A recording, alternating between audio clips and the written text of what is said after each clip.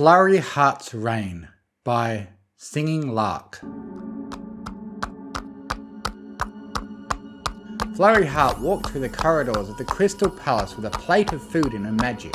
She waved hello to a maid, then turned a corner and walked to an Innesis door.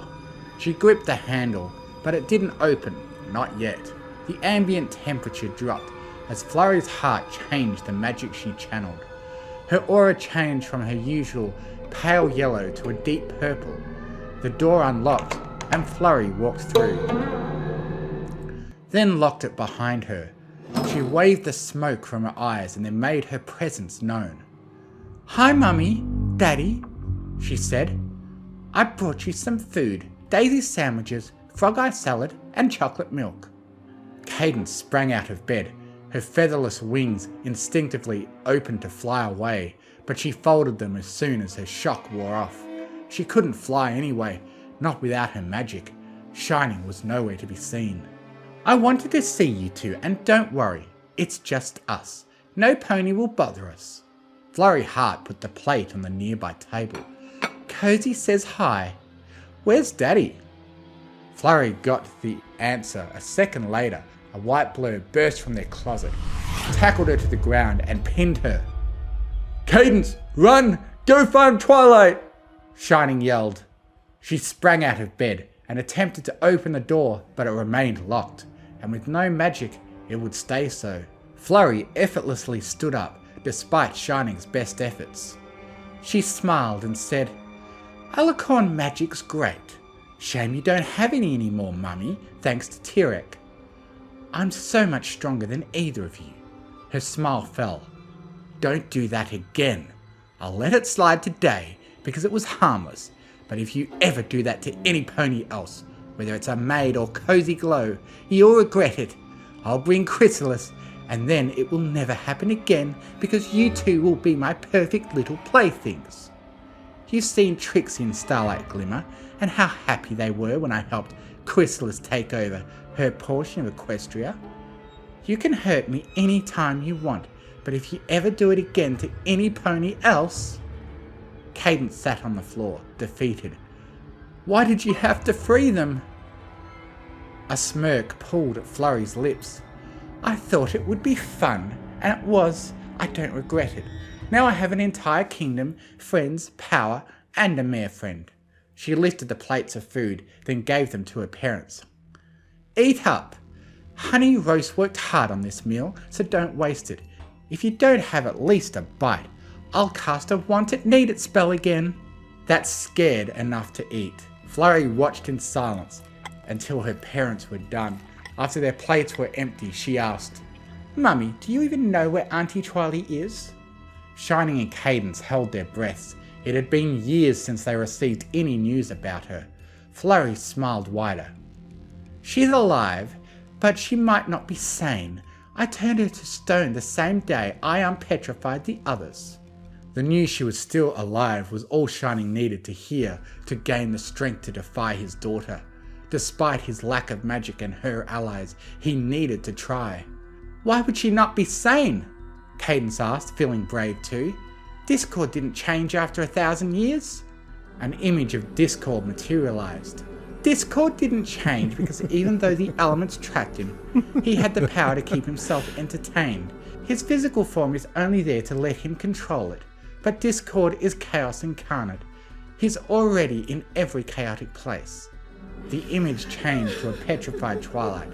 "Auntie Twiley is the princess of friendship and magic, and since my friends deprived her of magic and her friends, she had no power to use.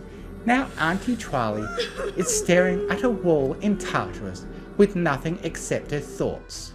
Cadence let out a choked laugh, which slowly changed to a sob. Shining glared at his daughter. "Why don't you resurrect Summer if you enjoy causing ponies so much harm?" he spat. Flurry's smile fell. She growled. "I will never do that. My subjects will never have to live under him ever again. The rest of Equestria is suffering, but there are more resources for my kingdom to prosper because no pony else is using them." Flurry gripped her parents' faces and made them stare at her. "Even Cozy, as bloodthirsty as she is, knows not to harm my subjects. If she does, I will kill her. I love her, but I love my subjects more." "Are we not also your subjects?" Cadence said. Flurry grinned, then let them go. "You are, but I'm the princess of families. Shouldn't my family get special treatment?" "You don't show it. How can you tear families apart when you should protect them?" Flurry's horn charged with a dark purple aura as she teleported out of the room. The couple hugged and cried as they mourned the young filly they once knew. If she was even real. Flurry released the villains as soon as she learned how. Maybe the young filly was just a ruse. Yellow magic surrounded them, then gently pushed them to the furthest wall. The aura changed to a deep purple as their daughter opened the door, but it changed to yellow right after. Flurry walked in with a cart of books. She unloaded the cart, then teleported away. "History lesson, since you two seem to have forgotten.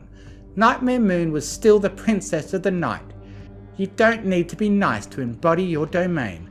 I'm the princess of families. I rule over them. Nothing is saying I can't use my power to tear them apart or keep them together. I can do whatever I want, which is to keep my subjects safe and have the rest of Equus burn." She left the books, then walked to the door. "You should study. Love you. Bye."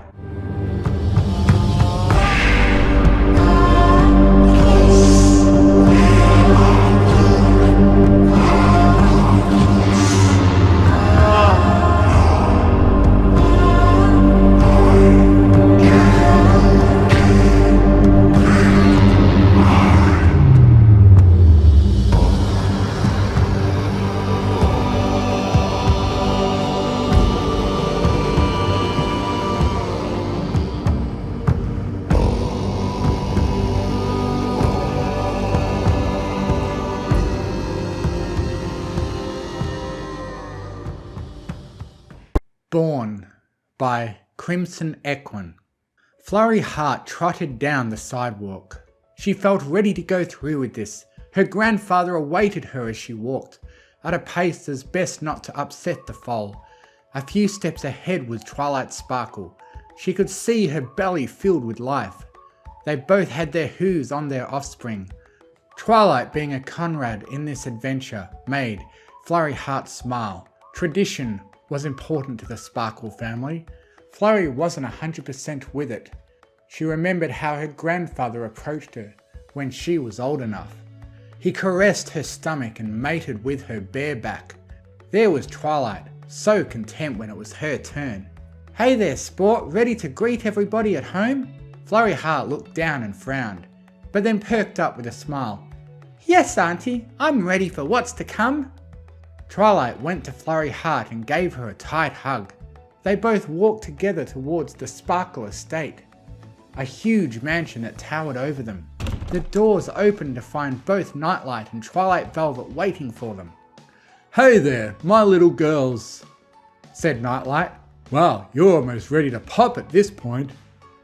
They both giggled and hugged their relatives. Nightlight and Velvet felt warm from their bodies. "It's almost time," said Twilight. "I can feel my foal kicking."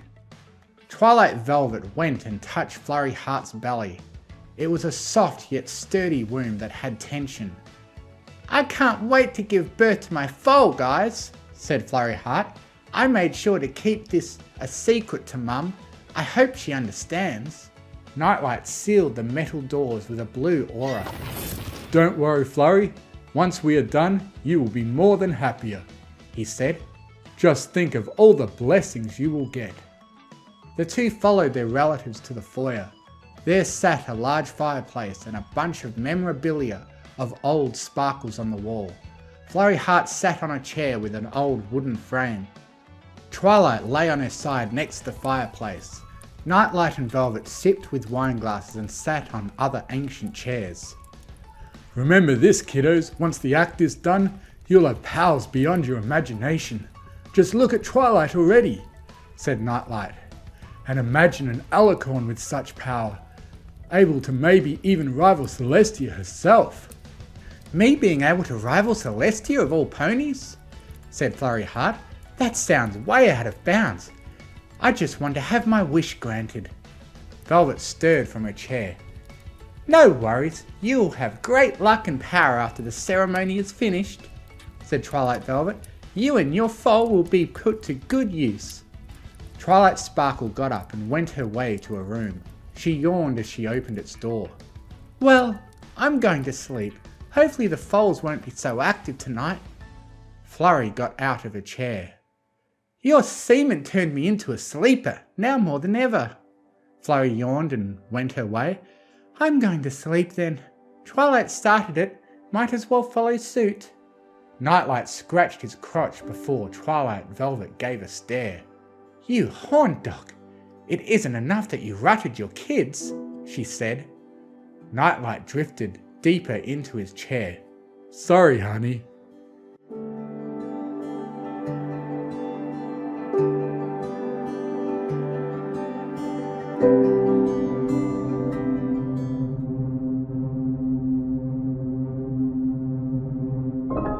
Flurry Heart awoke to a pony that screamed. The excitement drove Flurry to run out and slam the door. Down the hallway, the screams continued as she followed it. It led to a staircase as the pictures of previous Sparkles watched from above. She went down and found Twilight. She lay with Nightlight and Twilight Velvet. Hurry up, she's crowning, said Twilight Velvet. It's almost sundown. Twilight gave out a scream before she made a grunt. Her face was red as she pushed out the foal and felt her inside stretched. There's my kid, said Nightlight as he lifted the foal. It cried as it was born. Flurry Heart watched this from the darkness. Now it's time, Twilight. You are going to go so much farther for this, said Nightlight. Anything for you, Daddy, she said weakly. I'd do anything for you. Nightlight raised the foal and stabbed it with a curved blade. Twilight smiled as the foal bled through its stomach. Spurts of blood shot over the once mother. She bathed in its juices and laughed at a short to high pitch. Twilight Velvet licked the blood off her daughter. They then kissed as their faces smothered in blood. We give this offering to the great God. Bless us with a bounty, Nightlight said as the blood shot out. Flurry Heart made a screech before she closed her mouth. The family had eyes that were transformed into white pearls. What is this? Flurry Heart backed up with tremor in her legs. What are you doing? Nightlight licked the wound before he noticed her. You're the next one, baby girl. Don't you want that wish to be granted? He walked towards her. We can make as many foals as we want together. Don't you think? Flurry Heart stepped 2 paces back before she made a full run back up. She sealed the basement door behind her and ran along as the pictures of Sparkles watched them. Come back, said Nightlight. He blew up the door and clambered over the steps. We just need an offering of love, my dear. The chase finalized as Flurry stepped back against the door. The wall felt frozen against her body. Nightlight drove his blade towards her belly. She leaped out of the way and blasted Nightlight with a concentrated beam of pink energy. It twisted his neck and caused him to collapse. The blade slid to a stop near her. Flurry Heart looked and found a blast of liquid flow out. A scream came out of her.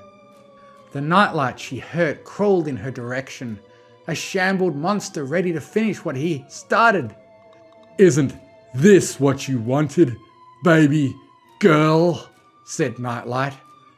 Yes, join us, Flurry. You can have whatever you want, said Twilight Velvet from the side. No, this isn't what I wanted. You all lied to me. They ran after her, and an aura of energy formed around her. Flurry Heart disappeared in an eruption of pink energy.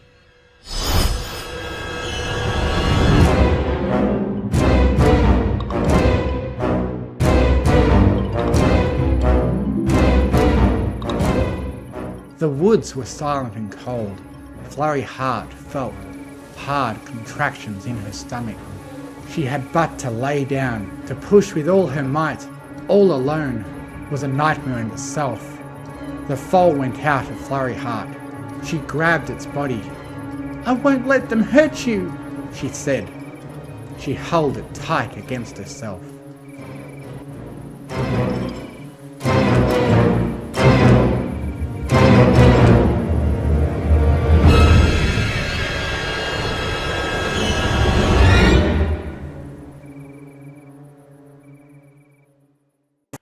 How to Throw Yourself at the Ground and Miss by Axolotl222.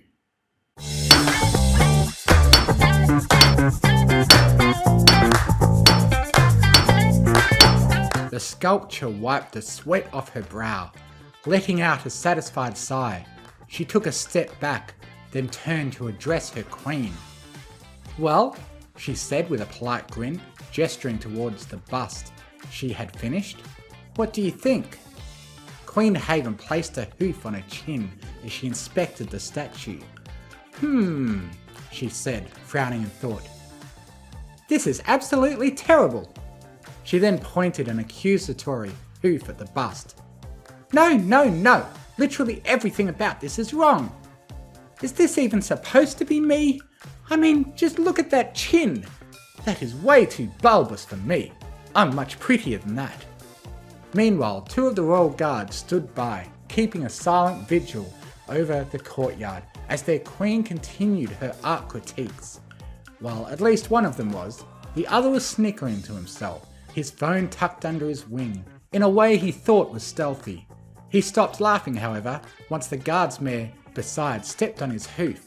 "Put that away, cadet," Zoom said, keeping her gaze locked straight ahead. Thunder let out a grunt of pain. "Oh, come on," he said. "I was just checking it real quick." "Not interested in excuses." "But..." "Not interested." Thunder pouted, but put his phone away as told.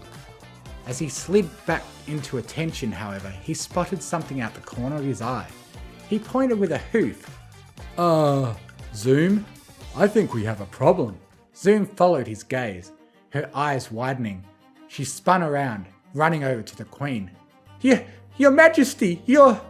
"Not now, Zap," Haven said without looking at her. "Zoom, whatever. I told you I am not to be interrupted during queenly business." But...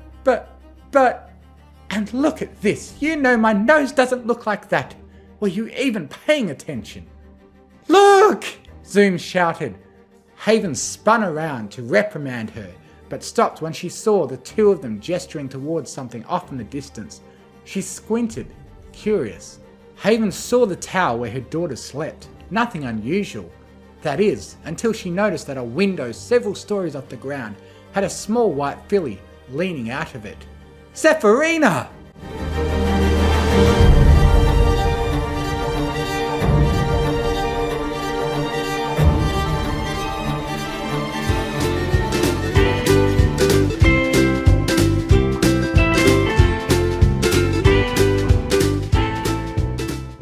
Zip was sitting in the windowsill, wingtip in her mouth as she took in the view.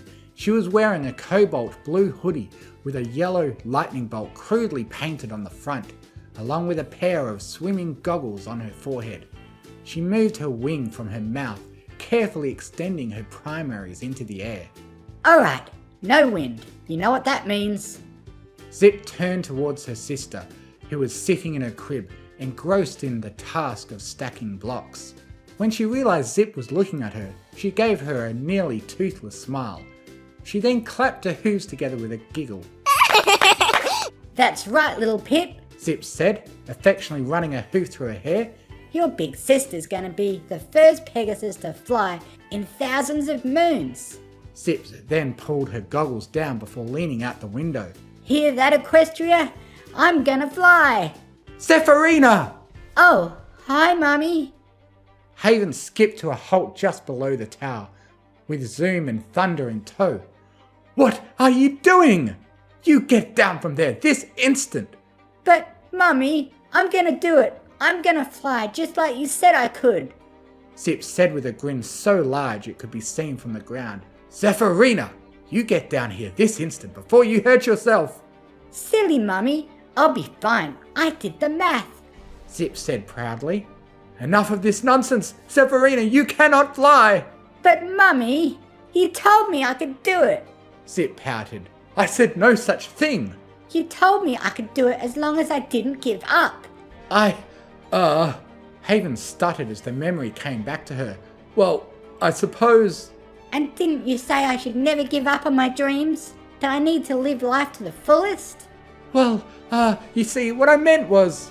Haven frantically looked back and forth between Zoom and Thunder, silently pleading for help. Zip?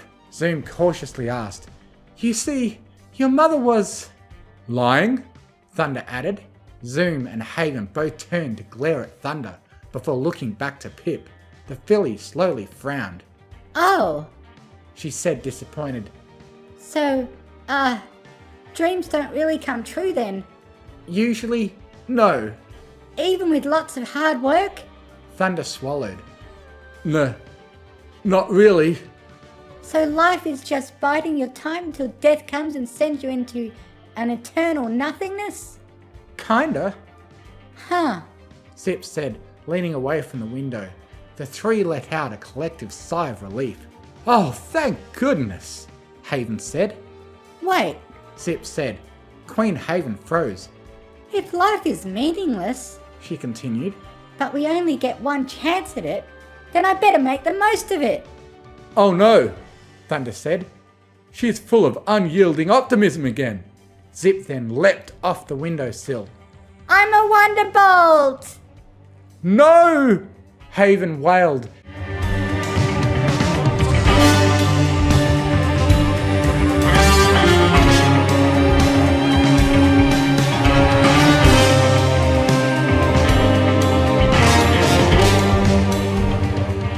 She collapsed onto the ground, burning her face into her hooves. A million thoughts raced to her head. How could this have happened? Why didn't she put a safety latch on the window? Why didn't she station a guard outside her bedroom? Why didn't...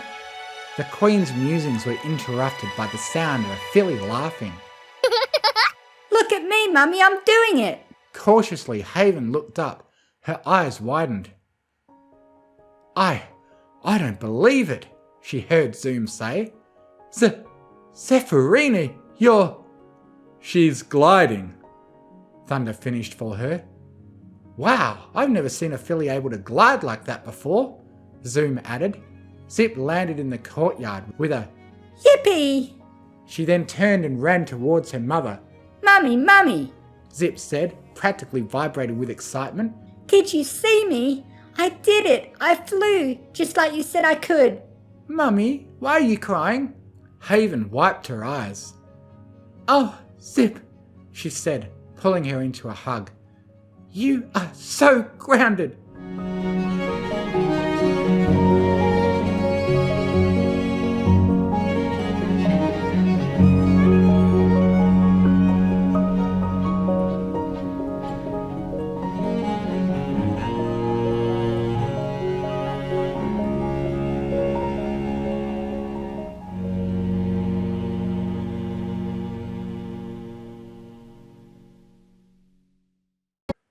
Sweetie Bot Needs an Upgrade by Sock Puppet.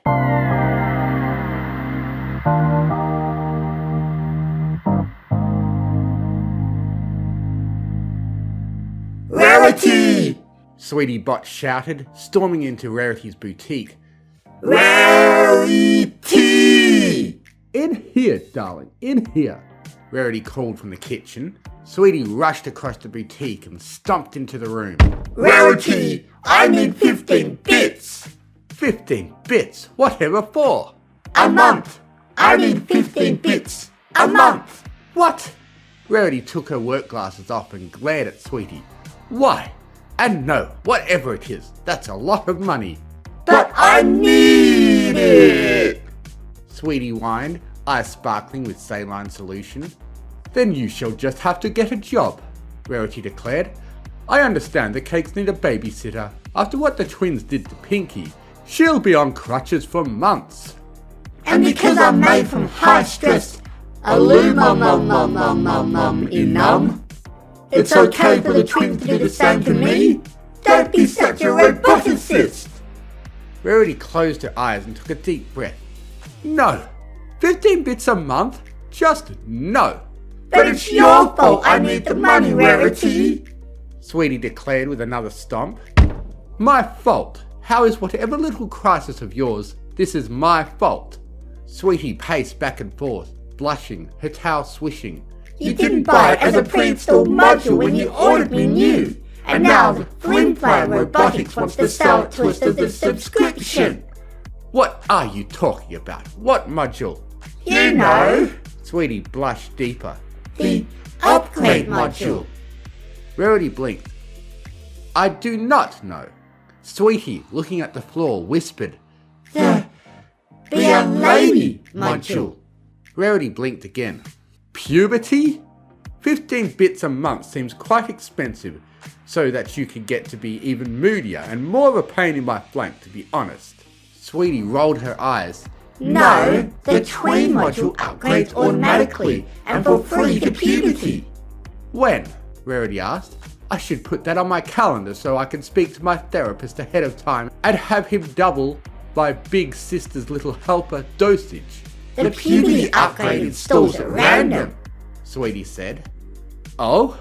Rarity said. She side-eyed at a locked liquor cabinet before looking back at Sweetie. I shall be adding my own upgrades from the package store then, in anticipation. How do we know when the puberty upgrade has been installed?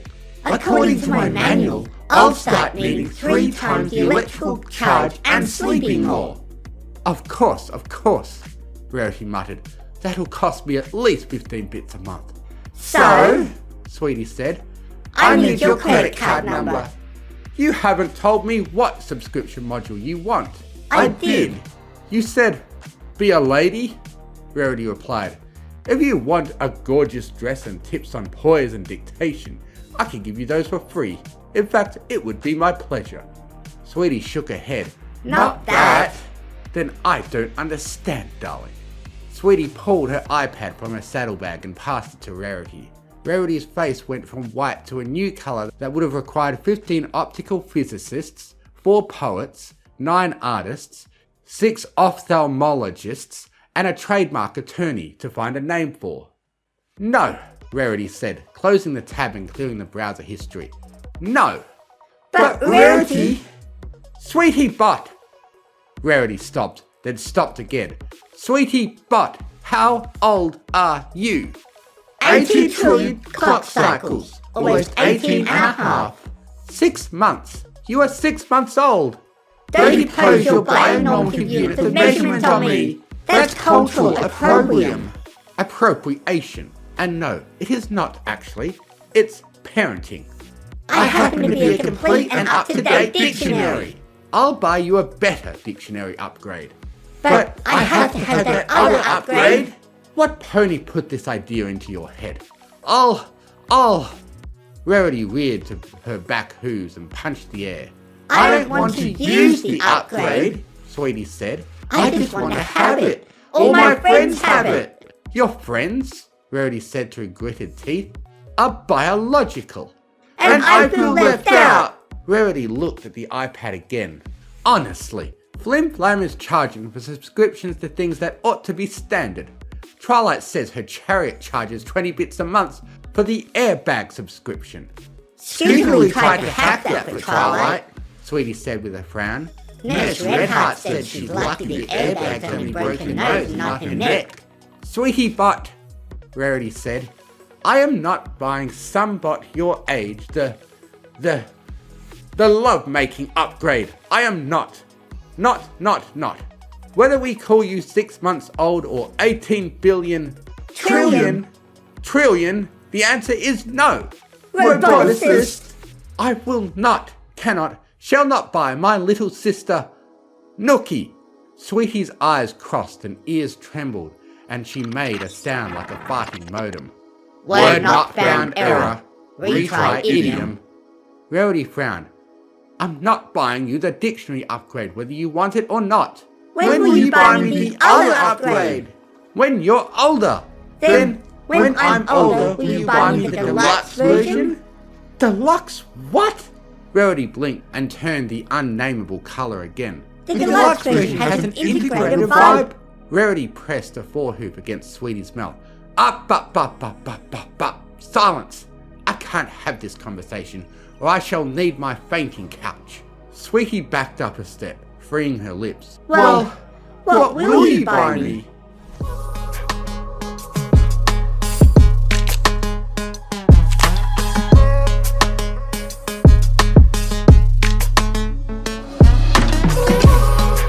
So, Apple Bloom said, turning hard left with her steering wheel controller, she bought us this wicked big TV.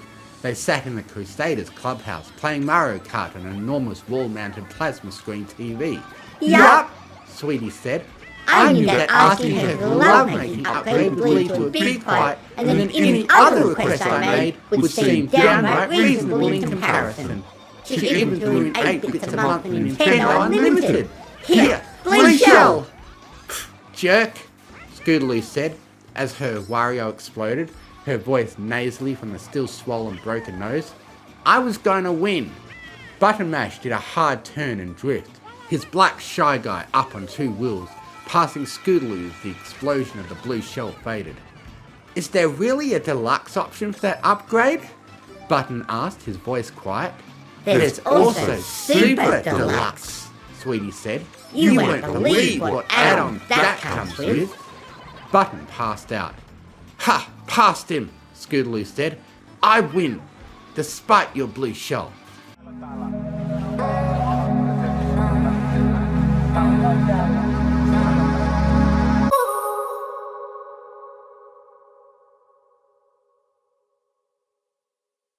Alamamamamamamamamian. Alumamamamamamium. Alumamamamamamium. Alumamamamamam in that would have required 15 optical physicists, 4 poets, 9 artists, 6 off. Don't impose your normal. That's cultural opprobrium. Her Most Sacred Duty by Drunk Luna, featuring Lotus Moon as Princess Luna. Check out her awesome channel.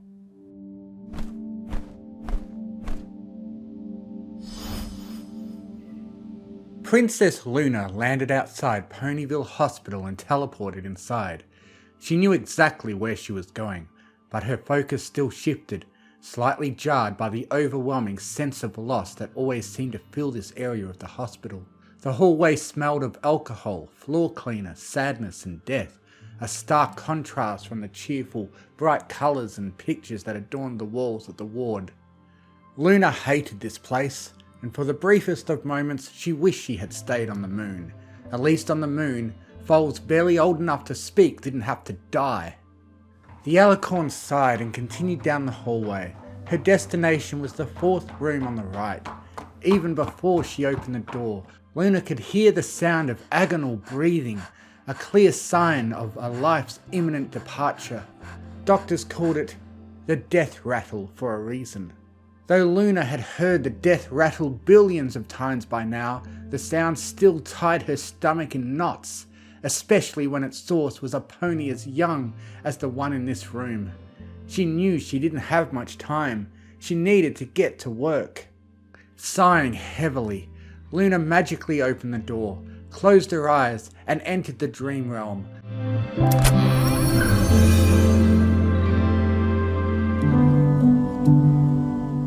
Luckily, the foal's dream was the first one she saw. The little filly was bouncing around a meadow, healthy and happy. She spotted a pink and white butterfly and chased it through a field of fragrant pink peonies, laughing as she rolled among the flowers. Sweetie Belle? Luna called. The filly's ears perked, and she raised her head at the sound of Luna's voice. Princess Luna, you're here! Sweetie squealed. Wait, I thought you only came into Pony's nightmares. Usually I do, Luna said, swallowing the pony-sized lump in her throat. but I wanted to give an extra special dream to one of my favorite fillies tonight. Now, how about some ice cream? What's your favorite flavor? Sweetie said. I like cookies and cream.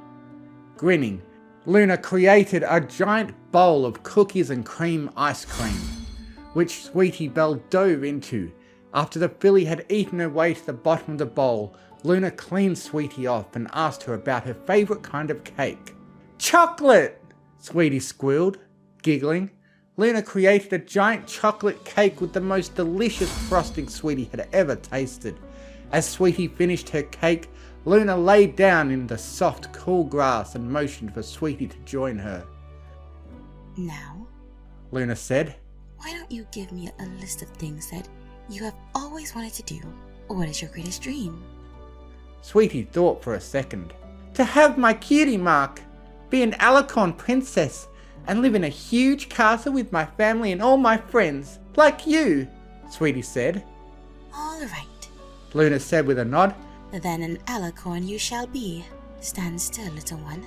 Sweetie's mouth dropped open as Luna sent a glittering swirl of magic from her horn. The magic lifted Sweetie upward. After Sweetie had reached the ground, she shook her head confused. "Come and stand next to me, Princess Sweetie Belle. This evening, you shall reign alongside me as co-princess of the night." Sweetie's eyes widened, and she gasped as she turned her head and noticed a brand new pair of wings. "There is more. You also get your very own crown and necklace. But first, try out your wings." Luna encouraged the filly. Sweetie spread her wings and flew in a graceful circle, then landed next to Luna, who conjured a white crown and matching necklace, which both glittered with huge diamonds and were decorated with a pink rose. "They're beautiful, Princess Luna, but why is there a rose on the front of my regalia?" Sweetie asked. Luna smiled warmly. "Why don't you look over your shoulder and find out for yourself?" Sweetie gasped as she looked at her flank, where a pink rose, which looked exactly like the one on her crown and necklace, had just appeared. Tears filled the filly's eyes as she realised that her most fervent wish had come true. She had finally received her cutie mark. She took a step forward, and a pale pink rose grew where she had just stood. Sweetie took another step, and a white rose appeared. Then the filly spread her wings and took off, leaving a fragrant trail of pink and white roses on the ground beneath her. Soon, Sweetie had created a meadow full of fresh roses. Luna took a deep breath and blinked to conceal her own tears. "And now, your castle, Princess Sweetie Belle," Luna proclaimed. With one sweep of her horn, Luna created a magnificent giant castle in the colours of Sweetie's mane, complete with a moat and drawbridge. Sweetie flew inside, and Luna followed. "Well, Princess," Luna said with a smile, "what is your first royal decree?" "I decree that Rarity, Scootaloo, and Applebloom shall become princesses too, and that Applebloom and Scootaloo shall receive their cutie marks," Sweetie declared.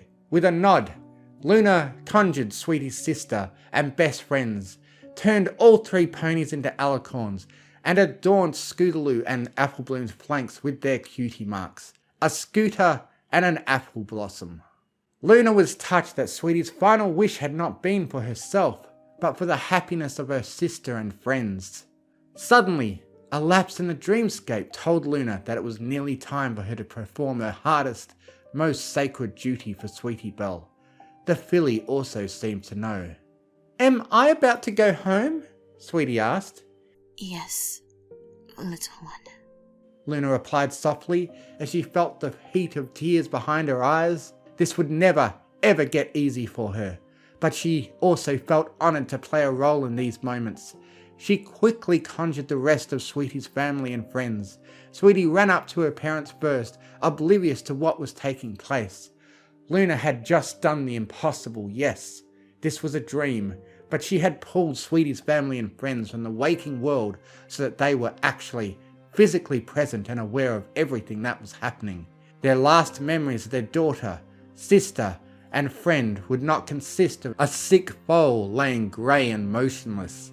Instead, they would always remember Sweetie Belle this way, as the vivacious, beautiful filly she was before cancer had stolen her from them.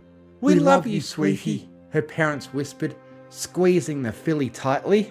"Be good, little sister. Watch over us, okay?" Rarity sniffed a bit, pulling Sweetie into a hug. Suddenly, from the distance, two healthy, strong unicorns approached Sweetie. They looked so young, but Sweetie still instantly knew who they were. "Grandma! Grandpa!" Sweetie gasped. She and Rarity ran to hug them, but Luna stopped both fillies. "You will see them again when your time comes, Rarity," Luna said gently. "But now, I must escort Sweetie Belle to her eternal home." Gently draping her wing over Sweetie Belle, Luna walked the filly to an ornate pair of gates, which immediately opened up for Sweetie. The filly gave Luna one final little smile. Then she turned and ran to her grandparents, who lovingly embraced Sweetie as they welcomed her into the beautiful light beyond the gates. Her parents and sister returned to the land of the living. Luna's eyes overflowed with tears as the gates closed. A sob ripped through her usually stoic facade, and she bowed her head, momentarily allowing herself to grieve. Luna's entire body shook with the force of her sobs, and she gasped for air, falling to her knees. She and the Sweetie Belle had always been close, as they had bonded over the fact that they both had sisters who made them feel overshadowed. This loss was uniquely painful for the princess of the night. Luna simultaneously dreaded and relished these heartbreakingly precious moments. Parents should never have to outlive their foals, but Luna always did her best to make these transitions, far too many of which she had seen during her long reign, pleasant and easy for the little ones who had reached the end of their all too short lives. She had ushered countless foals into the afterlife after they had been starved, neglected, abused, and, more frequently, after they had valiantly fought a long illness, as Sweetie had done. Luna felt a tiny pang of envy as she pondered the fact that her older sister would never know the pain that was such a common occurrence in Luna's role as guardian of dreams. With a sad sigh for the little life that had just been snuffed out, Luna collected herself and teleported back to the dream realm. The night was still young, and there were many more dreamers in need of guidance and protection from their princess.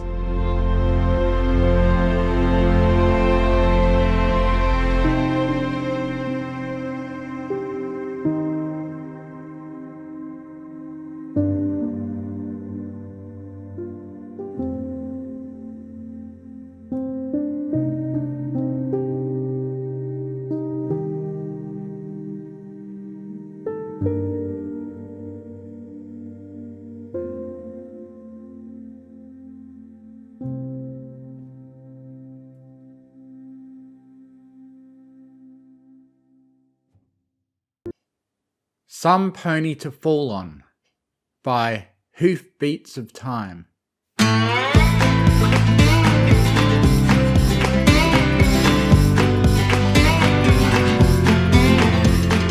Applejack may be a filly, but she has work ethic. She wakes up with the roosters crows and heads downstairs to watch her granny fix up breakfast.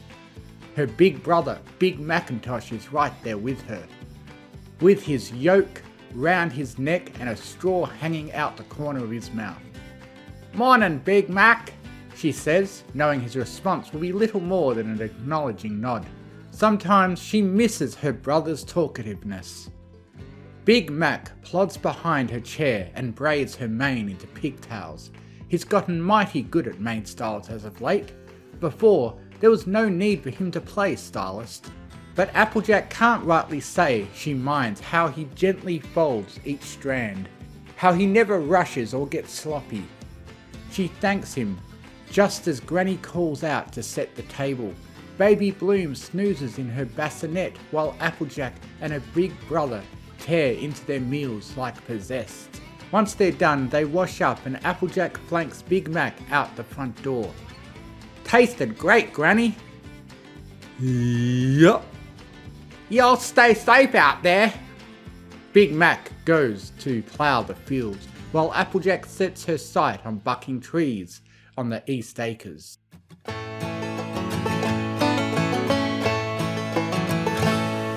With the rim of her hat pulled over her eyes, the filly rears up her hind legs and kicks back hard enough to get the tree trembling. The apples come flying out every which way. Ah, patooey! She rounds them up and plops them in their rightful picking basket. Too much power that time. She goes a little easier on the next tree in line and gets all of one underripe apple for her efforts. She pouts. Come on now! Can't be too hard, can't be too soft. Gee, these trees are picky. She knows she ought to respect them and all that, but boy do they make it hard.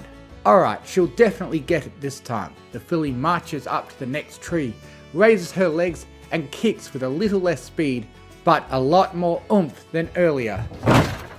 Ow! Applejack stumbles back, gaping. Tree? On second thought, this here tree looks off. It's got a huge gap in its leaves that reminds AJ of the bald spot in her school teacher's mane, and one of its apples is sliced clean down the middle and drizzling juice. She doesn't remember anyone mentioning busted up trees like this one before. The filly trots closer, propping herself up on her hind legs to take a closer look. That's when she sees a light blue feather tangled in the tree's roughed up leaves. Applejack knew that pained cry from earlier sounded familiar. Rainbow Dash, is that you up there?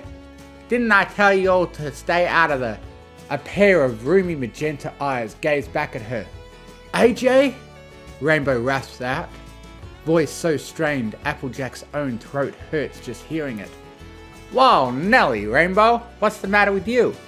Rainbow tries to respond, but her voice catches in her throat.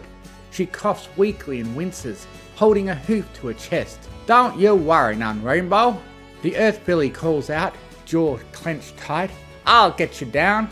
Her heart knocks against her chest as she frantically presses a forehoof to the tree's mottled trunk, searching for purchase. Applejack, chill! Rainbow cuts herself off with a nasty dry cough. I've got wings, member? Applejack stills, pupils returning to their regular size. She tempers her breathing. Right. She takes a step back. But why in Celeste do you look so roughed up? Rainbow averts her eyes for a moment before finding the earthbound filly's gaze again. Maybe 'cause you kicked the tree I'm in like a mad pony. Guilt brushes Applejack, but she soon narrows her eyes. Wait just a second, Rainbow. What was that coughing just now? Rainbow lifts her muzzle all sophisticated like. I had something in my throat. That isn't right. Applejack's sure of it. Rainbow fibs whenever she feels like, though, and she's also regrettably gotten a mite good at it. If Applejack can't get her to tell the truth, then she'll just tell it for her. You're sick, ain't it? Rainbow wilts.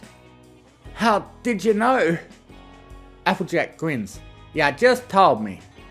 Ugh! Rainbow drops her head with a throaty groan. That's playing dirty! It's playing smart. In all honesty, Applejack was in Rainbow's very same position just a few days back when Big Mac used the very same trick on her. She's still sore about that. Now what are you all doing all the way out here if you're sick? Where are your parents? Rainbow glares at an undeserving tree branch. At home? Applejack lowers a brow. And do they know you're up and left? No. Rainbow Dash, they're probably worried sick. Oh, they are. She flails a hoof in emphasis. That's why I had to leave. Applejack knows she's making the mean face that Granny threatens to tan her hide for, but she can't help it after her friend said something so, well, foolish. That doesn't make lick of sense. Rainbow still avoids her eyes, expression pinched. Yeah, well, whatever. She shifts on her perch. If you just came here to shout at me, you can stop now. Rainbow, you... Applejack shakes her head clear. You can't stay up there if you're sick. Who's stopping me? Applejack fumes. I am. She rears her hind legs up and gives the tree what for. Then gets laid flat by a falling Pegasus. Both fillies lie on the turned earth, stunned. Rainbow recovers first with yet another groan. What'd you go and do that for, doofus? Applejack's face flushes. It seemed like a good idea, alright? She wobbly returns to all fours, with Rainbow still on her back. The filly quivers under the extra weight, but trumps on irregardless. Wait, you're carrying me? Rainbow's voice gets pitchy. No way! That is so uncool! You reckon being sick and stuck up in a tree is cooler? Applejack scoffs, adjusting Rainbow's weight on her back. Just hush and let me get you home. Rainbow relents, sniffing in distaste. Applejack can feel her shivering against her back, despite the warm sun on her fur. It's going to be a long walk home.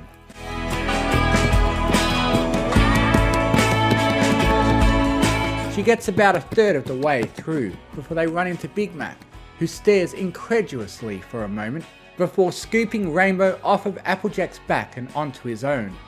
Rainbow's complaining stopped a few minutes back, and she doesn't acknowledge the transfer besides a little wordless mumble. Big Mac, we gotta get her back home. Applejack's voice is shrill. She's real sick and she's not even talking no more. Big Mac nods, eyes flitting from his sister's flushed face to the filly on his back, and they make their way towards the house at once.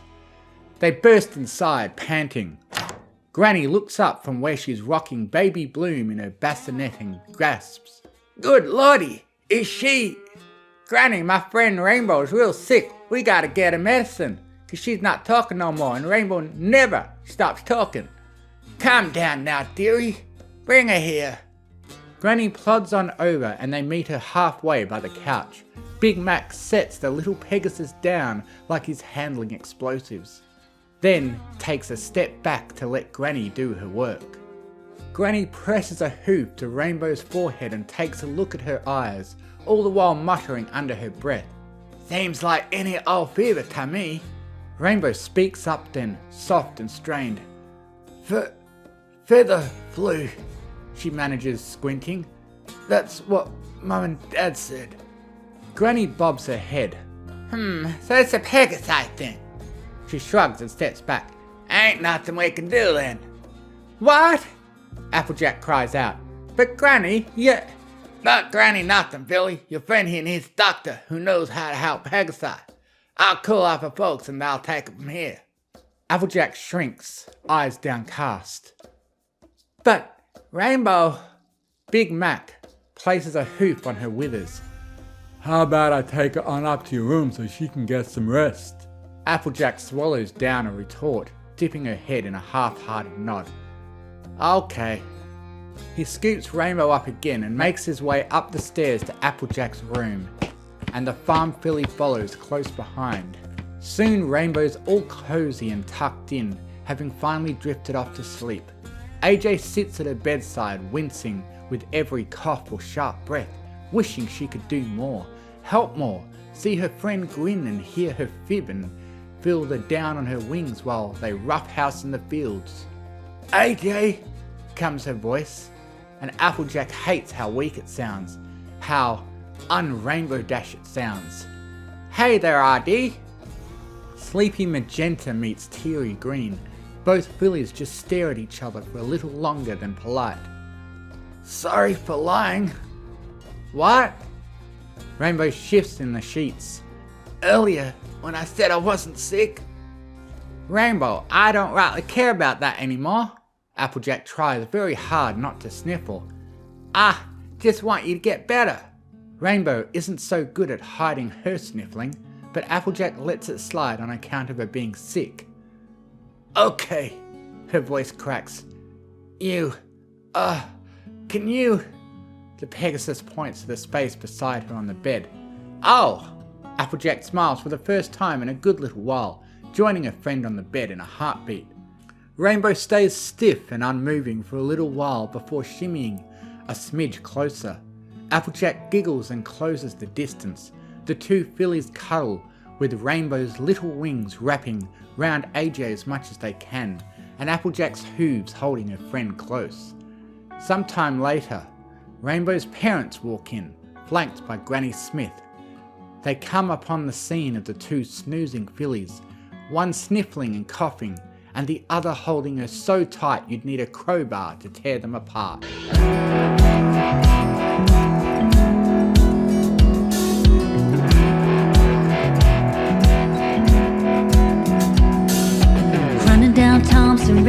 in old blue jeans, a triple backflip off a rusted tire swing, broken arm and trophy scars. Oh, that's one hell of a way to win a heart. It might kill him before we're done. At least it keeps us young.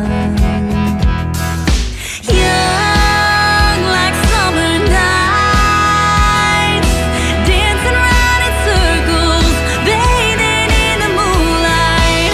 Young when you fall so fast, busy being 17 and hoping this love lasts. It might kill us before we're done.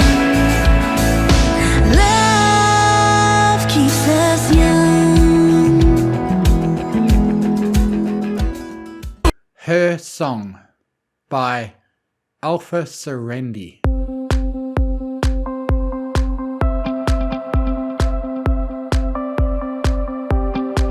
Wordlessly, the filly made her way past mannequins, past clothing in different styles from different trends, past the multicolored walls of what she called her home, or rather, it wasn't necessarily her home, it was her sister's home, her workplace, her pride and joy, that she was just visiting while her parents were away on personal business, as they so called it. The filly's coat felt matted, her hooves were caked with mud and dirt, leaving a path as she walked. Her pale harlequin green eyes had bags under them that made her look quite the opposite of her more prim and proper sister. Plodding up the stairs, a soft exhale escaped her lips as she passed framed photos of her family and her friends. Most of the photos were full of smiling faces, good cheer, and good times had across her lifetime. Unfortunately, she couldn't sympathise with the photo's subjects right now. Her horn, ever swirling like ice cream in a cone, lit up with sap green magic. The doorknob turned and the door opened, greeting her with a rather familiar and very welcoming sight, her bedroom. As she made her way inside, her horn continued to stay lit as her magic caught two towels that hung on a coat rack. Freshly washed, she noting that both of them smelled like springtime. Opting to leave her door open for the time being, the filly made her way to her next stop, traversing the hallway and only stopping to watch as a fluffy white cat with a purple bow and a purple collar studded with opals rushed by her in the opposite direction. Her magic was used once again to open the door with a small creaking noise. What greeted her was a rather spacious bathroom, certainly much too big for only two ponies. But that didn't surprise her very much, taking her sister into consideration. Another sigh left her body, this one carrying quite a bit of a crushing feeling with it, making her way towards the shower. Her magic caught the handle as she turned it clockwise, wincing when it made a loud squeaking sound. She hoped her sister hadn't heard that. The last thing she needed right now was to be doted on and then lectured about getting too dirty.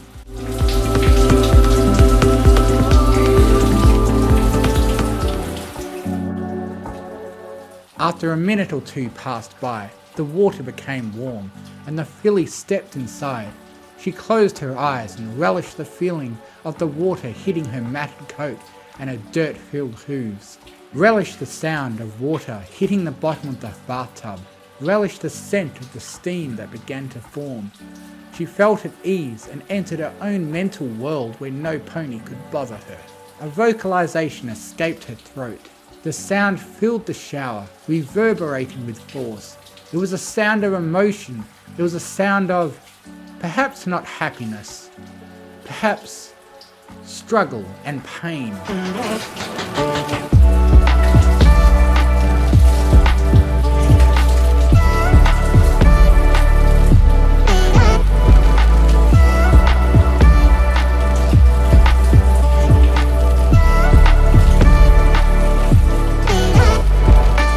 The vocalization was radiant. It came not from the throat, but from the heart.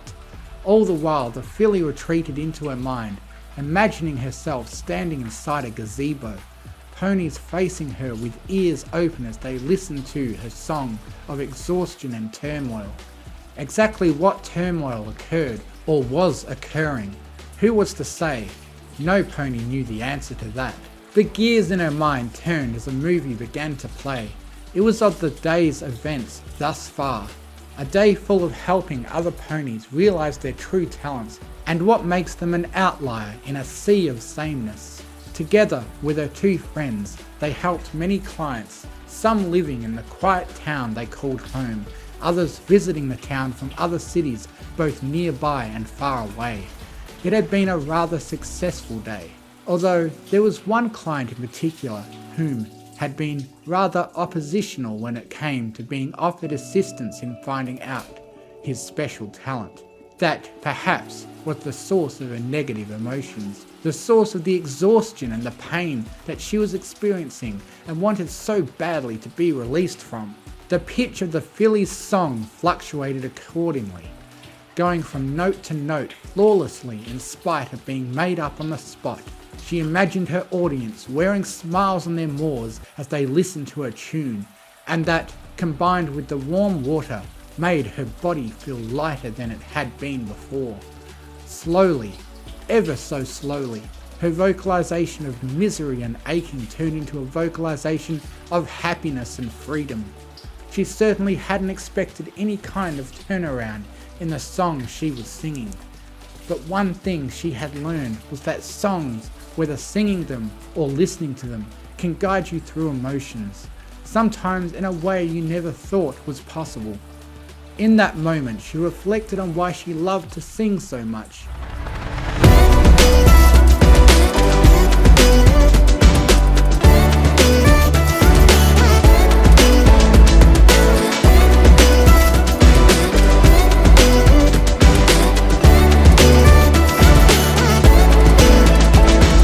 As a younger filly, she would often listen to her sister's sweet and silky voice as she sung her lullabies, little ditties and other melodies whenever she was feeling upset or tired.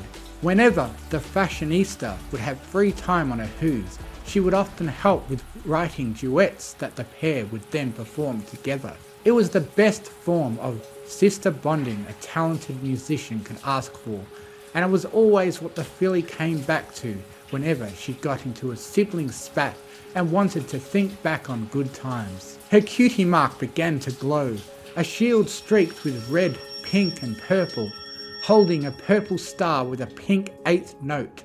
It represented her love and passion for singing, as well as the tight bond she shared with her two best friends. As it shimmered, she could feel energy coursing through her body, which served as a catalyst for her voice to grow louder in volume. She imagined her audience cheering for her in spite of the song not being over yet, stomping their hooves and giving whoops and hollers of support as she made the gazebo her stage and her stage alone. The rhythmic beat of her heart guided her throughout the tune. As it neared its conclusion, she could feel tears welling up in her eyes, which she let cascade down her face.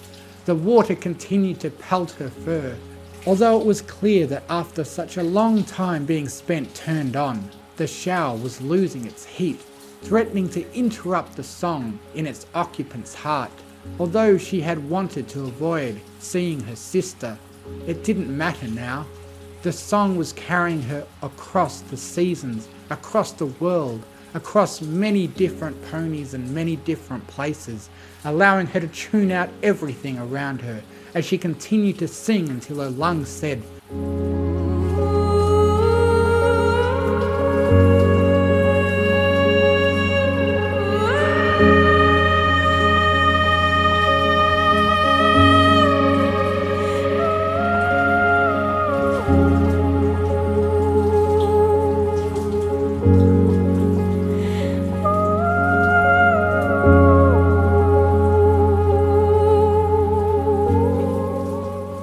no more.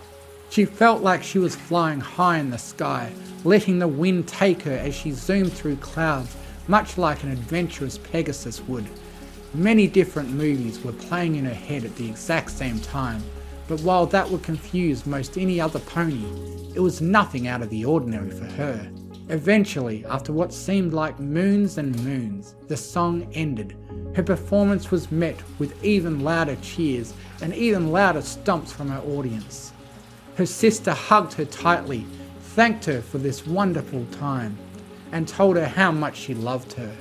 And her ascent into the sky ended with her gaze meeting the lustrous and endless view of space. Her eyes opened slowly, her gaze meeting the other end of the shower.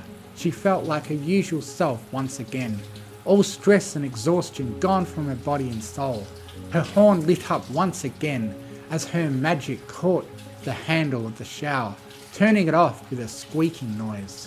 As she grabbed her 2 towels, she noticed that her shampoo, conditioner, and body wash bottles were all open, and came to the realization that not only had the song guided her through her emotions, but it had guided her through getting clean too. The steam filled the bathroom, hanging in the air like a thick fog. As she wrapped one towel around her head and another around her waist, she looked at her hooves, which were completely clean and free of dirt and mud. A smile formed on her maw before she spotted the muddy hoof prints leading up to the shower, at which point she realised she would probably have to clean those up before her sister saw them. No matter, cleaning was just another chance at another performance. Making sure to not step in any of the hoof prints, she opened the door to the bathroom and made her way through the hall once more, back the way she came. Her eyes darted towards her sister's bedroom, finding the door leading to it ajar. She tilted her head, wondering if her sister was out and that's why her song went uninterrupted. But that didn't matter. Right now, she quite liked this alone time. Heading into her own bedroom, another sigh escaped her lips. This time, however, it was a pleasant sigh, one that carried no weight, no burdens, no pain or shame or negativity of any kind. She jumped up onto her bed, feeling the light breeze from the open adjacent window ruffle her fur. Sometimes it was good to air dry instead of using a main dryer, especially if there was a breeze going. She never did like using main dryers anyway. They ruffled her mane and tail far too much. The second performance was about to begin. The breeze coming in from the window was another invitation to sing on stage, an invitation that she was going to accept with open hooves. She arrived at the gazebo once more, a crowd of ponies fixating their gazes on her as they eagerly awaited to hear her newest piece. Her sister was clearing her throat and performing vocal exercises to warm her vocal cords up.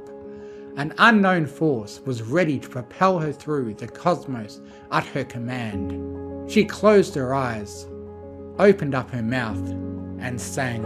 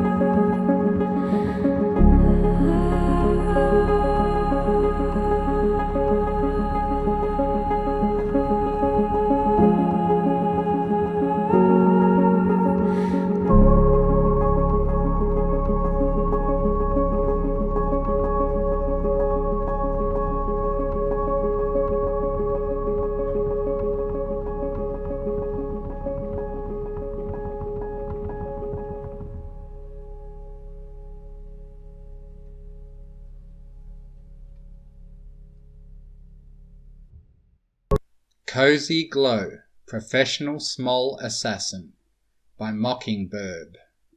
In the alley's darkness and stench, Cozy Glow buzzed her wings with excitement. I trust you brought the standard package? She said in her high-pitched childish voice. A trench-coat-wrapped stallion hoofed over a large envelope. Cozy opened the envelope and rifled through the contents. The target's name, address, personal information. Looks like everything's there. And I already checked my account. Your deposit cleared yesterday. We're all good. She smiled. Just one more thing. The stallion asked, Didn't I already give you everything? In a saccharine tone, Cozy said, In the course of my contract, I might have to destroy some evidence. Some pony might find out about our little deal. If they talk, they could get me in trouble. The stallion waved a forehoof. Are you trying to charge extra? Because I already paid you plenty. Don't worry, Cozy said, with a wide-eyed look of exaggerated innocence. It's already taken care of. The stallion looked down at the blood leaking from his stomach. Oh, I see. I suppose I am a potential witness. He fell to the alley's rough, dirty pavement, cracking his skull. I am good. Cozy bragged to herself. But I always complete a contract, even if the client isn't still alive to check up on my work. Let's see who I get to kill next. She re-inspected the envelope's contents.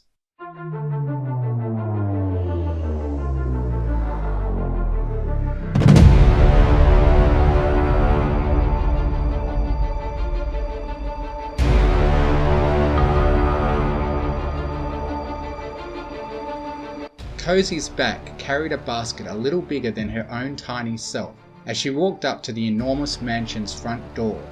Darn, She said. It's cold out here. She dumped the basket onto the front steps, righted it and hopped in. She nestled among the blankets within.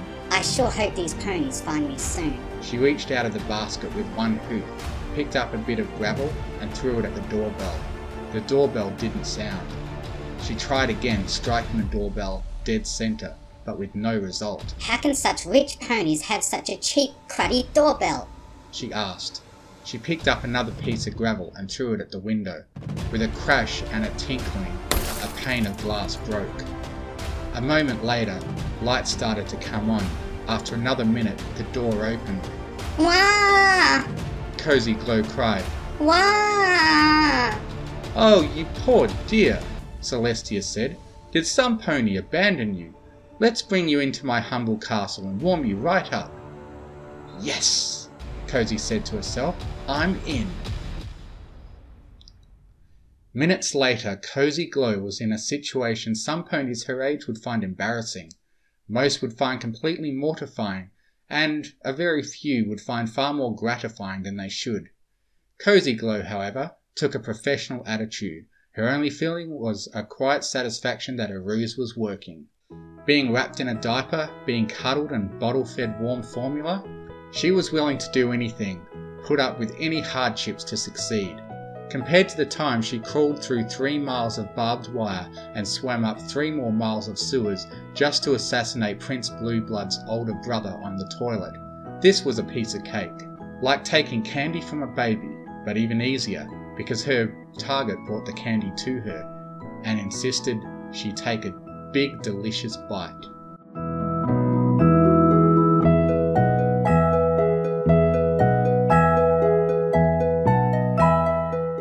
Six months later, Celestia said, I just don't know what's wrong. She doesn't appear obviously unhealthy, but in half a year she's only put on 2 pounds and hasn't grown taller at all. That's not normal. Luna clucked her tongue sympathetically. What do the doctors say? I must have taken her to half the doctors in Canterlot. There was one more specialist I wanted to take her to, an endocrinologist, but he died mysteriously the day before the appointment. A tragic loss. That's very sad. Isn't there any creature else who can help you? Celestia shook her head. I don't think so, and it's such a shame too. Just when I've been preparing to finally change my will to make sure little Gleam would be taken care of if anything happened to me. Silently, Cozy thought, Yes! But then she stopped cheering. Was she going to be left out of the will just because she wasn't growing bigger? Luna said, "If she's sickly, surely she needs her future to be provided for, even more so." Celestia nodded. "Yes, that's still taken care of. When she turns 18, she'll inherit the usual daughter's portion and dowry. But if she never grows any bigger, she'll never be able to do the work of a proper noble. So there's no point in making her the heir of any high title. That would be far too much burden for such a tiny, weak little creature." Cozy raged. Just because she was forever the size of a foal and wasn't growing any bigger, she wouldn't inherit the crown and rule all of Equestria? That wasn't fair at all. Cozy had earned world domination fair and square by tolerating that officious, pestering, eternally mothering giant alicorn for a whole 6 months. And now it was for nothing, except a future inheritance that Cozy might or might not ever be able to collect. Fortunately, Cozy had a good idea for taking out her anger. She would just go back to her original plan and fulfill the contract. Celestia's death would be an excellent notch on Cozy's dagger, so to speak. Darn, She said to herself. it's sad when I'm forced to go back to earning an honest living and fulfilling the contract by killing the target just because she's so fucking annoying. She screamed with frustration. From the next room, Celestia called out, "What's that, Warm Shine? Do you need something?" The alicorn trotted into the room and picked up her little adopted daughter. "You look okay. Your diaper isn't wet. Are you hungry?" Celestia offered a bottle, but Cozy's lips refused it. "I guess I don't know what you want." Vengeance, Cozy thought to herself. Vengeance for every single second of 6 wasted months. Being a Pegasus was convenient sometimes. True, Cozy couldn't always fly when she sneaked in and out of the castle. That would be too conspicuous. But she still knew that if she fell from the vines that hid her as she climbed, she could stop her fall with her wings instead of plummeting to her death. As 2 hooves in the vines supported her, another hoof carefully jimmied open her nursery window. In moments she was inside. She walked through the night-darkened castle halls and to the kitchen. There she found a cake. Chocolate vanilla cherry, Celestia's favourite kind. This would literally be a piece of cake. Cozy injected a tasteless, odourless, colourless poison into the cake. Very soon, Cozy's contract would be fulfilled.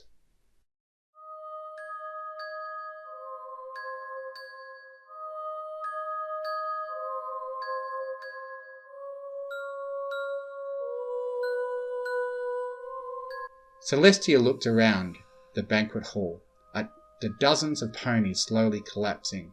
She rang a bell. "Waiter!" she shouted. "What?" "Bring 200 paramedics stat! And stop serving dessert. It doesn't seem to be going down well." "Yes, Your Highness." The waiter ran out of the room. At the end of the night, high diplomats from several different countries were pronounced dead, along with many miscellaneous equestrian nobles and dignitaries. Only Celestia and her fellow alicorn, Luna, had survived the dinner. For once, even the gossips hardly knew what to say, but every pony seemed to think it looked like trouble. Prince Blueblood relaxed in his bath. Something put pressure on his back. Was some creature trying to strangle him? He started to raise his hooves, but a soft, high-pitched voice stopped him with 2 words. It's Cozy.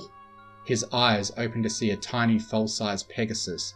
One forehoof held both ends of a garrote, and the other held a dagger. Blueblood smiled with a calm he did not feel. "Hello, Cozy.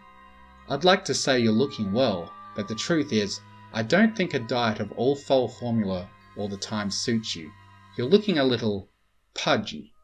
He smirked. Cozy snorted. You're lucky I know what a contemptible pony you are, or maybe you would be able to hurt my feelings. "To what do I owe the pleasure of your visit?" I don't like my current situation.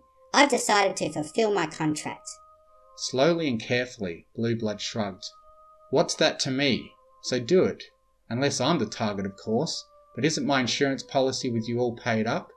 Cozy grimaced. If Celestia were to die, what would that mean for your own prospects? "It wouldn't do me much good, I fear. Equestria is a very sexist place. They would never accept a mere unicorn stallion on the throne. And there's the minor problem of how to handle the sun and moon, of course. Cozy sneered. Are you telling me you're chicken, Prince Blueblood?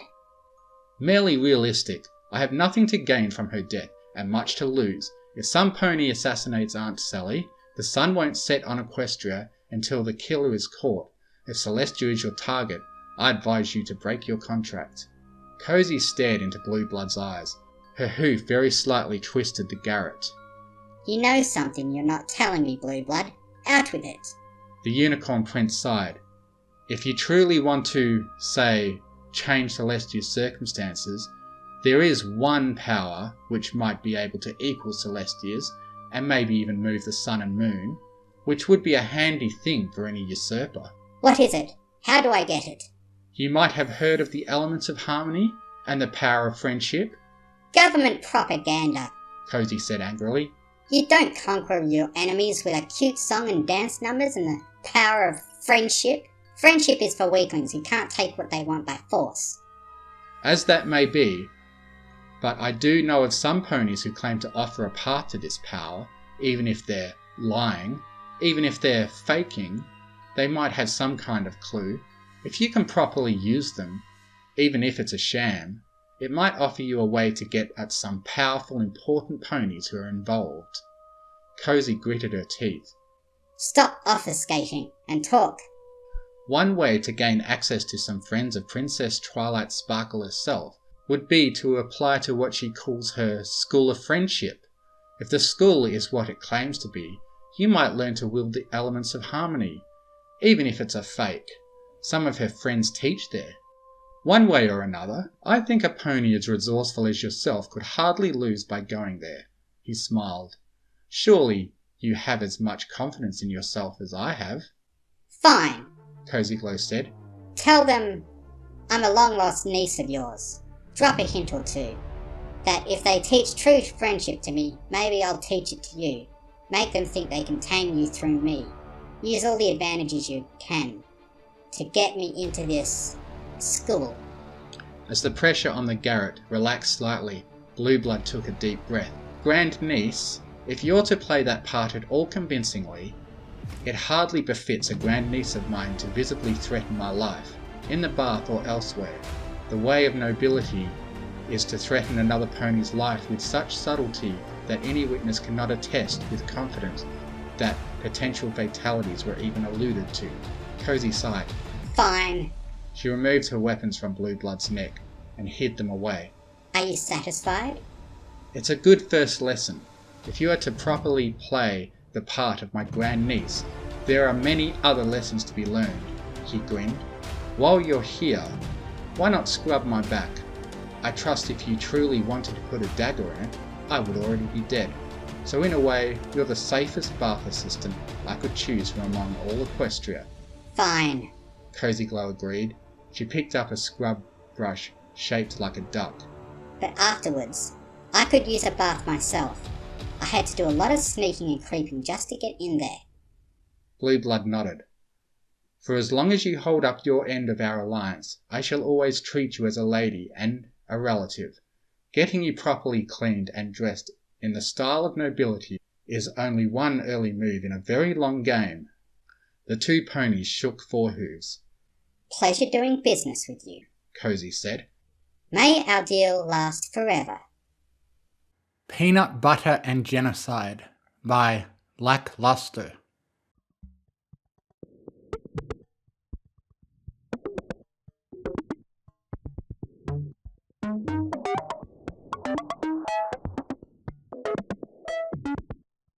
Apple Bloom woke up and the sun was melting. The pungent aroma of singed, sizzling flesh tickled her nostrils. She blinked, smiling despite the tears curling from her ducts and flowing off her face in wisps of steam.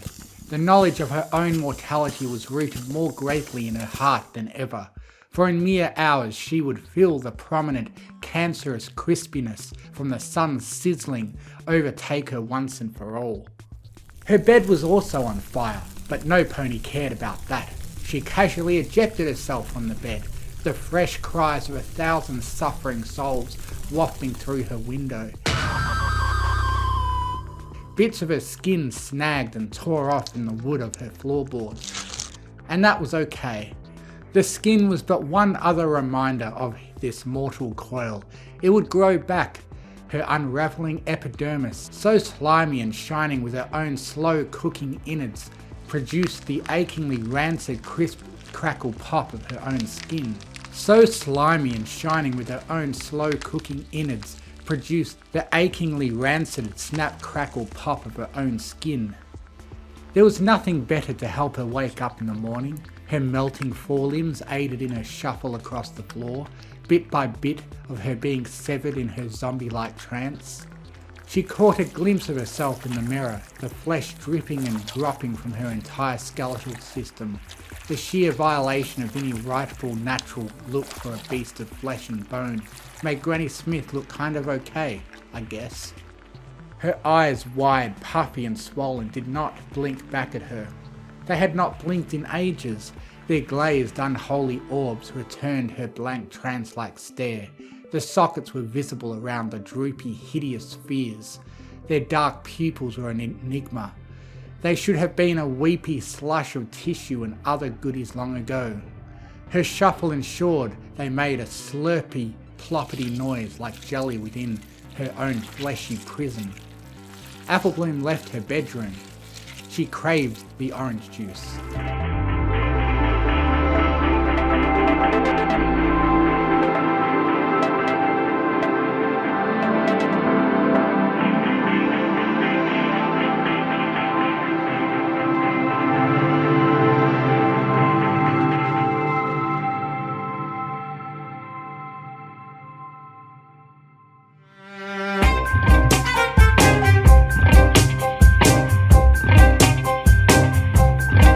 Applebloom entered the kitchen as a spectacle of decay. Marking her paths were clumps of her mane, falling to the ground with a burning sizzle like spaghetti that had fallen upon a stone surface. These clumps were blackened and grody. Some pony should clean that shit up. As Applebloom turned her head toward the icebox, her loose gums wiggled delightedly, freer than the flap thingies that some dog breeds have on their faces. The near lifeless forms of her family had coalesced into a single form long ago. The joint flesh beast of Granny, Big Mac and Applejack quavered most blob-ily. The shared sets of eyes had surpassed the stage where agony could be felt and death was still a yearning. They hoped for nothing now. Their teeth had long since been plucked by Applebloom, who craved that calcium and cocaine and whatever weird shit they put in teeth these days. The after-school snack nutritional value of those things was pretty decent. In previous lifetimes, this amalgamation of a once loving family had begged Applebloom to spare them another day of torment. Now there was nothing except gaping cavities where mutual mouths had swollen, scabby tongues had lolled out, bearing Applebloom's school supplies with the obedience of a drone. Beneath layers of saliva was a sticky brown paper bag that would bear the sacred school-time lunch. Apple slices, peanut butter arranged in strange symbols, a single pretzel, and a third hoop kidney stones beneath layers of rubber bands and pre-chewed gums. The local forecast also predicted that a juice box would be in there too. Kids love those things. Applebloom shook her jowls and squealed gleefully, her shrill shriek making the family blob quaver in fear. And the very air vibrates with bad energy. Would their offering be punished this time? From the black maw of Applebloom, a thick and vile tongue flopped out, wrapping around the greasy sacrifice with an unnatural prehensile might. Deep within the remaining shards of her soul still tied to this vessel, Applebloom could sense the surprise snack packed for her delight within the bag. The scent of pre-chewed bread wads overrode the pungent fear of the beast that her family had been. The acidic stench of so much spit could not mask the uniqueness of long stale bread made moist with eldritch slobber. An orange juice appeared through means they could not deduce. She took that too, the little shit.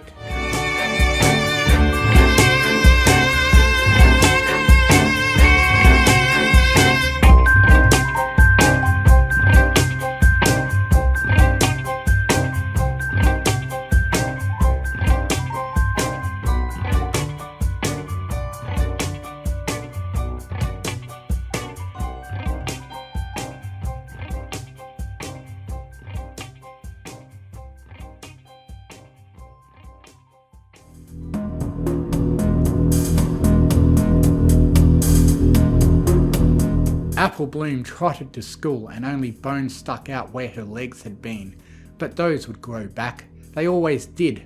Beneath the thick, rancid slime, her blood had become those fragments ached worse than the world dying all around her. Even Apple Bloom's tongue, which dragged in the dust and flaming surface of the world behind her, had lessened torment. The schoolhouse awaited. Apple Bloom burst in with a howl, mouth unhinged and ready to swallow all that was left of the world and more. Her jowls were slack and a-flapping with the strongest emotion she had felt since this all began. They did not stop shaking long after she entered. Cheryl was giving a math test. That means Apple Bloom was late. Oh no! She took her seat right next to Sweetie Belle, who waved, Scootaloo, who was smiling, Diamond Tiara, who was existing, and Featherweight, whose third eye was not quite open yet, but that's okay, he was trying. Apple Bloom could sit next to as many ponies as she wanted, at any time and at all hours. That was how seats worked in Ponyville's schoolhouse. This was the heart of where everything had collapsed. Things were going to be okay. Cheryl rolled her eyes in the way she did when she knew that foals would be foals. She told Apple Bloom to remember not to be late again, but Apple Bloom never remembered. Things were going to be okay. They had to be. Apple Bloom could not close her mouth. Her tongue spilled over the desk like a carpet of deformed taste buds, their pus belching forth even as the dead-eyed Apple Bloom kept it wrapped tightly around the lunch bag. It was going to be hard to reach her pencil, but she tried anyway. Cheryl sat at her desk, humming softly to herself.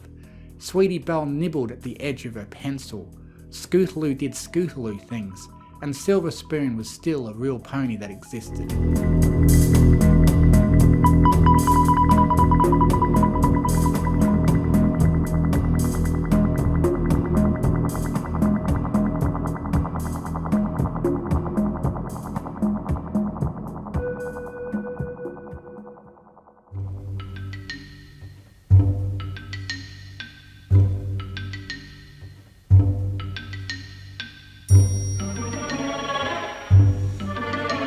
Lunch was upon them all, and the students shuffled outside to the playground.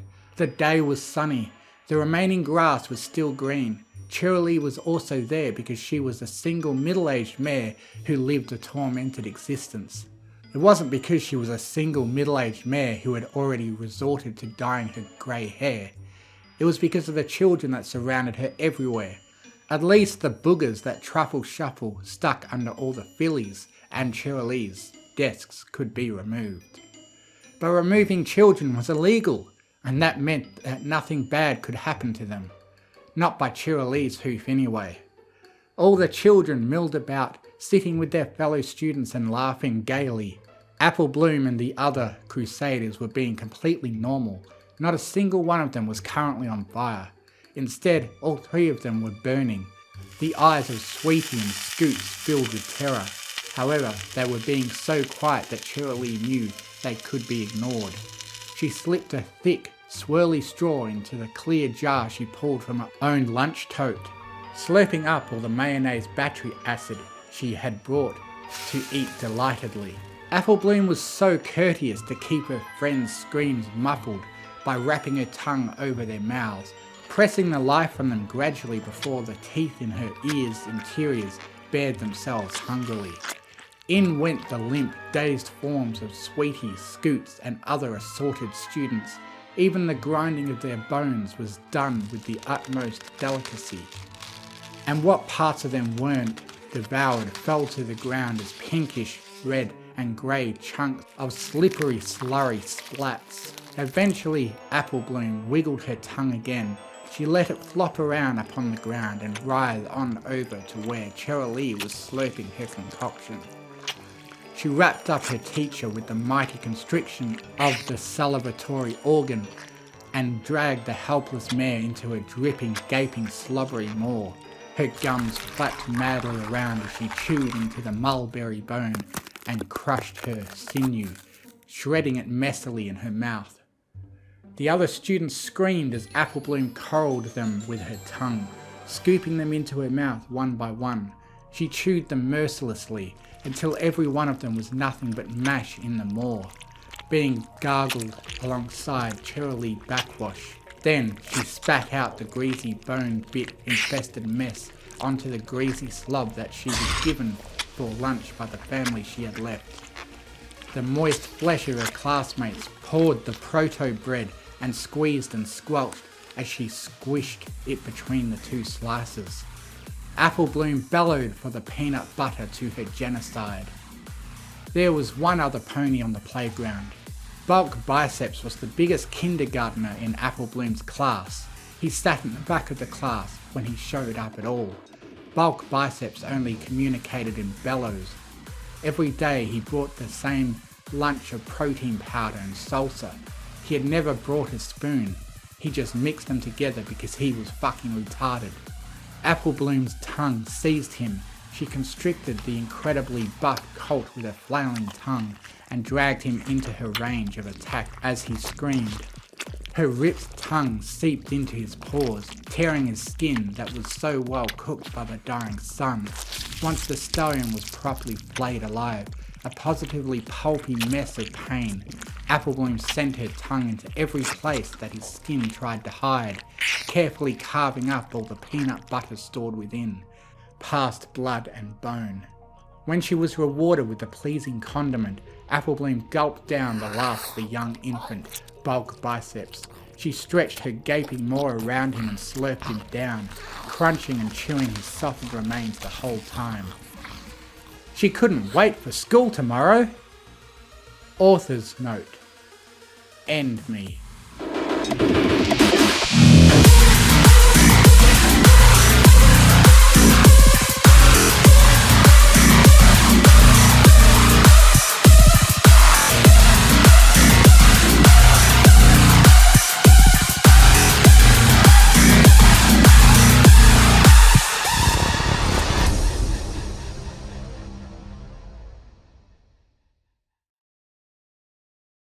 Low Battery by Matthias Unidostries.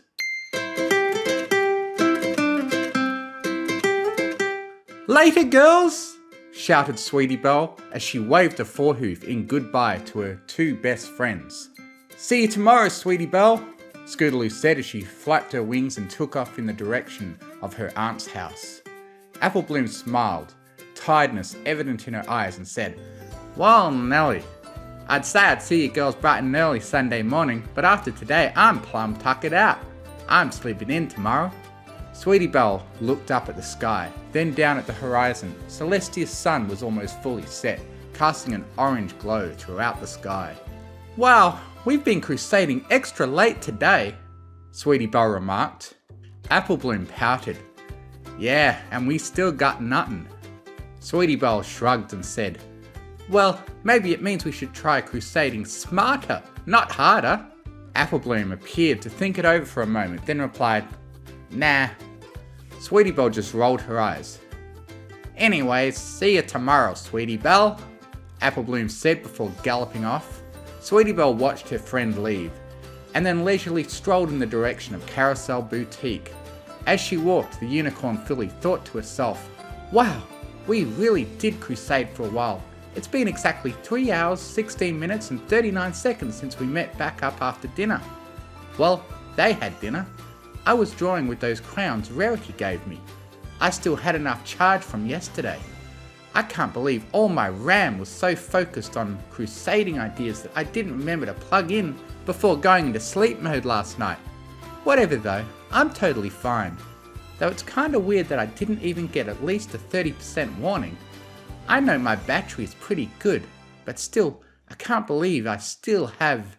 Sweetie Belle suddenly ground to a halt as a sudden memory and horrified realization struck her hard and stopped her cold. She recalled in perfect detail the moment she decided to just disable her low battery alerts after a 30% warning flashed before her eyes the other day, causing her to trip and fall just as she was about to kick the ball and score the winning goal. The disappointment of her friends and laughter of Diamond Tiara and Silver Spoon drove her to make that choice. But now she was deeply regretting it. Okay, I'm sure it's fine, Sweetie Belle said nervously, forcing herself to smile even as her eyes twitched and darted around. I'm positive I've still got plenty of power left. Access settings. Alerts and alarms. Low battery alert settings. 30% alert, disabled. 20% alert, disabled. 10% alert, disabled. 5% alert, disabled. 4% alert, disabled. 3% alert, disabled. 2% alert, disabled. 1% alert, disabled. Why did I disable all of them for? Sweetie Belle groaned. Over 20% alert, enabled. 20% alert, enabled. 10% alert, enabled. 5% alert, enabled. 4% alert, enabled. 3% alert, enabled. 2% alert, enabled. 1% alert, enabled. That's so annoying. I wish there was just an all off or all on toggle or some... Low battery. 10% battery remaining. Sweetie Belle's jaw dropped as she stared at the message that flashed before her eyes. What? She squeaked out. Oh no. This can't be happening. Sweetie Belle immediately took off, running into town as fast as her legs could carry her. She jumped over rocks, hopped over potholes, and even weaved in and out around the occasional pony that was out enjoying what little Ponyville offered in the realm of nightlife. Eventually, she did make it back to the Carousel Boutique and ended up headbutting the door right open, and then swiftly kicking it closed. Low battery. 5% battery remaining. I spent 5% just running here? Sweetie Belle exclaimed in disbelief, then looked out at the darkened boutique with her night vision without thinking. Then the light level suddenly seemed to drop dramatically, making it too hard to see. Low power mode. Enhanced vision, night vision, and zoom vision are disabled to conserve power. Of course, Sweetie Belle moaned as she stumbled about in the dark in search for the light switch. I'd probably ask for Rarity for help at this point, but since I've been so responsible lately, she trusted me to stay here alone and feed Opal while she visits her boutique in Canterlot. She won't be back until tomorrow at noon. Is this my reward for being responsible? And Applebloom thought her first time was bad. Sweetie Belle lamented as she felt around on the wall with her forehooves. Low battery. 4% battery remaining. Finally, she found the light switch and the boutique was fully illuminated. Sighing with relief, Sweetie Belle turned to her left side and focused on a spot on her body. Open charger port. Let out charger cable. Normally disguised by her white fur, a small door opened up on Sweetie Belle's side, and out of the door came a long cable with a 2-pronged plug on the end of it. Once the cable was finally out, coming to a length equal to Sweetie Belle from tail to horn tip, the filly smiled and powered up her horn and grabbed the plug in a light green aura, levitating it up to eye level. Low battery. 3% battery remaining. Her horn promptly blinked out, and the plug fell unceremoniously to the floor. Low power mode. TK capabilities and magic system are disabled to conserve power. Oh, come on! Sweetie Belle shouted. Then she quickly knelt down and grabbed the cord in her mouth. She frantically looked around like a lost puppy for an agonizingly long, panic-stricken moment. Then she spotted an electrical wall outlet on the wall directly opposite to where she was standing. Relief flooded through her, and she quickly started to run towards the outlet. Low battery. 2% battery remaining. All 4 of Sweetie Belle's legs suddenly went limp, and she fell forward and flat on her stomach like a rag doll. Low power mode. Limb movement and organic movement mimicry system are disabled to conserve power. No! Sweetie Belle muttered through the cord in her mouth, as embarrassing as this was. Fear of humiliation was the least of her worries. Losing power now would mean none of today's experiences would be saved. Everything she had recorded in her short-term RAM would poof out of existence, instead of being compressed and transferred into her permanent long-term hard drive. Not only would be a wasted day for her, but yet another opportunities for others to look at her with suspicion. Any possibility of her secret getting out had to be taken very seriously, and not remembering the entire day the next morning was not something she could afford. As Sweetie Belle lay flat on her belly, she could see the outlet on the wall right in front of her.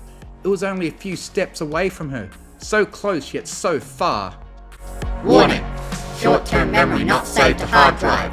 11 hours and 18 minutes worth of RAM data will be lost. To prevent memory loss, plug in battery immediately. No.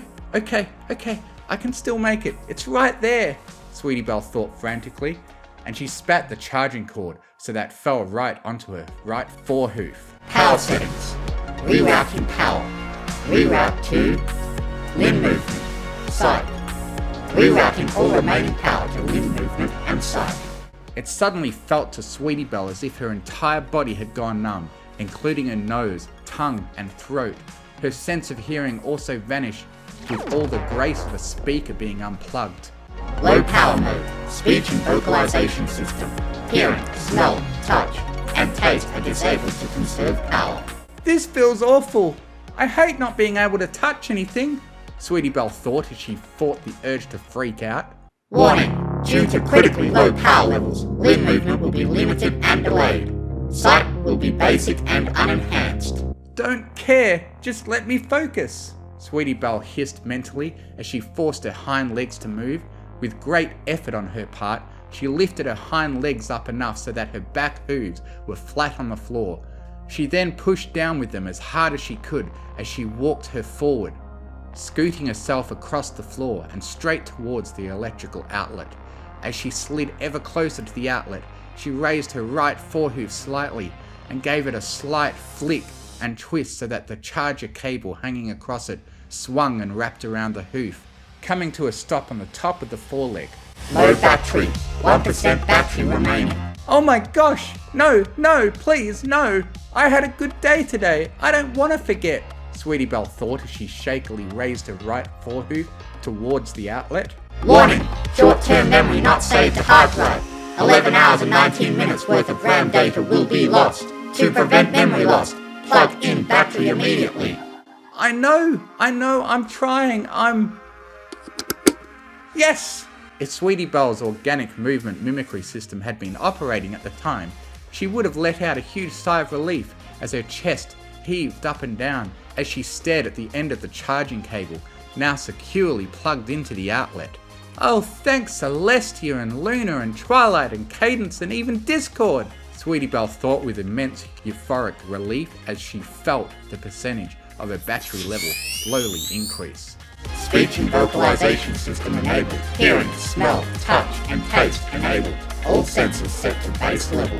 Sweetie Belle smiled as she was able to feel the floor under her belly again. Whew, what a nightmare. Nothing worse than losing your touch, Sweetie Belle quipped. Low power mode. Limb movement, organic movement mimicry system. TK capabilities, and magic system are disabled to conserve power. Sweetie Belle nodded mentally and remarked, Yeah, I know. I don't need them now. I'm okay with just lying here and waiting. Sweetie Belle's attention was caught by the sound, and she managed to move her eyes to one side to see Opalescence stealthily moving towards her. The cat approached the fallen filly, tilting her head at Sweetie Belle in curiosity. Go away, Opal, Sweetie Belle said grumpily. Opal frowned at this, clearly insulted by the command. The cat proceeded to ignore the order and began licking her forepaw to clean herself. Ah! Sweetie Belle groaned, not at all eager to be the captive audience of Opal taking a bath. Opal paused in her grooming to cut her eyes at the limp filly. Then the cat's eyes drifted over to the charging cable plugged into the wall. Opal then put her paw back down and walked over towards the wall in the plug. No! Opal! Don't touch that! Sweetie Belle hissed. Opal paused and turned to Sweetie Belle, and the filly could have sworn she saw the cat smirk at her. Don't even think about it! Sweetie Belle said as she glared at the cat as hard as she could. Opal ignored the warning and began to almost playfully bat at the plug with her paws. "Stop!" Sweetie Belle said desperately, her glare becoming a pleading look. Opal slowly turned her head towards Sweetie Belle as she rested her paw right on the plug. "Please," Sweetie Belle whispered. All it took was a swipe of her paw to unplug the charger cable. "Why you?" Sweetie Belle shouted. Opal meowed loudly before turning and walking away with a swaggering step and a swing of her tail. Power settings. Rerouting power. Reroute to limb movement. Sight. TK capabilities. Rerouting all remaining power to limb movement.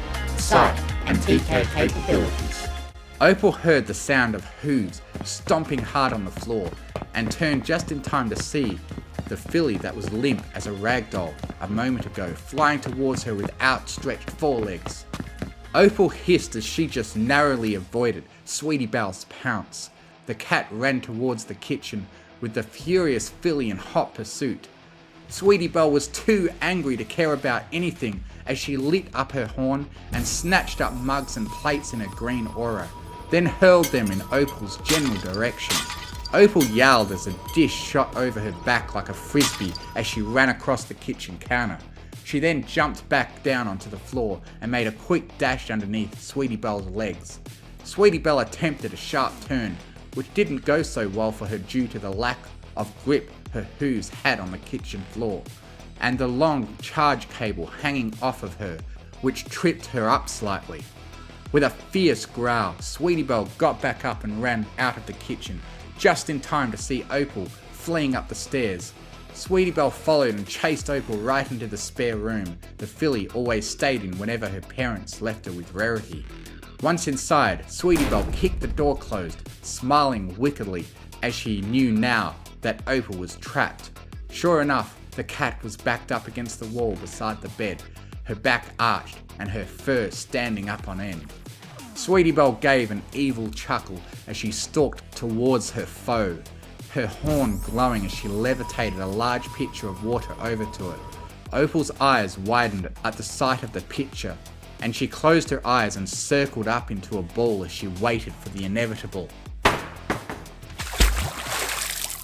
Opal opened her eyes and uncurled herself at the loud noise. The cat saw that Sweetie Belle had dropped the pitcher of water, which now lay empty on the now damp floor.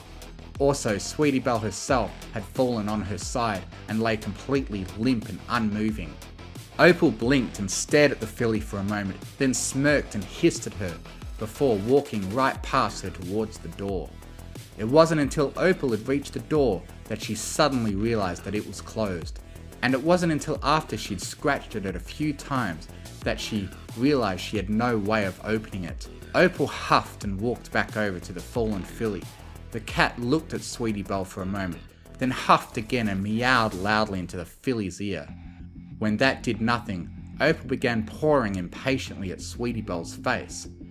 After getting no response from the filly, Opal had then sat quietly and took a closer look at Sweetie Belle.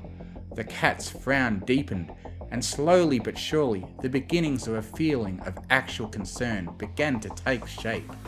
Warning! Battery level critical. RAM loss data imminent. 11 hours and 19 minutes worth of RAM data will be lost. Plug in charger cable into compatible electrical outlet immediately. Opal jumped back at the sound of the serious sounding unfamiliar voice coming from the filly.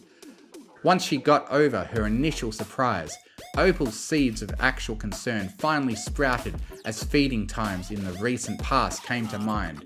The cat looked over at the charging cable still hanging out of Sweetie Belle, and then over at the electrical outlet in the wall she'd been cornered against mere moments ago. With an annoyed huff, Opal approached the cable and picked it up with her mouth, rearing up onto her hind legs and using her forepaws to the best of her ability. Opal managed to insert the plug into the electrical outlet. After this, Opal leapt up onto the bed, kneaded the blankets with her claws, and then curled up for a much needed nap. "Thank you, Opal."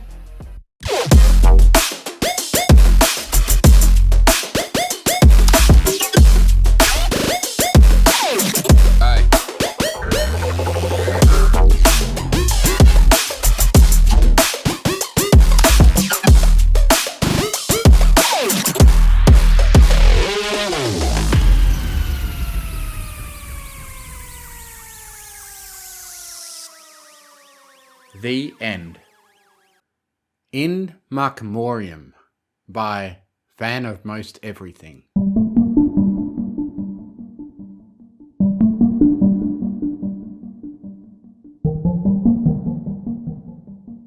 The components were prepared, the stars were right, the ritual began. This, Misty told herself all the while, was a bad idea. Of course, Misty had never had a good idea that didn't involve instantly agreeing with whatever Opaline said. Opaline had told her as much plenty of times before, but in terms of bad ideas, this had to be the worst one she'd ever had. Still, Opaline's rarely given praise came a little more often when it came to Misty's willingness to do anything to get what she wanted. So maybe, just maybe, the Alicorn wouldn't mind as much that Misty was using the throne room's scrying pool for her own purposes while her mistress slept. Her efforts lit only by the pale, eerie flames in their sconces and the magic radiance of the pool itself. Opaline certainly hadn't minded Misty going through the castle library to find the ritual in the first place, though she just might not have noticed the research when she hadn't needed Misty herself.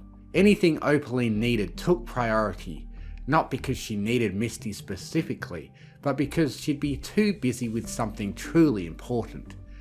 Otherwise, Opaline would have taken care of it herself.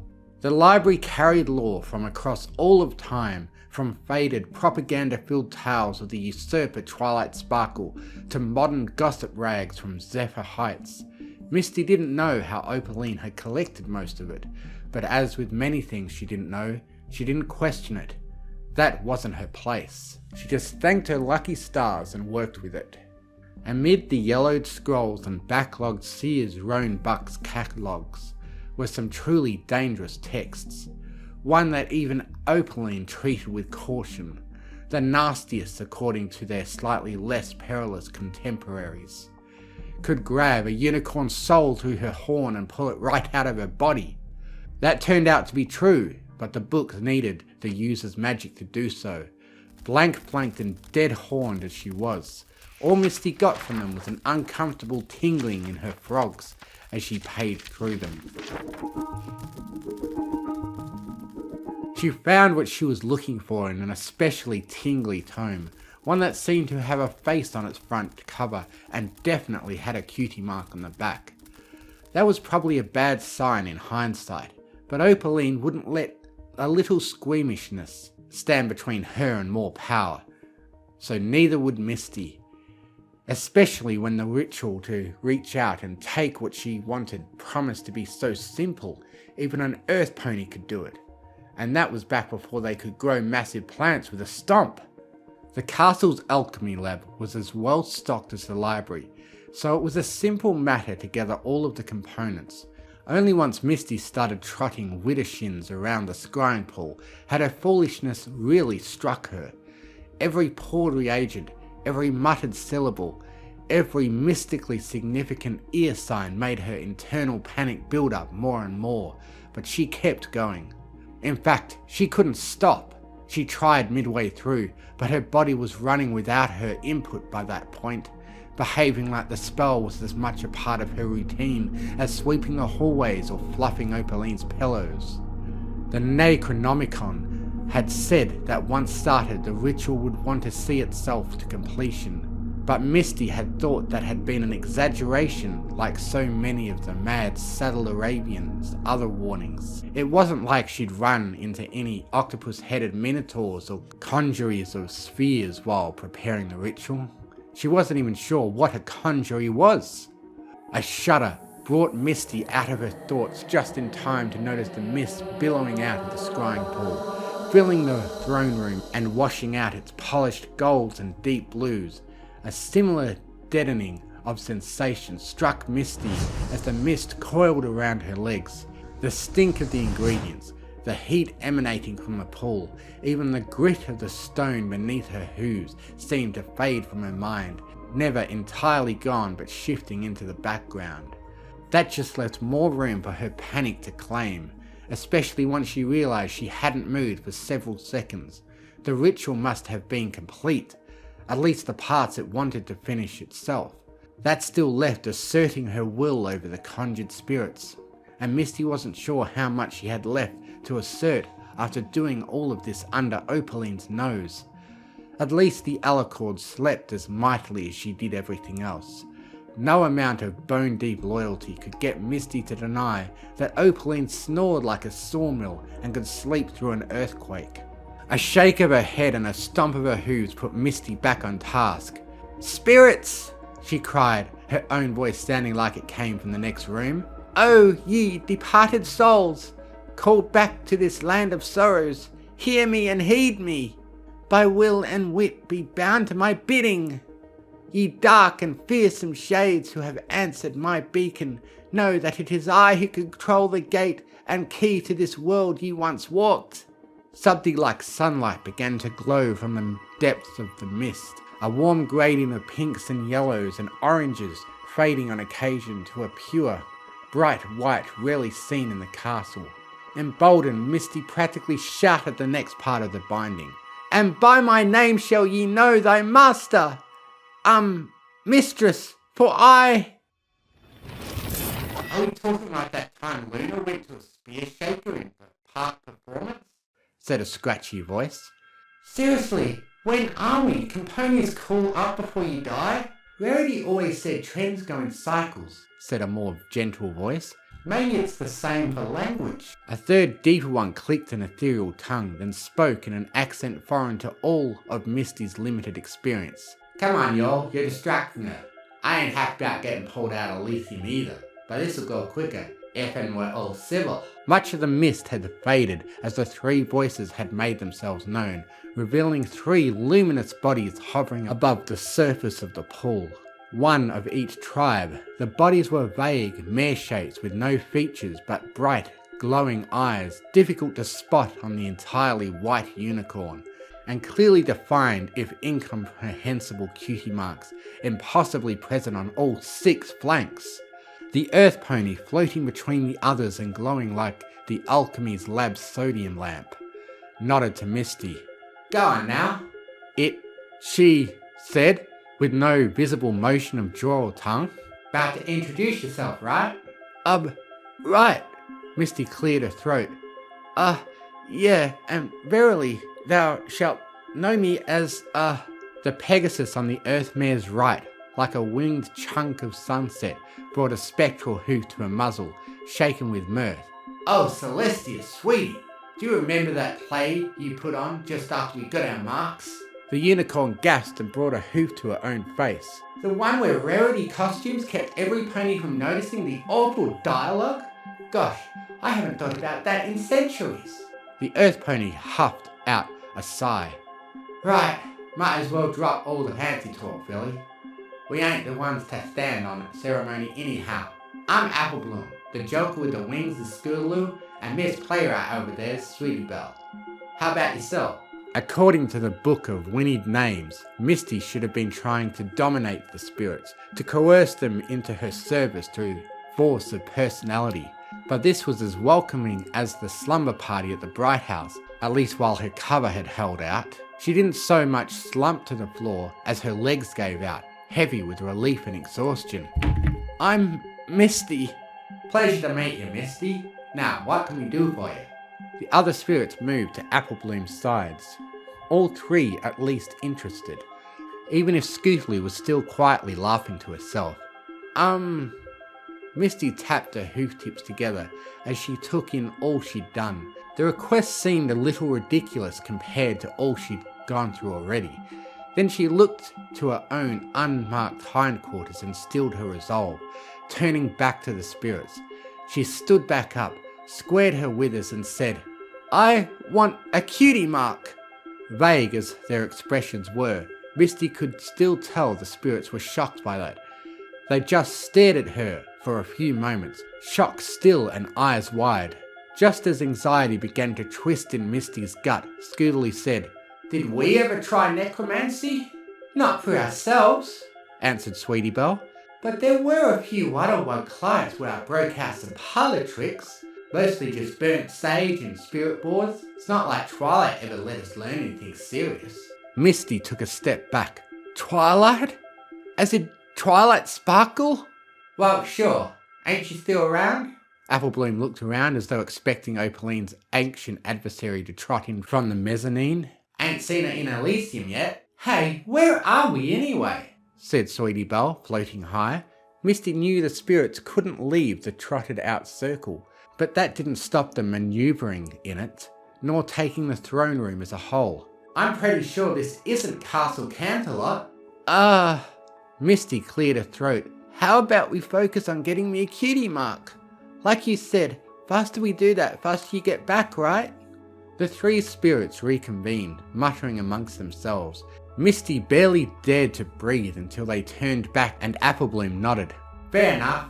Granny always said it ain't the dead's place to go poking their mothers where they ain't wanted. Scootaloo spread her forelegs and oddly tiny wings. Misty must have done something subtly wrong in the summoning. Besides, if you want a cutie mark, you've come to the right place. Necromancy isn't the right answer to any problems, added Sweetie Belle. But you found an exception. That got another nod. Darn tootin'. The Cutie Mark Crusaders are happy to take you on at our latest climb. All three thrust a forehoof into the air and shouted, Yeah!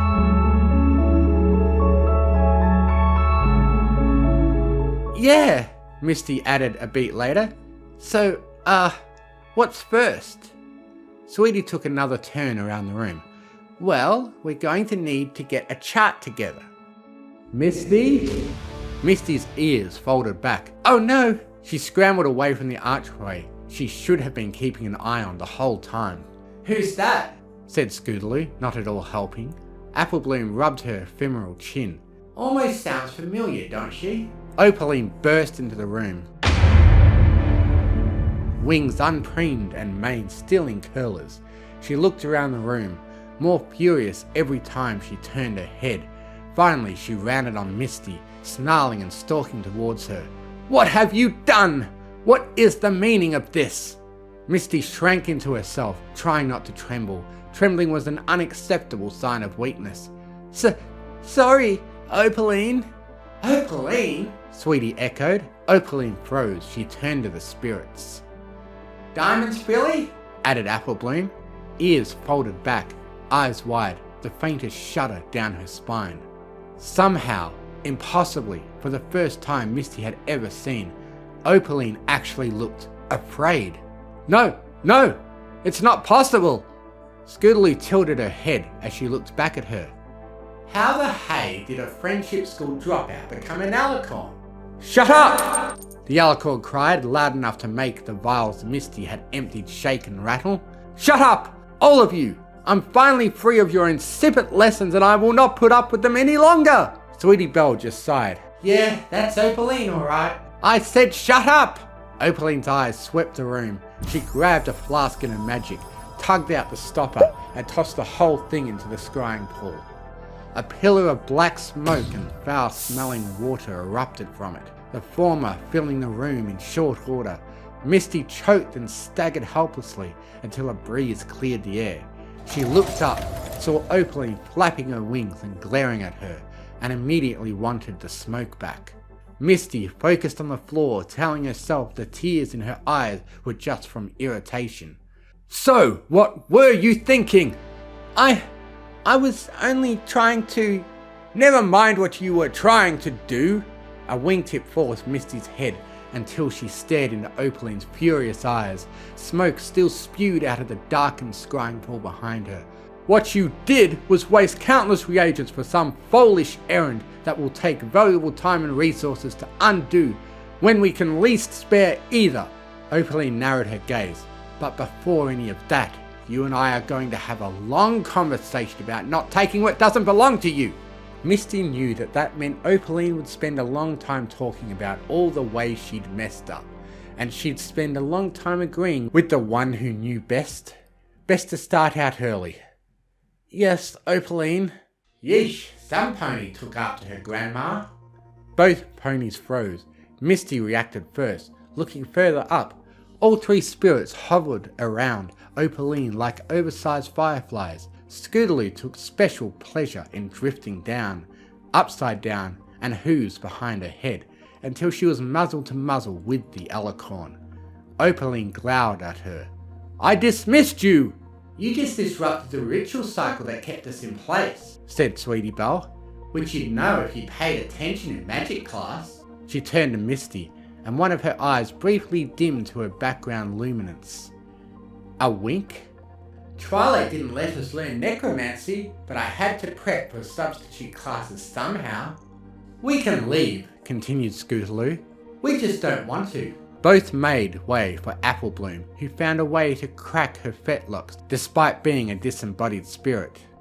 Now your ma and I found peace a long time ago, Opaline, but if you talk to this filly like that one more time, I'm still gonna smack you so hard Diamond's gonna feel it. Sweetie giggled. And if you think we're bad...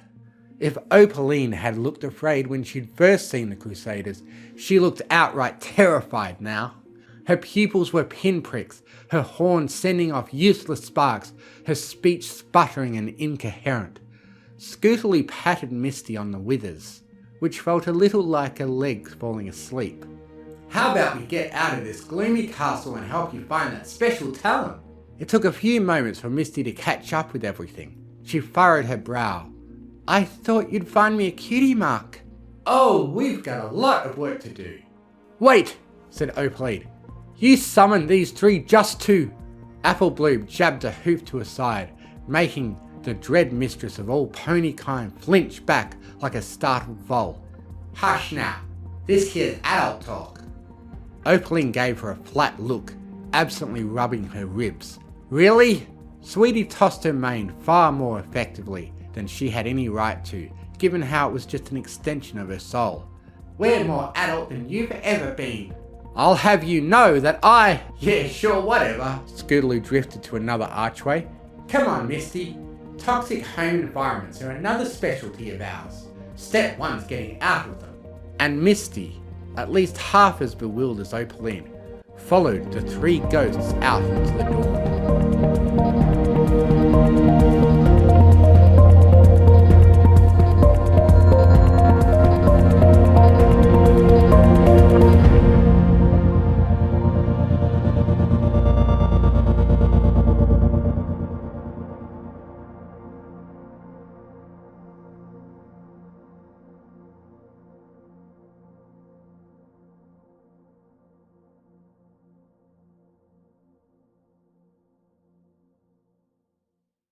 Luna and the CMC Bar Buddies by Jinzhu.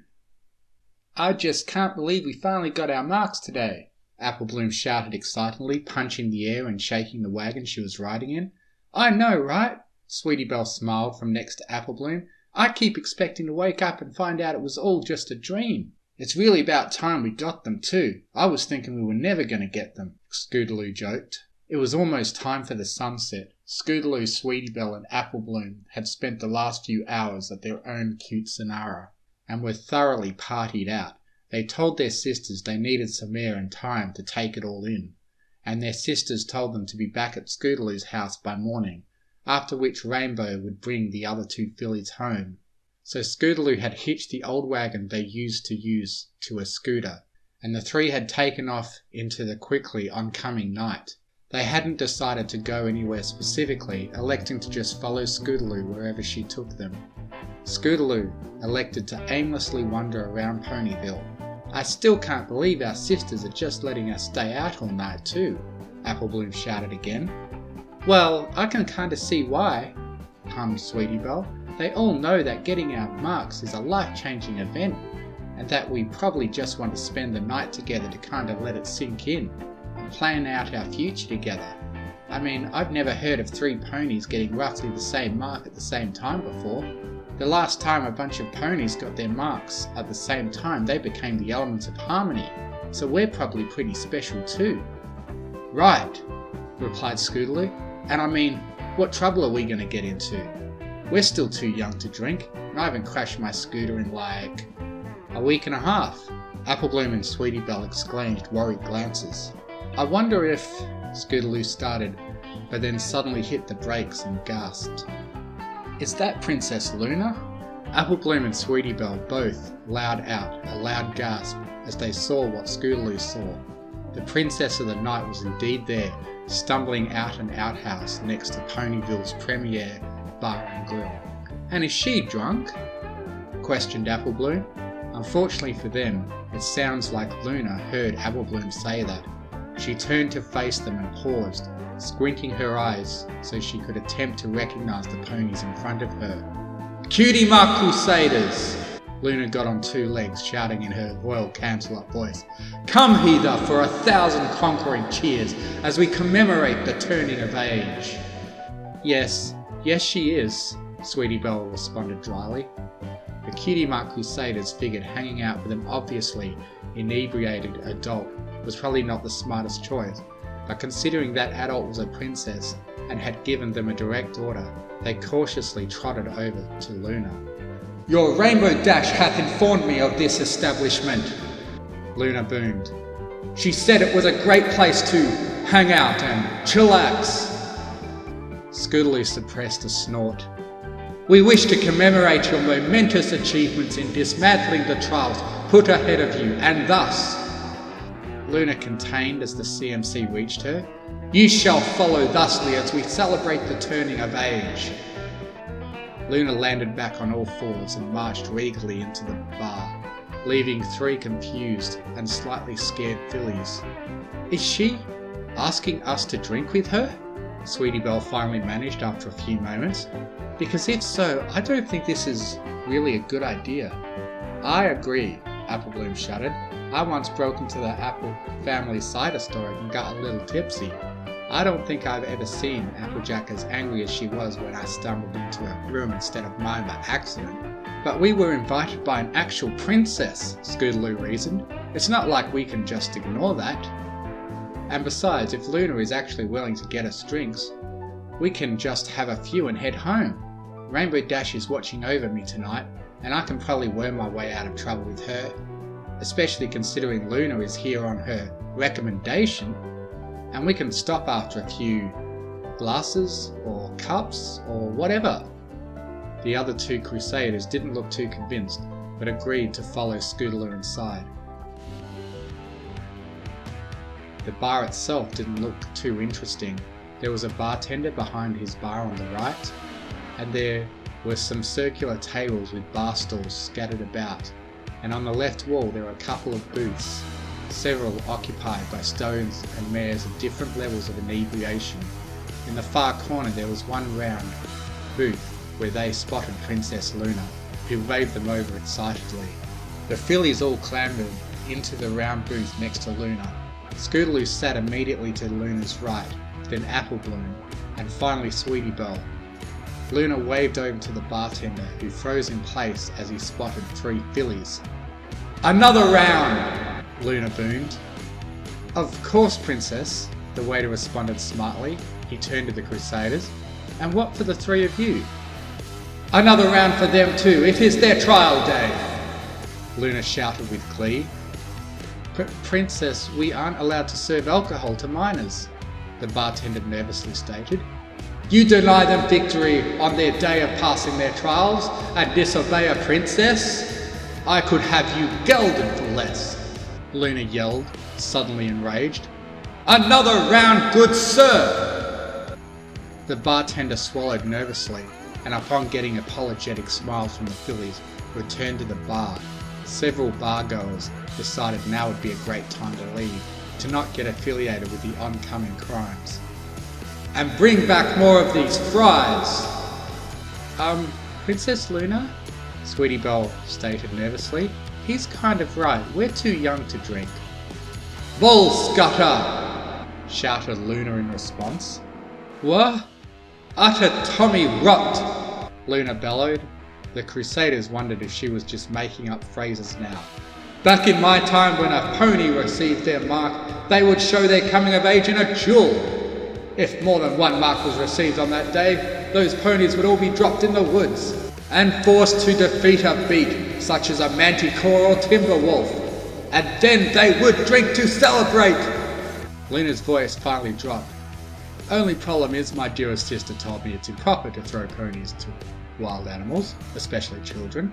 Something about mortality rates being too high. Both the stories and the princess's random tone shift had the fillies' jaws hitting the floor. But we can still drink! Luna shouted again. The bartender came back with a tray with 4 mugs of cider on it, as well as a basket of fries. He passed a mug to each pony, then placed the basket in the middle of the table. He awkwardly shuffled off, looking around nervously. There was a veritable silence. The fillies looked around awkwardly, unsure of what to do. They were interrupted by Luna banging a hoof down on the table, lifting her mug with her magic. "To the Cutie Mark Crusaders!" she grinned. Sweetie lifted her mug and magic as the other 2 fillies managed with just their hooves. They all clinked their mugs together and with a final nervous look, shared among the 3 of them took a sip. It was warm and had a sort of unfamiliar feeling none of the Crusaders could put to words. They set their mugs on the table and looked at Luna, who had already downed her mug and was searching for the little ketchup cup to go with their fries. There was unfortunately no ketchup cup, truly a high crime amongst pony kind.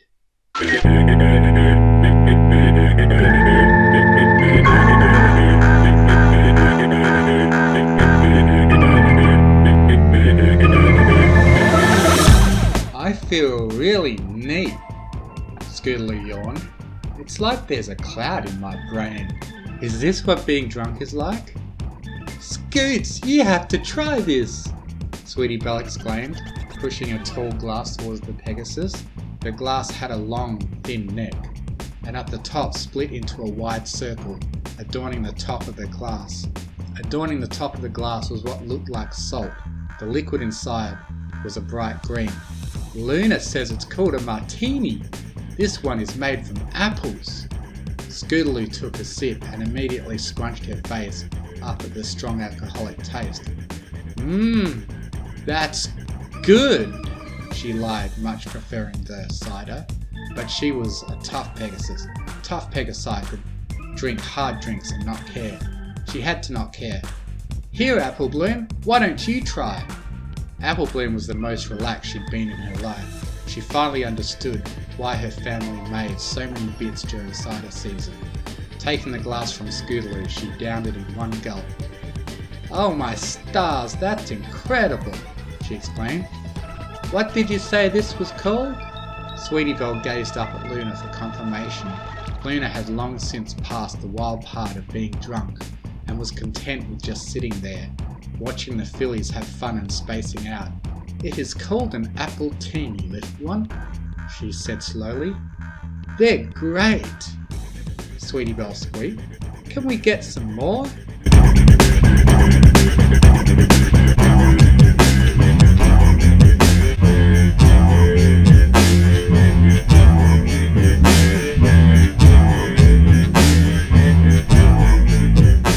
And that's why I think that we should reduce the party tax and maybe invest in more long-term ideologies, Sweetie Belle hiccuped. It takes laughter, Salter, Fluttershy. She runs an entire sanctuary and an animal shelter and barely gets paid enough to survive off of. Truly a paltry kidness.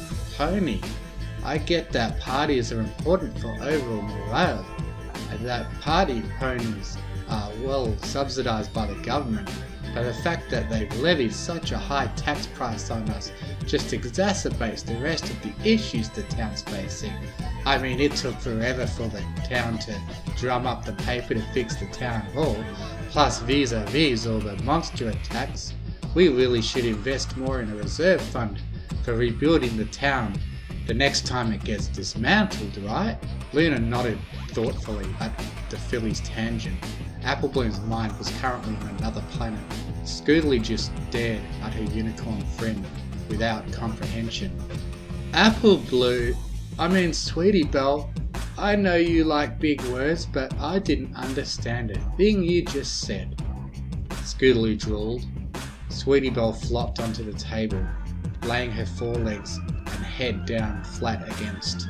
Pinkie Pie gets paid too much and it's causing problems for the rest of the town. Oh, okay. Scootaloo responded, wiping her mouth and taking another drink from her mug. She'd lost track of how many times it had been refilled. She stopped counting after 3. Apple Bloom peered blearily around the table and gazed at the 7th empty ketchup cup. How was she supposed to cure her alcohol-induced cravings with the sweet potatoey wonder of French fries without any ketchup? But she wasn't at the end of the table, so she couldn't just get out. Her mind pondered this deep question for Celestia knows how long, before simply sliding down her seat and flopping to the floor under the table. She headed for the side bar, where one got the sweet ketchupy delight, and ended up stumbling straight into it. She shook her head roughly, made another ketchup cup, and walked back to her seat, forgetting how she got out. She walked roughly over Sweetie Belle's body, trying not to step on her. Sweetie Belle squeaked when Apple Bloom failed. "I got us more catsup, girls," she announced proudly. Scootaloo turned her head and looked at Apple Bloom with glassed over eyes. "AB, your ketchup is yellow." And so it was. The world had decided to play a cruel trick on the 3 fillies, and instead of having ketchup in the mustard box, there was mustard. This must obviously be the evil machinations of a being most foul. "I got it," Sweetie Belle sang, attempting to dismount the seat and ending up falling flat on her face. She let out a small oof and laid there a few seconds, trying to remember what happened. When she did, she walked over to the side bar and magically put some ketchup in a small plastic cup. Walking very slowly, she made it back to the table and tried to set it down next to the fries. Instead, she set it down at the edge of the table between Scootaloo and Apple Bloom. "You know what really bugs me though?" Scootaloo started. "Birds. Like, are they even real? Like, they're weird, not Pegasi thingies that can fly with their wings, and they sing better than I do. That's not fair." Scootaloo slammed her hoof down on the table with a sniff. "At least I can dance better." Sweetie Belle stood up, ambled over Apple Bloom, and tried to wrap her Pegasus friend in a hug, but only managed to grab her left forehoof and fall in her lap, gently poking Scootaloo in the stomach with her horn. "Ow!" Sweetie complained, despite not having felt pain at all. Apple Bloom, in the meantime, had matched eyes with Princess Luna and challenged her to a hoof wrestle. Her pride as an earth pony and as an apple was on the line. She couldn't bow down in the face of adversity. Apple Bloom linked hooves with the princess, and upon calling go, had obliterated her. Failing to hear any actual cheers, Apple Bloom mimicked some. It was a good, well-earned victory. She could take this story home and regale her eventual grandchildren with the tale of the time she beat a princess in a hoof wrestle. Scootaloo wondered how this unicorn had ended up in her lap. With a Herculean effort, she managed to look down. "Sweetie Belle, where did you get here?" she asked hazily. "I've been here since before time immemorial," Sweetie Belle said mysteriously, before rolling off on Scootaloo's lap and landing on the floor with a soft oof. Not even a minute later, the bar door opened softly. A yellow Pegasus walked through, swiftly followed by a cyan Pegasus, who immediately stopped and rubbed her eyes to make sure they weren't lying to her. At the end of the bar sat the Princess of the Night, foreleg in foreleg, with Apple Bloom singing Sapphire Shores Serves Her Right, completely off-key. Next to her was Scootaloo, looking especially sad and pathetically waving her front hooves at something on the floor below her. Below her on the floor, Sweetie Belle had wrapped herself around the metal pole holding the table up, and proceeded to look at Fluttershy with a vacant expression. Fluttershy felt her jaw hit the floor.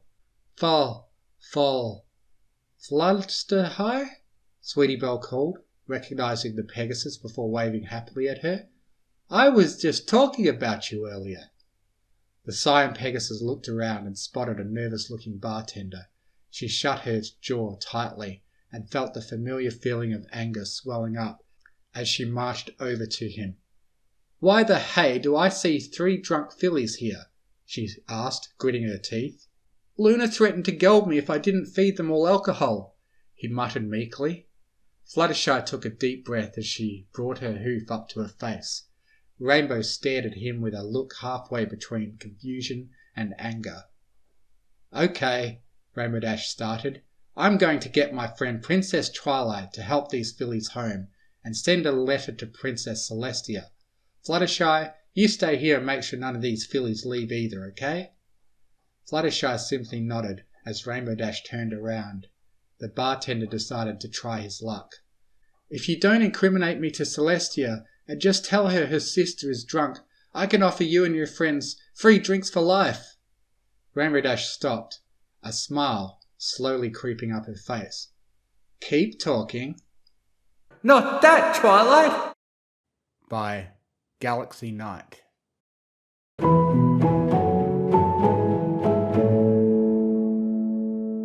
Alright, my faithful student, do you have an overall understanding of the teleportation spell? Celestia asked, looking down at the filly, who was listening to her mentor's every word.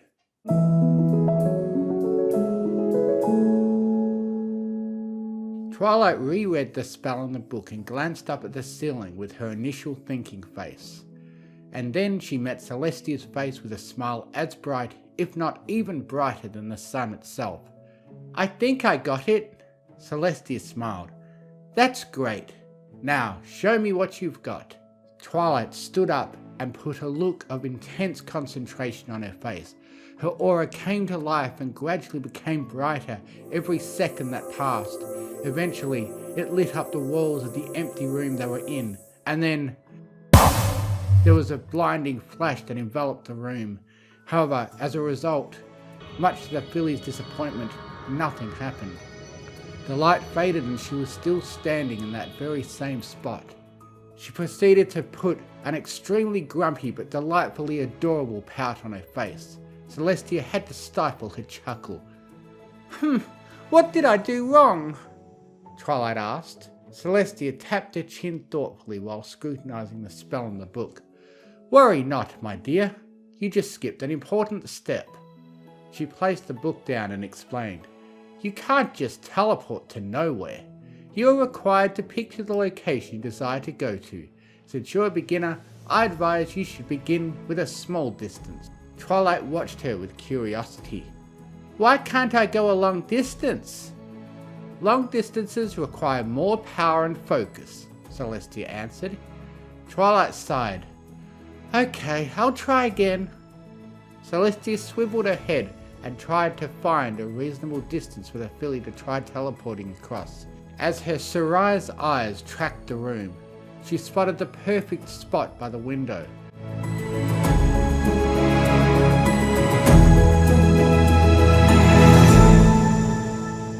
Why not try teleporting to that window? Twilight followed Celestia's gaze and spotted the window. Oh, okay, princess. Her horn flares up again and her nose scrunches up as her eyebrows furrow. Like before, a lightning bright light fills the room and Celestia heard the familiar sound of teleporting.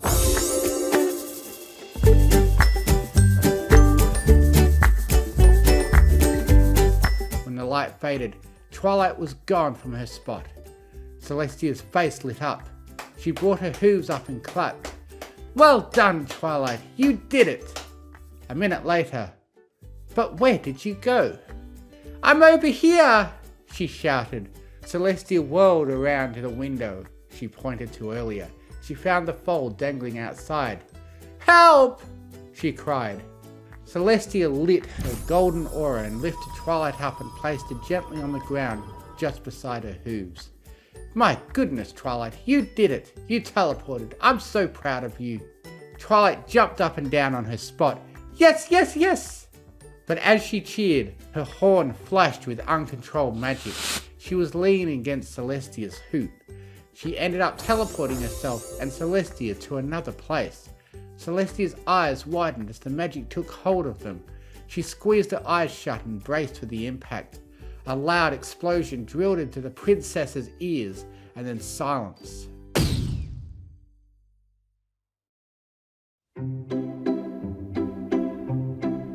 Celestia opened her eyes only to realize she was in the air. She exchanged a wide-eyed look with her student just before both ponies splashed into the water below. Celestia was underwater. It was a great sensation, one she hadn't felt in a long time. She felt lighter than usual, and her mane was waving all over, but it brought a soft, spring-like glow to the dark depths of the lake. She relaxed for a minute and melted in the euphoric bliss. That is, until she remembered how she came to this place.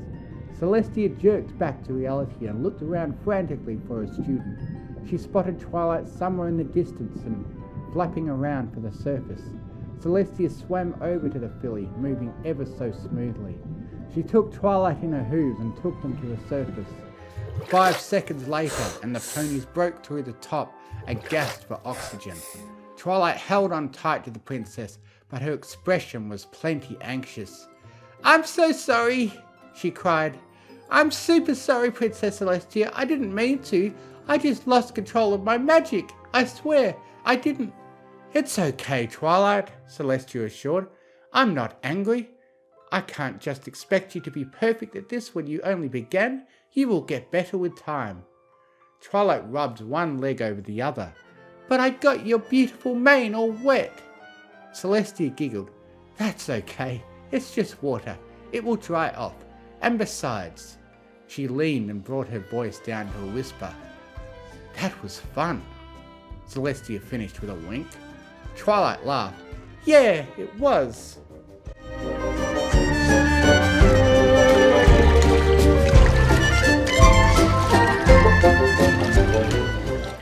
Celestia swam over to the shore and pulled herself out of the water. Twilight was on her back. Celestia used a quick spell to dry herself and Twilight. She then looked around and tried to identify where they were. I believe you teleported us to the grassy area just beyond Canterlot's mountain. I'm slightly surprised you were even capable of teleporting us both so far. Then again, you are my curious and brilliant young student." Twilight smiled. "Thank you, Princess." Celestia closed her eyes and teleported them back to the room they were practicing magic in. She let Twilight climb off of her. "So far, I can see you have a strong understanding of the teleportation spell. All you need to work on is maintaining more control." Twilight nodded. "Okay." Celestia smiled. "There is one more spell we will study today." Twilight smiled from ear to ear. Her tail wagged back and forth from her sheer excitement. "And that wonderful, amazing, I'm so ready for spell is?" Celestia chuckled and answered the filly. "The transfiguration spell." Twilight sat on her haunches and set her ears forward, showing she was ready to take in every detail her mentor will provide her. She levitated her notebook over to her. Celestia went on with explaining. "Now, listen carefully, Twilight. Lots of students tend to confuse this spell with the teleportation spell, as they are very similar to each other. However, the teleportation spell is meant to teleport a live object, whether it is a plant, thing, creature, or pony, from one place to another. The transfiguration spell, on the other hand, is simply meant to turn one object into another object." Celestia looked around the room to give her pupil an example. "You see that vase over there?" Twilight stopped, scribbling in her notebook, and trailed Celestia's gaze. "If I were to cast a transfiguration spell on it, I would basically turn the vase into a flower. Once the spell clears, you will no longer see the vase there, but in its place you will see the flower. Do you understand?"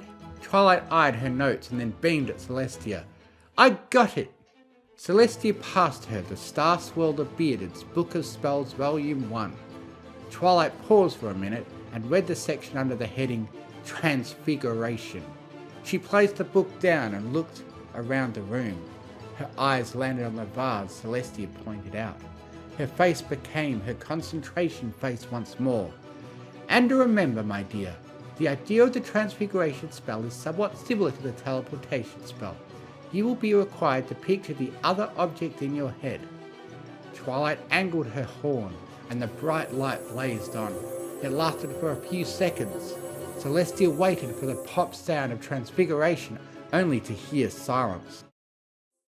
The light faded, and the vase was still there. Ah! Twilight scoffed. She stomped her hoof angrily and lit her horn again.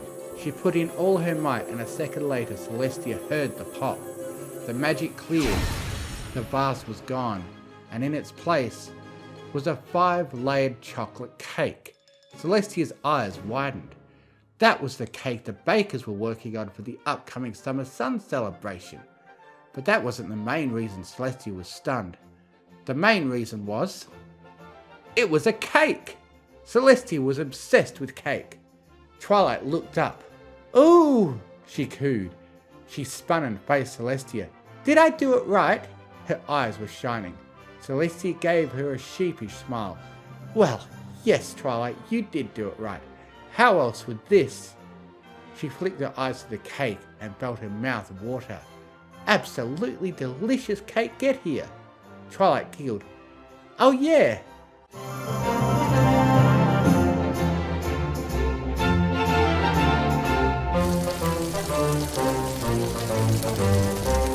The baker wandered to the opposite shelf. His eyes went as wide as the moon when he found that the cake wasn't there. "Wait, where is the cake? Bakers! There is an awful emergency!" Twilight moved toward the cake. She leaned over it and sniffed it. This smells so good." She looked all around before biting out a large chunk with her mouth. "It tastes even better." Celestia froze when she heard the sound of ponies running in the hall. She had told one of them where she was going to be for the afternoon. She had to hide the cake and Twilight. If the bakers see her chocolate-covered cheeks, they will suspect that the filly stole the cake. The Sun Princess swiftly grabbed the cake in her magic and stuffed it behind a nearby bookshelf. Then she picked Twilight up and covered her from view with her large, swan-like wings. The door to the study room burst open. 5 panicked bakers skidded to the floor just before the monarch. They paused just to give a quick bow. Then the baker in the centre, a green stallion, spilled out his horrifying tale. "Princess, the cake we made for the summer sun celebration is gone! I was working on the opposite shelf, and then I turned around and it wasn't there. I'm so sorry for my lack of responsibility. Will you ever forgive me?" He threw himself down into a deep bow. Celestia blinked in surprise, but then her eyes softened. Hey, it's entirely alright. And why would you apologize? I know you are very responsible." She thought for a minute. "I forgot to tell you this, but Candlelight is actually visited by ghost ponies every time the summer sun celebration comes.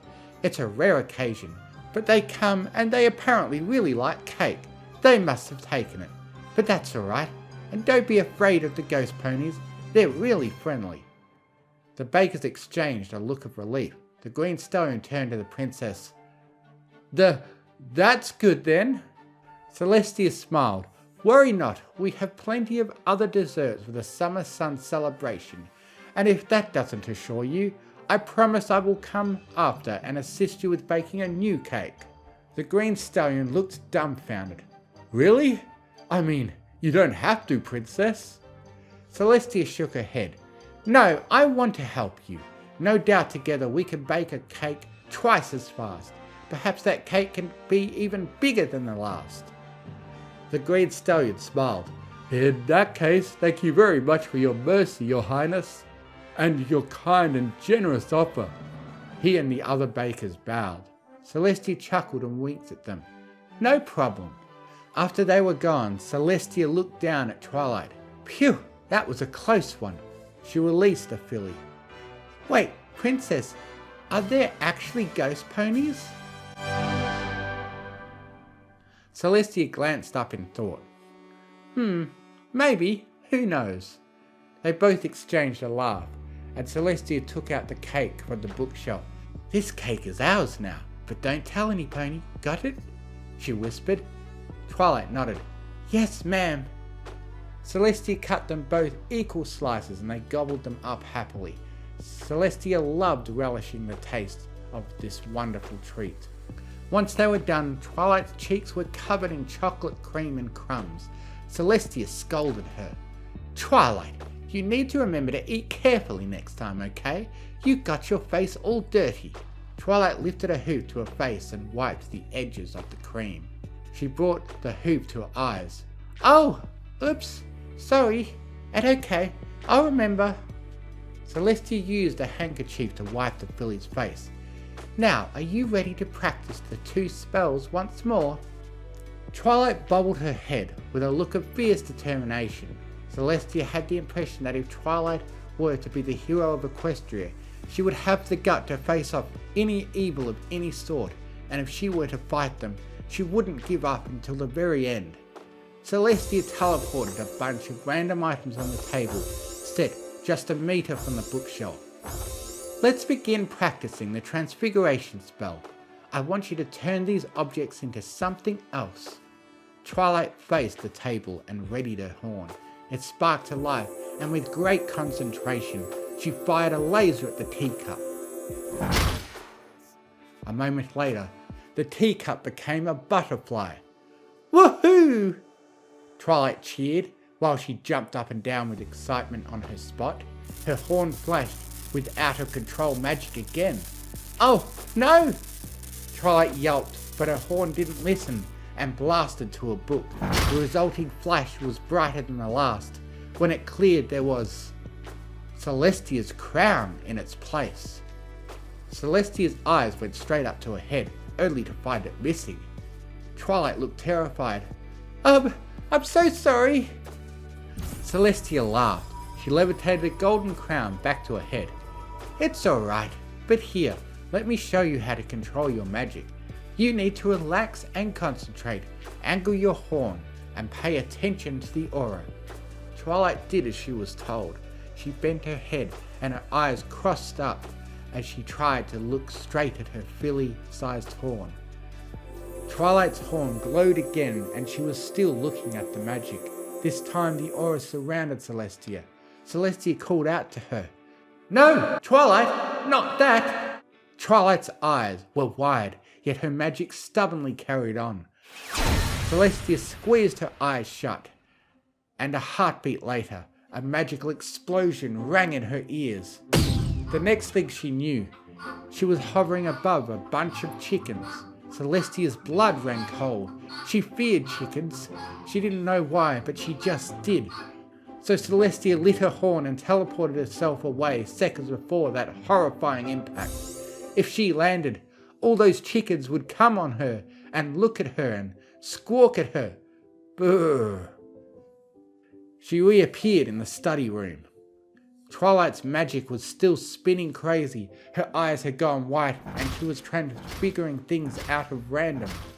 Celestia gasped when a pony doll became a chicken. The chicken waddled forward and stared into Celestia's soul. Celestia shrieked and threw herself in the air. She needed to stop this, so her aura blazed. A golden sphere filled up the room, and everything turned back to the way it was before.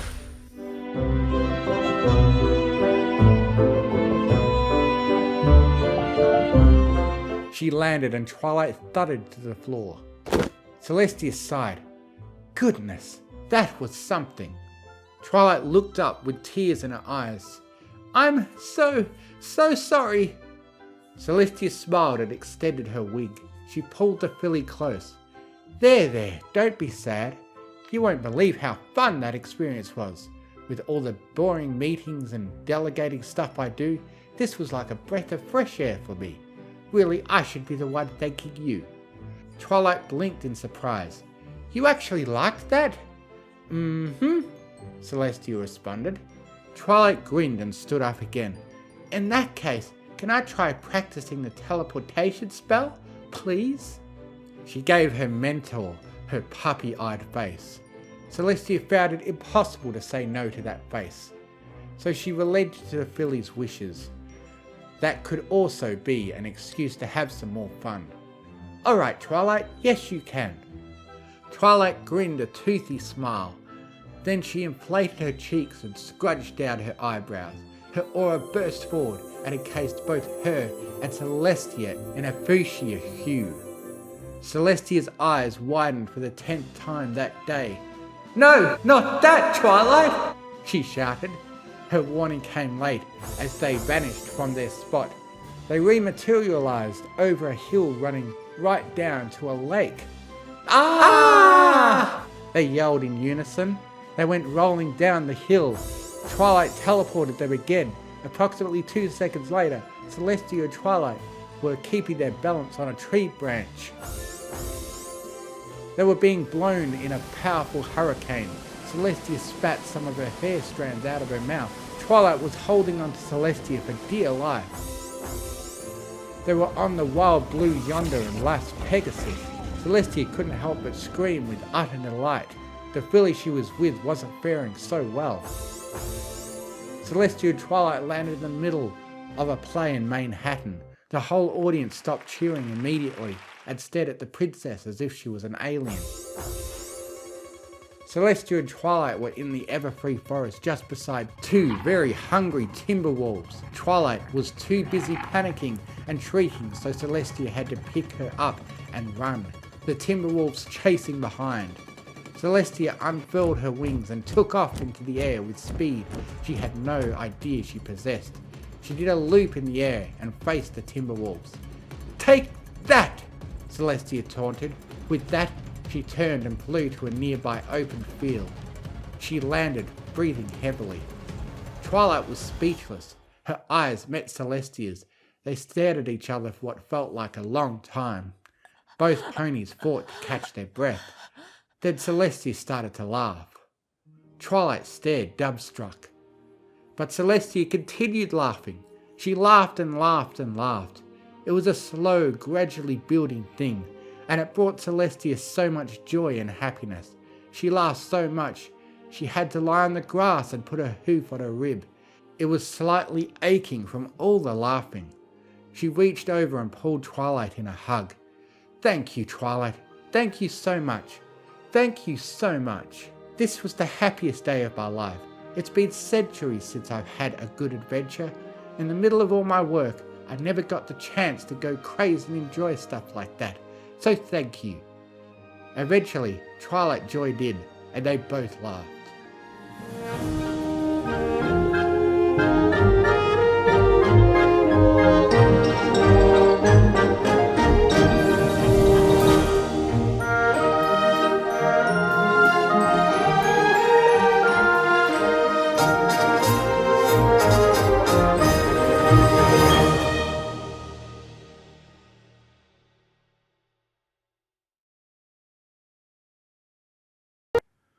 The Hug by the Dobermans.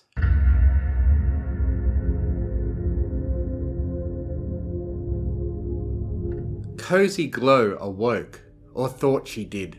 Chains enwrapped her from shoulder to flank within a sepulchral darkness. And that was the sort of thing that happened to her only in dreams, or in a past life long ago in Equestria.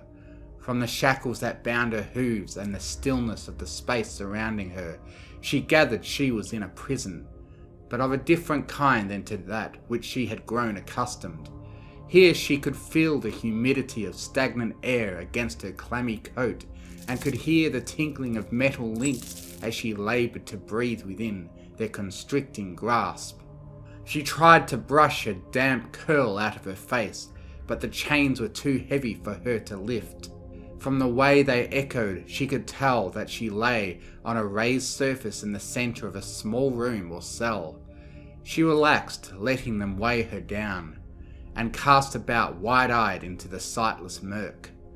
A hint of grey began to take shape, resolving after long minutes of painful adjustment into the vague outline of an iron door.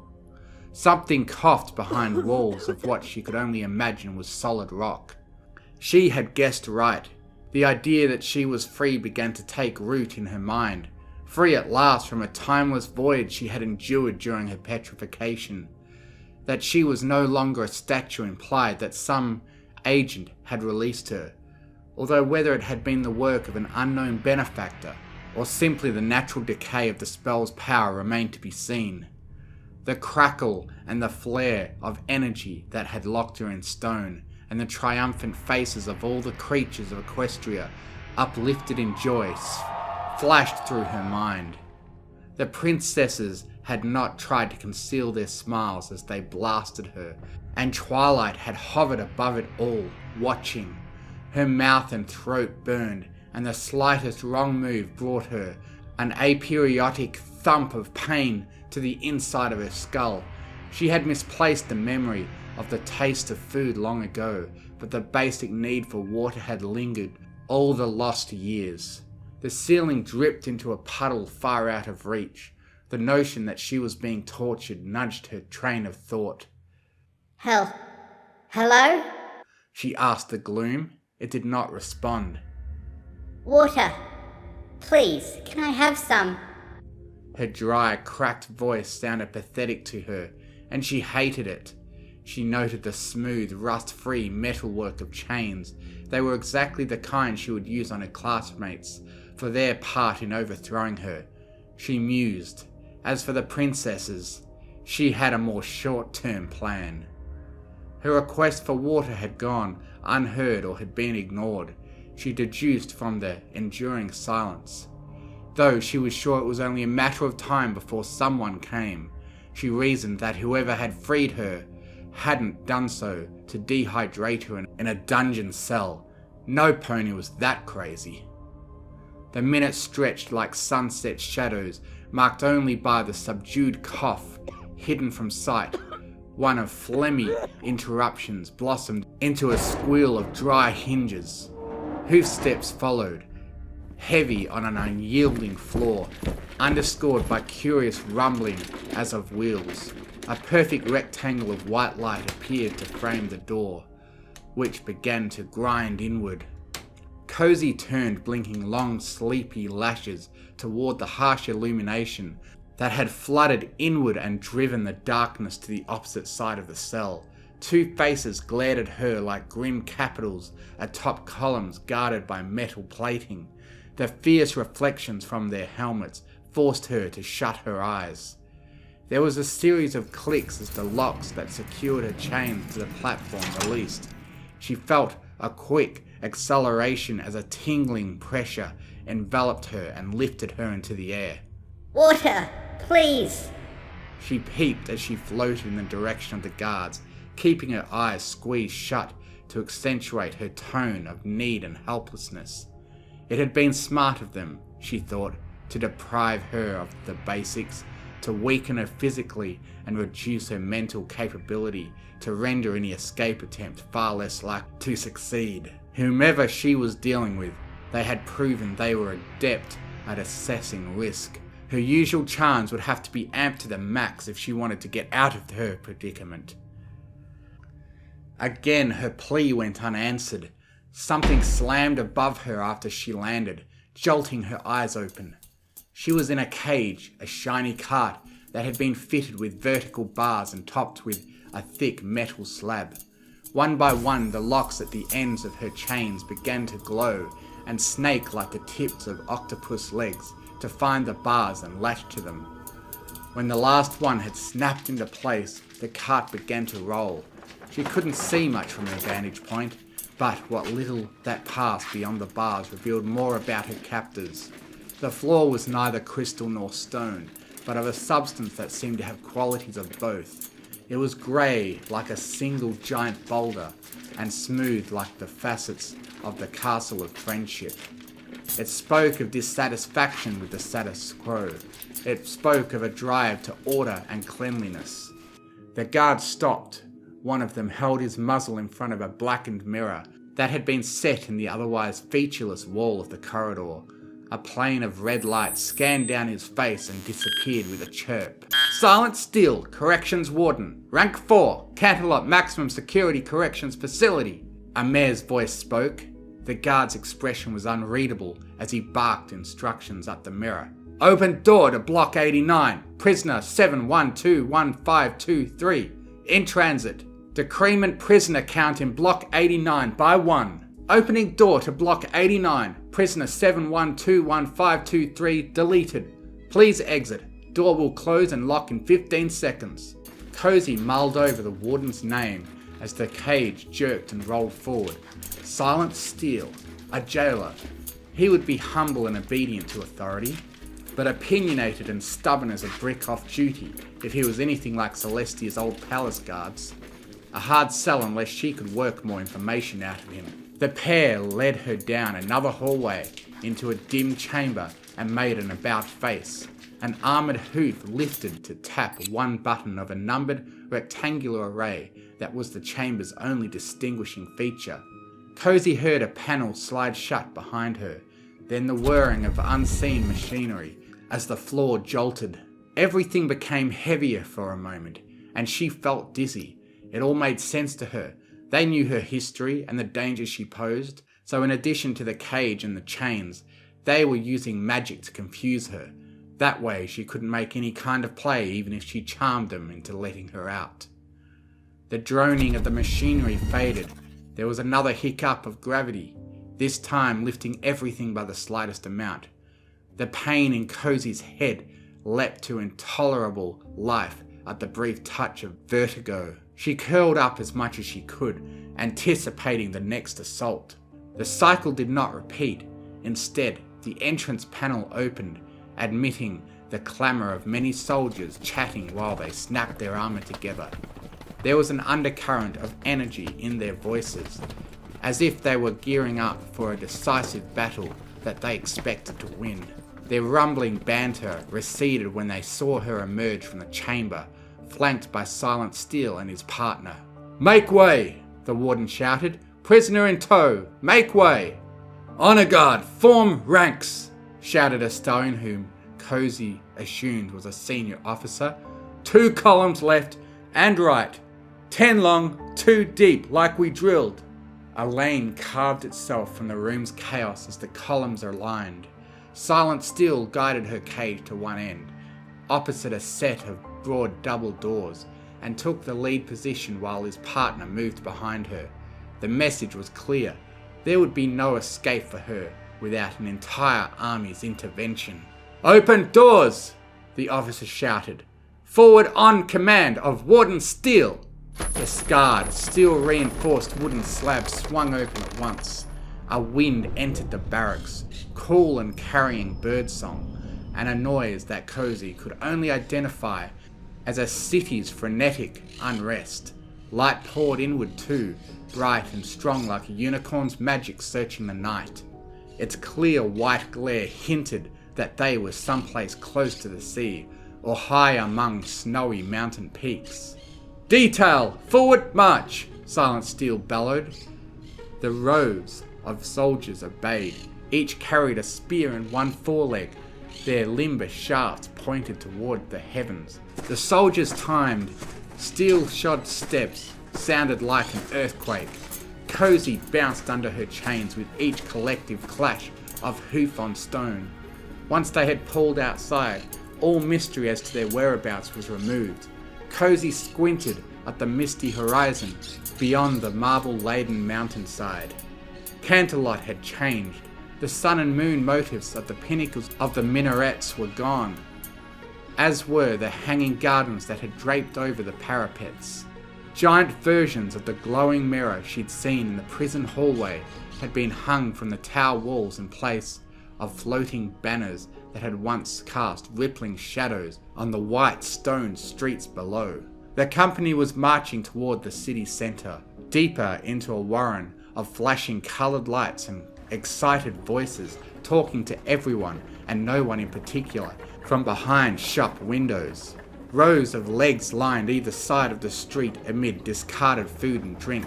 The faces of the ponies to whom they belonged were blocked by the cage top, but Cozy could tell that they were watching the procession with keen interest. She almost laughed. There she lay, paraded around like a miserable parody of an art sculpture. That was what she had always considered herself, a work of art, and it had been work in the strictest sense. Mares and tails didn't curl themselves. Bows did not stop smelling like too much hair without a thorough washing, drying and pressing. One didn't remain the cutest and most adorable pony without unwavering effort. She was perfect because she had made herself so. She rolled her head and smiled at her own face, reflected in the scratched surface of the cage top. The world couldn't rule itself. No pony had ever understood. As hard as she had tried to win them over, there was only one way to be perfect. In the end, only one pony could matter. They reached a wide open space. Out of the blinking light show of the multi-story businesses, the vibrant buzz of a vast crowd enveloped them.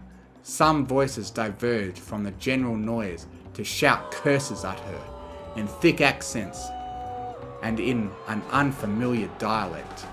The forest of forelegs rippled, lifting in places to point or throw garbage at her. Ahead, Cozy could make out a raised platform like a stage and a giant figure sitting alone in the centre. She sighed. Years in stone hadn't diminished her ability to predict what kind of game it was going to be.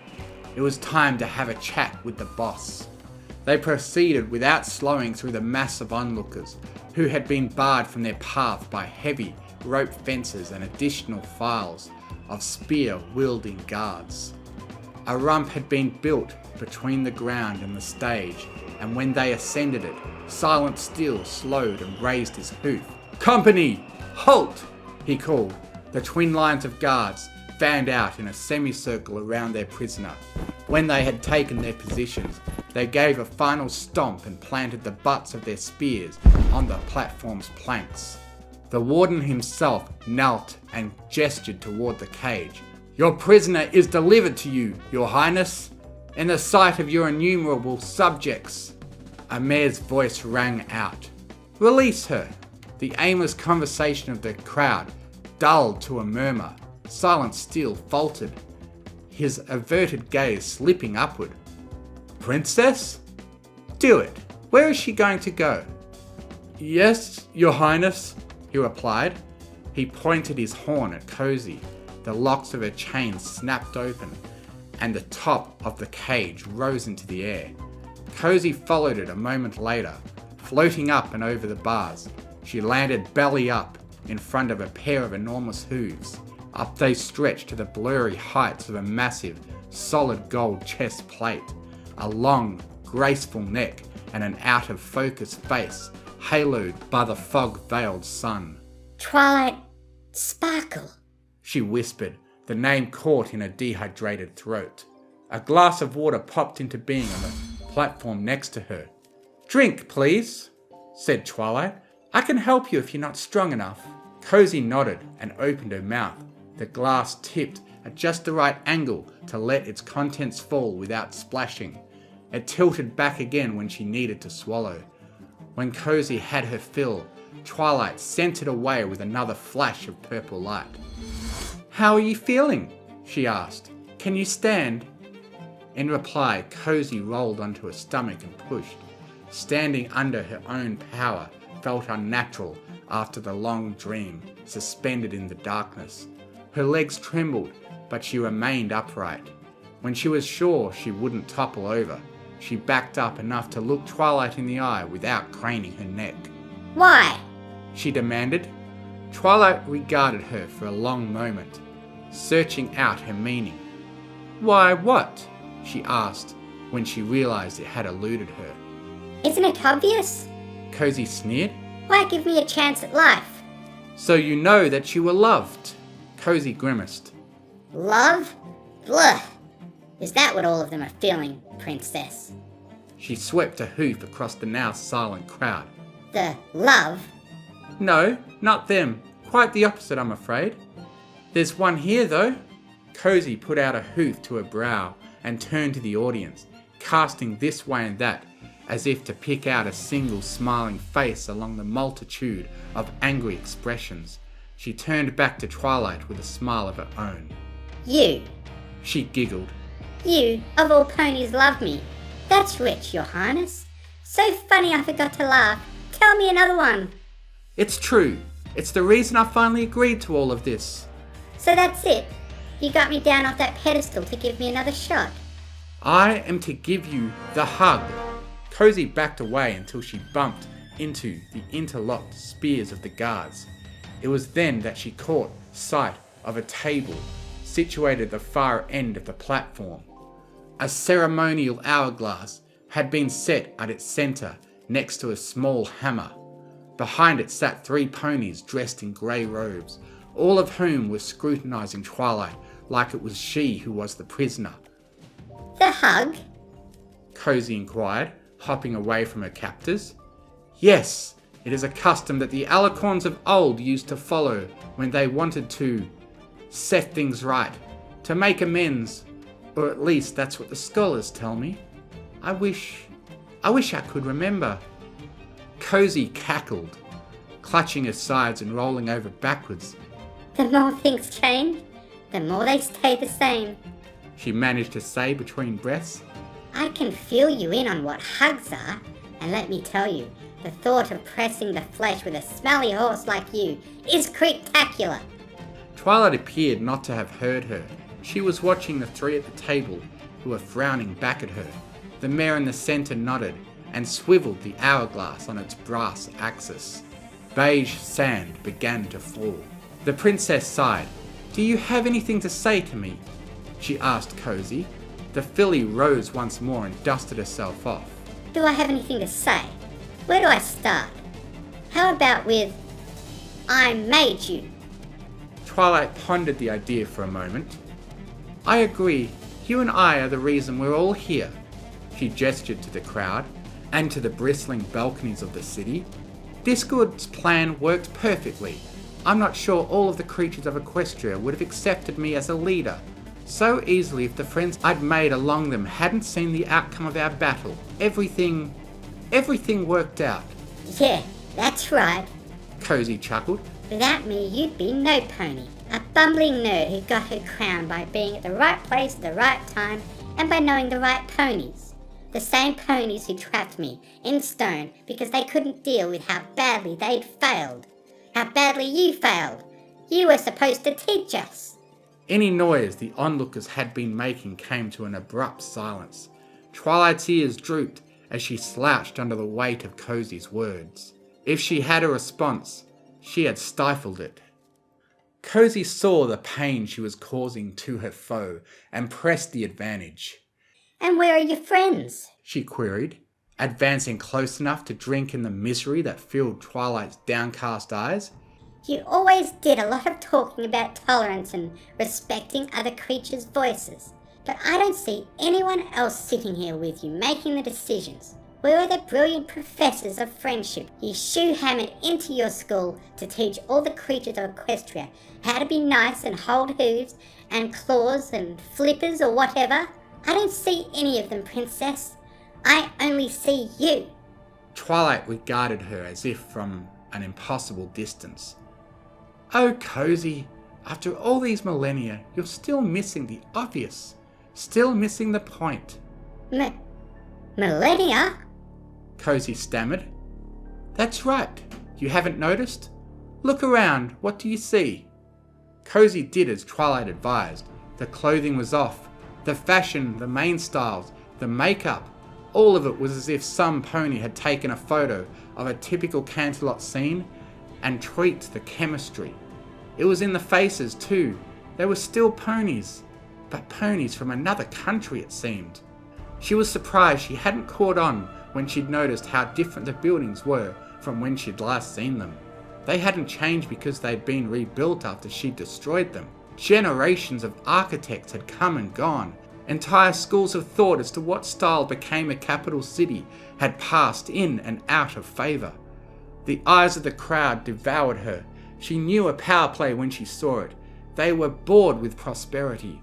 They wanted to see the fiend of their legends alive and kicking and give her a nice big hug to make everything better. To get her to admit how wrong she'd been and how Twilight had always been right. She snarled at all of them, realizing at last that she was their train wreck. They had freed her to meet one of the greatest villains of all time for themselves, to be part of history. If that was the case, she thought, she was going to give them more than they bargained for. Sometimes the only way to learn is to fail, Twilight continued. I kept failing, you know. I tried to make it so the creatures without wings could experience what it's like to fly, or those without magic to send messages without dragonfire. I gave authority for those who had no way to gain it for themselves, so that they could be heard. They're teaching me now, it seems, and sometimes the lessons are hard. Too hard, but I still try. I don't want to learn. Cozy shouted loud enough for all to hear. I want to win. Don't you remember where that attitude led you? Is that what you call winning? Cozy's face contorted as she fought to hold her rage in check. She growled and ground her teeth, but did not reply. Twilight looked again to the table. Almost all of the sand had fallen. The keeper of the timepiece lifted the hammer as if to strike the glass and break it. Cozy shook her head, rearing and pounding the stage with her forelegs. It doesn't matter how much you're learning. You're the one missing the point. You and every pony else. All you ever did was fail and fail and fail some more, over and over. You don't deserve to rule. You deserve to suffer like I did. Twilight took a long, shuddering breath. Yes, I do. She lifted the child and cradled her against her chest. The timekeeper set the hammer back down on the table. The cycle is complete, princess. She spoke, turning the glass to let the sand fall anew. Wait, what? Said Cozy, peering up from between Twilight's giant hooves. This punishment is as much for me as it is for you. The golden shoes came together and forced Cozy's face forward into the filigreed surface of the royal chest plate. Cozy shrieked, pushing with the last of her strength against the engraved star pattern. Too tight. Ow! Shh, please, just shh, groaned Twilight. She pulled harder, collapsing the little hooves that fought her too close to the gap. The tiny pink snout crushed against the metal, muffling the filly's screams and gasps for air. The delicate wings flailed like dusters until Twilight gathered them in as well. Those close by heard a crackling sound. The onlookers could see that the longer feathers had broken like so many pencils. Many began to cheer her on. Hooves rose up in triumph, a few lifting colts and fillies so they could see their beloved princess defeating the hated enemy. Their voices filled the morning air. Squash the roach, break her bones, hail Princess Twilight, Equestria lives! Twilight hugged tighter and began to rock on her hind legs. There was a dull pop, and the screams changed to a wet coughing, then to a convulsive rattle, then to a murmur. She raised her head. The fog had lifted. A bird was floating somewhat below the sun, singing. Twilight fixed her gaze on the pure, blinding light. Owlicious would fly at sunset sometimes, she remembered, looking for mice. When she came home, she would flap to her waiting hooves, burrowing its warm body against her. He had liked to snuggle like a foal.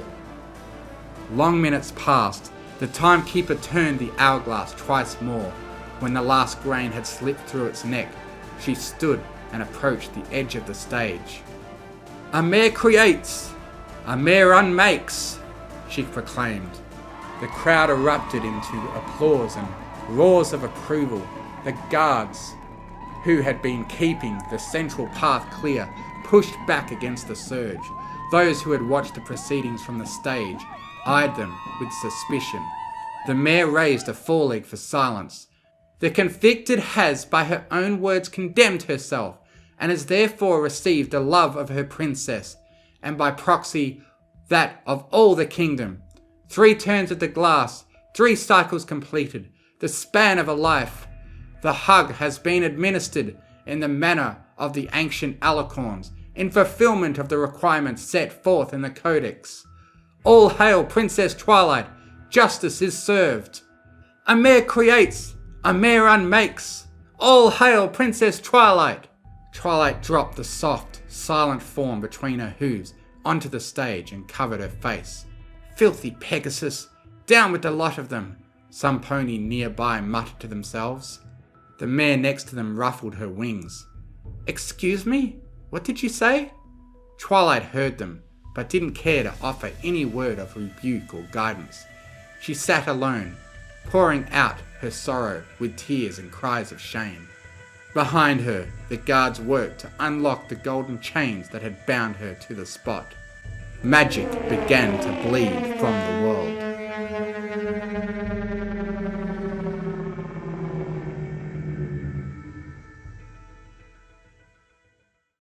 Rarity Fights a Giant Crab by Shakespeare-Ecles.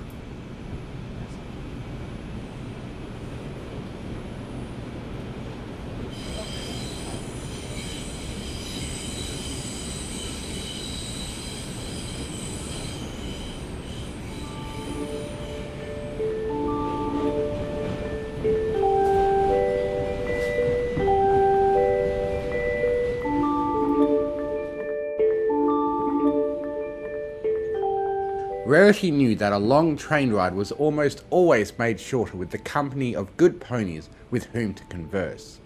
As the train entered a dark tunnel, Rarity could see her reflection in the interior lights of the train car against the glass of the observation car. Her hoof adjusted the curls of her mane. "Rarity? Rarity, are you listening?" Sweetie Belle asked. Rarity's eyes refocused and looked at the reflection of her sister, behind her on the opposite side of the aisle. Rarity assured her, "Well, of course I'm listening, darling. I just wanted to make sure my mane looked its best for when we make our grand entrance into Baltimore." She flourished her curly violet locks. "This hair doesn't just happen when I roll out of bed in the morning, after all. Sometimes I feel like you care more about your mane than you do about me," Sweetie said. The train exited the tunnel and their reflections washed out in the bright light of the sun rising over Horseshoe Bay. Rarity blanched. "Sweetie Belle, don't say such things. You know you're the most important pony in my world. And I'm sorry if I've ever given you any reason to doubt that. That's what today's all about, after all, catching up on lost time. You've gotten older, and we've both been so busy with our adult lives. It's easy for the time to slip away from us. And that's why we're taking the time to do this. After all, if we do not ever take time, how can we ever have time?" Sweetie Belle gave a neutral huff. The train rolled into Baltimore Station, and they disembarked. "Now then," Rarity said, adjusting her sequined saddlebag, "where shall we go first?" Sweetie Belle pointed out the dot on her map nearest the train station. "Let's look at the Historical Arms and Armour Museum. I need to do some research for our history lesson at school." Rarity did a double take. On first hearing her words, it sounded like her little sister was speaking as a student. But the young mare walking beside her wasn't a little filly anymore, and she was speaking as a teacher at Princess Twilight's School of Friendship. Rarity always believed that her sister was destined to be a famous singer with her beautiful voice. And while Sweetie had overcome her stage fright somewhat since her days as a blank flank, a career in the spotlight wasn't for her. Being the director of the school's glee club brought her all the joy she wanted, and at the end of the day, that was what mattered. But her primary duty was still that of a teacher for multiple subjects.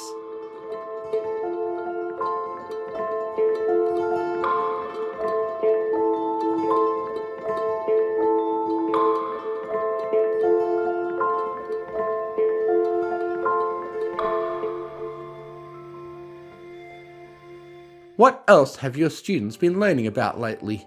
Rarity asked with sincere interest as they walked across the city. "We recently learned about the astrological science," Sweetie said with a titter in her voice. "Astrology?" Rarity balked. She found it inconceivable, or at the very least a bit unlikely, that the relative position of the planets and the stars could have a special, deep significance or meaning that exclusively applies to only you. "Is fortune telling what passes for academia these days?" Sweetie chuckled. "No, not the horoscope stuff. The history of the signs. It's really quite a fascinating tale." Rarity smiled. "Well, we have nothing but time today. Please." She insisted on hearing about it. Sweetie beamed. Singing may have been her talent, but it took her a long time to realise that helping ponies and imparting knowledge was her calling. And she was quite good at it.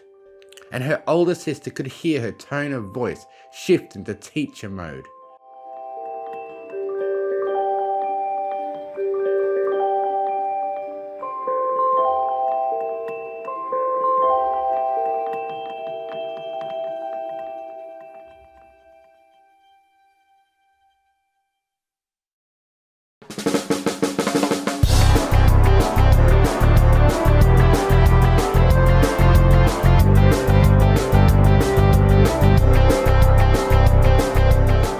Well, as the story goes, on the night that Nightmare Moon rebelled against Princess Celestia, she arranged the stars in the sky to depict the 12 great foes that she had defeated as the Princess of the Night, which we call constellations. Rarity knew perfectly well what star constellations were, but she wouldn't dare interrupt her sister in the middle of telling a story. Sweetie continued, when Princess Celestia defeated Nightmare Moon, the responsibility of raising the moon fell to her, but she either couldn't or wouldn't change her sister's stars. And so for 1,000 years, the night sky stayed unchanged as a homage to the great feats of Princess Luna. It was a boon for nautical explorers who could see the night sky to help navigate the seas to new worlds before the invention of the compass. Over the course of the year, the sun would rise in a different constellation, which, along with the moon phase cycles, became the basis for our 12-month calendar, and which sign you were born under became the basis for astrology and horoscopes. Rarity smiled with pride. That's quite the thorough explanation, sweetie, she praised. She tapped a hoof to her chin in Fork's wonder, and then gave her another opportunity to show off her knowledge.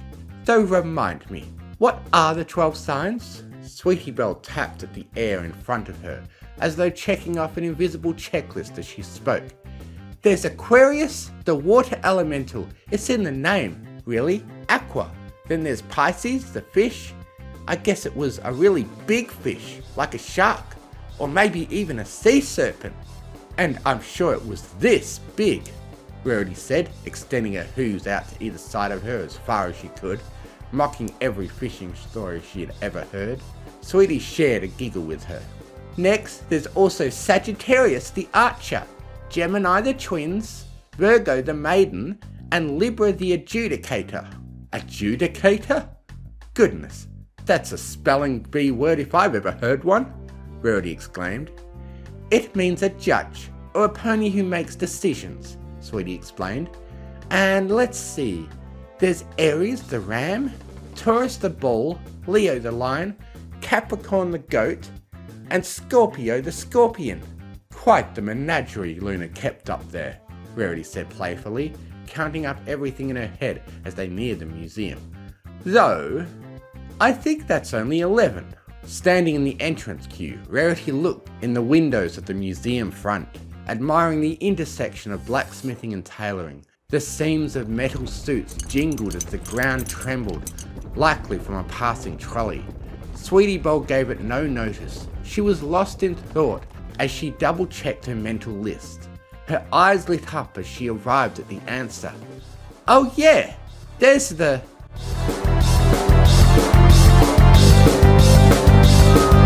Crab! A Baltimore citizen screamed as he galloped at full speed down the street, followed by several dozen more panicked ponies. Giant crab!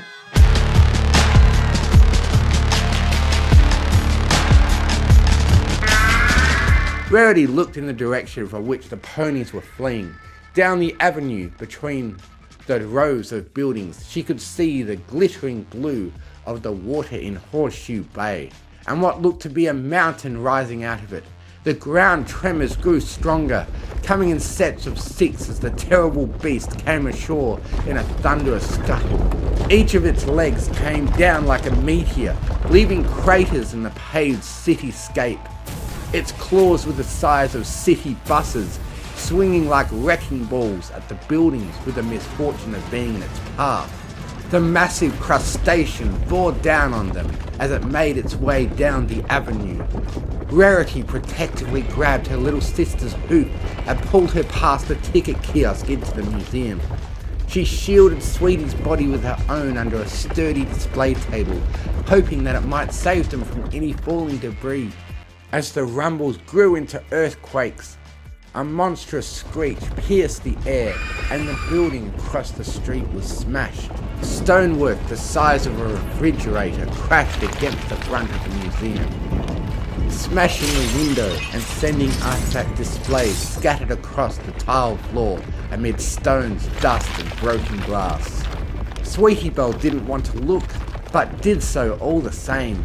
Terrified ponies in the streets ran for their very lives as a giant claw reached down to pluck them up by their manes, one by one. The other claw, razor sharp, reached over and cut their hair clean off, letting them fall several stories back to the hard ground. The lucky ones died on impact. Those less fortunate were left screaming in the pain of several broken bones and the slow death of internal injuries.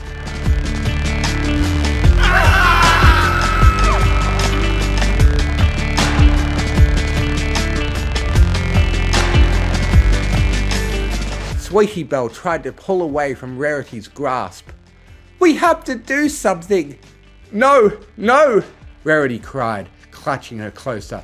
"We are just going to close our eyes, cover our ears, and wait here, ignoring it until it goes away." "Rarity, look what's happening out there," Sweetie said. "To some pony else! It's happening to some pony else!" Sweetie Belle elbowed her cowering sister and pulled herself free. "We're all some pony else to some pony else!" "Sweetie, the glass!"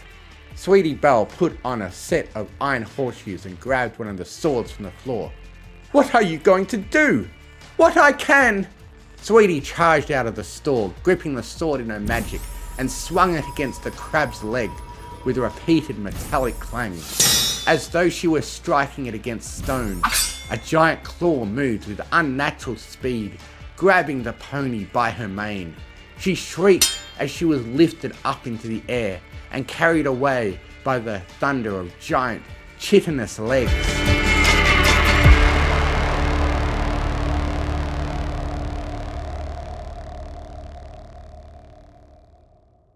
Rarity hoped in vain that Sweetie could escape, break free and survive the landing. Somehow, she seethed with anger under the table, angry at the crab attacking the city and taking her sister, angry at whoever could have saved them but didn't, angry at Sweetie Belle for being so reckless, but mostly, Rarity was angry at herself for doing nothing in her cowardice. The crunching sound of glass under horseshoes approached Rarity. An aura of blue magic removed the table covering her. She looked at the pony standing before her. "Princess Luna!" Rarity exclaimed. "Please, you have to do something. You have to stop that beast." Luna shook her head. "I cannot, as it is not my fight." But you've beaten it before. The legends of the astrological signs." "If that were true, if I had defeated it before, you would not now be asking me to defeat it. When I made its constellation, I gave it one of my brightest stars as a reminder of the strength of such a foe. But as such, it was one of the first stars to appear in the evening, garnering the wishes of many ponies." "It's more gin than crab," Luna explained. "For such a creature, wishes are power, but for the ponies making the wishes, it is simply that, wishful thinking. But the creature does have one weak spot." Luna tapped the bridge of her nose, right between the eyes. "Some pony must be able to do something!" Rarity cried. "Some pony else, yes," Luna asked pointedly. She took an ornate sword from the floor and held it. It glittered with silver, inlaid stars and embedded gems. Her magic held it by the blade as she inspected it and then pointed the handle at Rarity. You look like some pony else to me." But why me?" Rarity asked. "Because," Luna explained, "you must understand, as I once failed to, that this is not a monster that is defeated by destroying what we hate, but by saving that which we love. It shines brightest in the dark. It is there but cannot be seen. To have it costs you nothing. To be without it costs you everything." Sweetie Belle's screams pierced the air. Before she even realized it, Rarity had taken the sword from Luna and gave chase to her sister's abductor.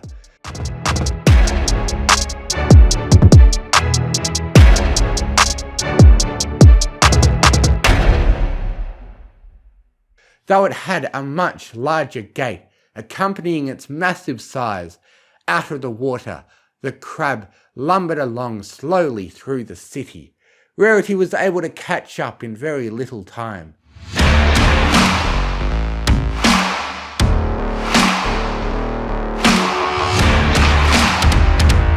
"I say now, you brute! Unhand her!" Rarity shouted, striking one of its legs with her sword. The blade reverberated in her magical grasp as she swung it against the steel girder. "Unclaw her!" Rarity yelled again, trying to move ahead of its path. "Let her go!"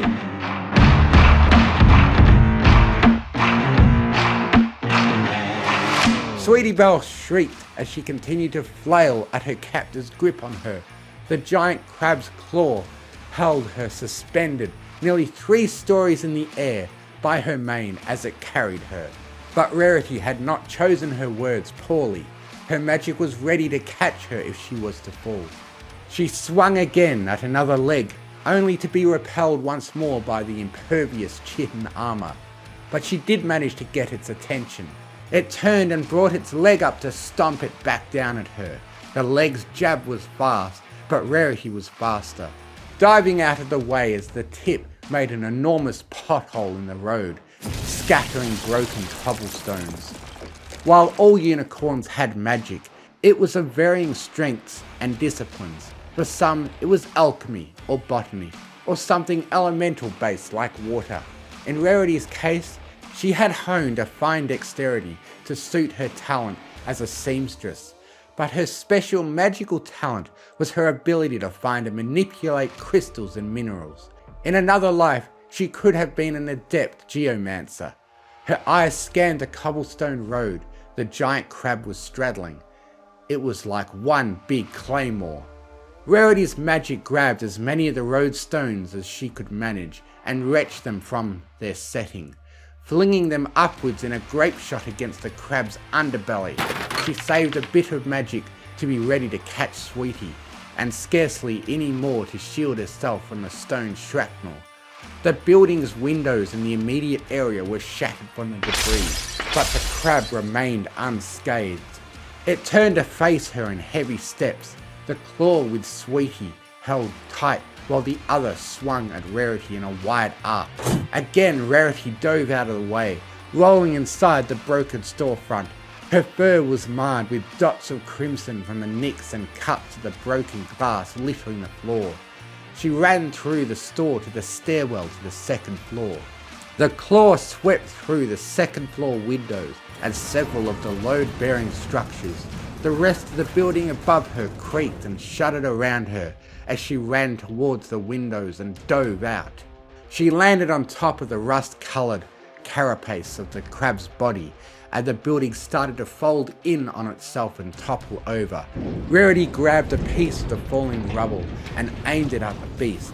The chunk of debris hit it like a meteor, but only managed to stagger it briefly. The rest of the building fell over across the road, blocking it from advancing any further inland. Regaining its step, it rotated itself to turn to the sea along with Sweetie Belle as it started to retreat. The crab intended to claim one last victim. Its free claw reached over to sever her from her mane. "Don't you dare!"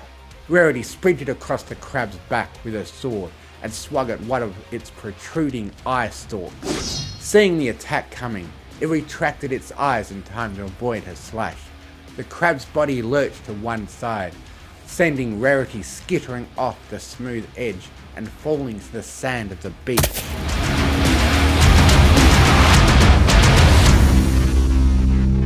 Rarity's heart fell as Sweetie's screams were suddenly silenced.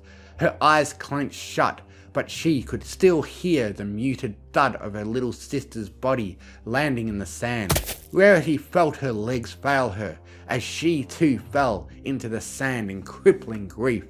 Her chest ached with an agony beyond words. There was only her pain, and the lapping water of the shore, and the rumble of the coming storm clouds.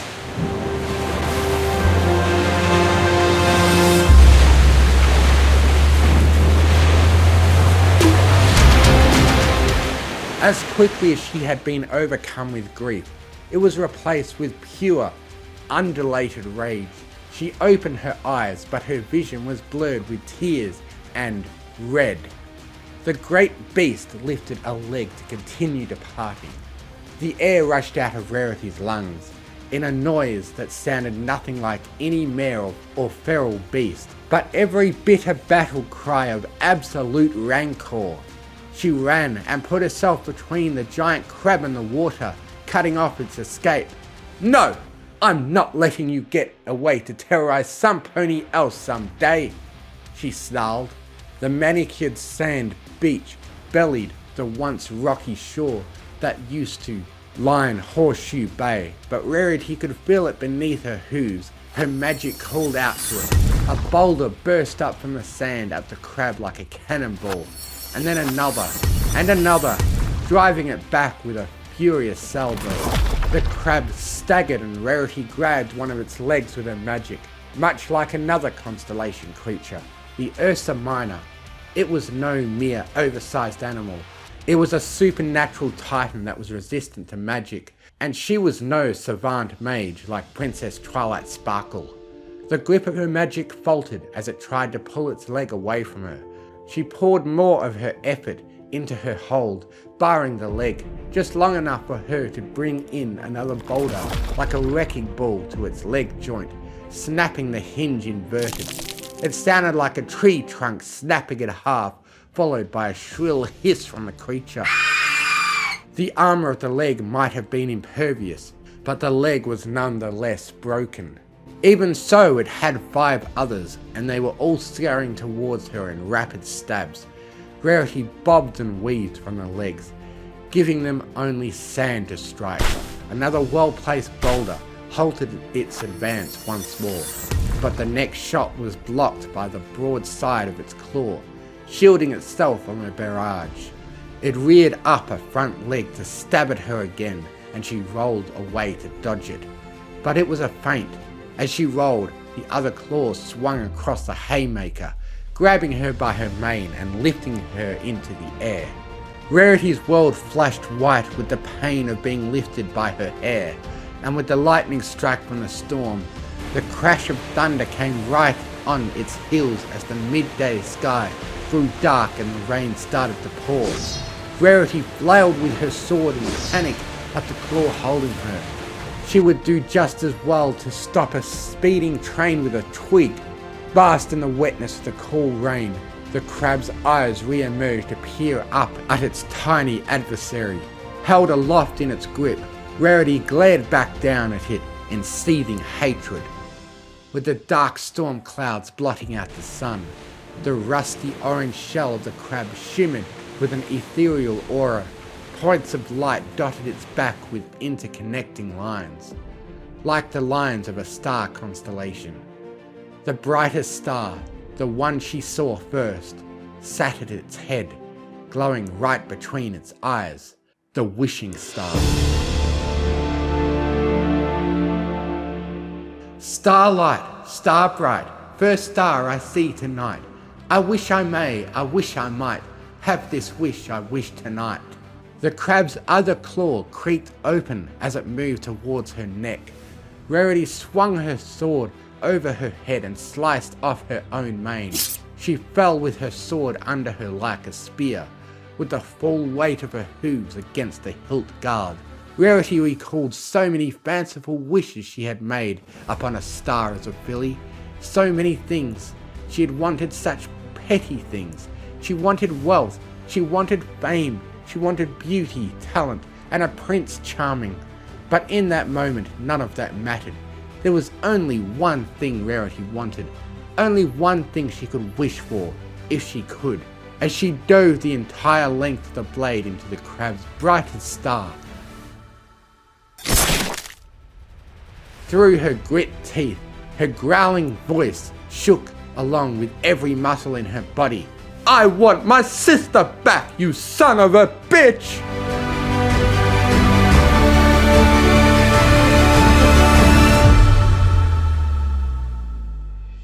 Epilogue.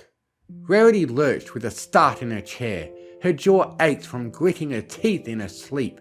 Her pulse was racing from the adrenaline rush of the dream. Her bounding heart was all she could hear. Sitting alone in the hospital waiting room, her hooves nervously held the handles of the gift bag in front of her. On the other side of the room, the door opened and Nurse Redheart waved for her to follow.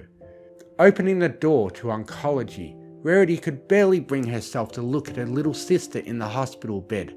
Her eyes followed the chemo IV line down to her hoof under the warming blanket. Rarity felt her jaw tense again. It's not fair, she thought. It should be me, not her. She doesn't deserve this. No pony does. But it should be me, not her. She balled her hoof into a tight, angry fist. This should be my fight.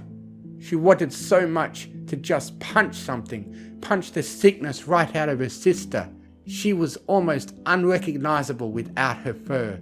She looked so frail, but it belied Sweetie's strength of spirit, bright and alive in her rich, green eyes as she blinked them open. Rarity's anger enveloped in a flash.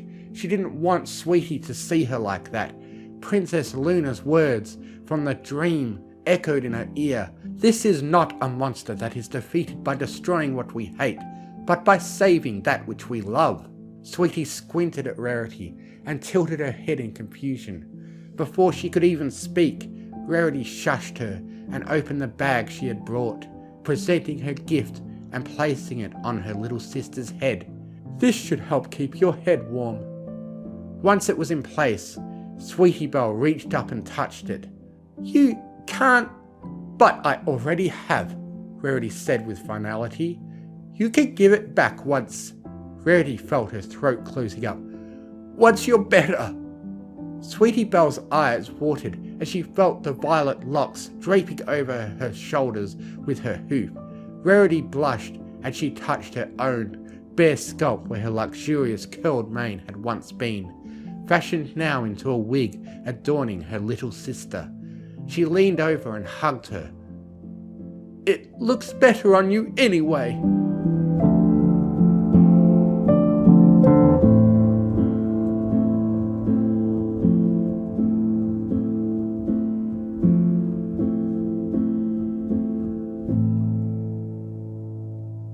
Author's note. Seriously, fuck cancer. I just wanted to make sure that my mane looked best for its... Sweetie Belle gave a natural huff. Over the course of the year, the sun would rise in a the medieval suits of armour in the windows of the museum front. Sweetie Belle shrieked as she continued to flail at her captor's Hen Games by Summer Solstice.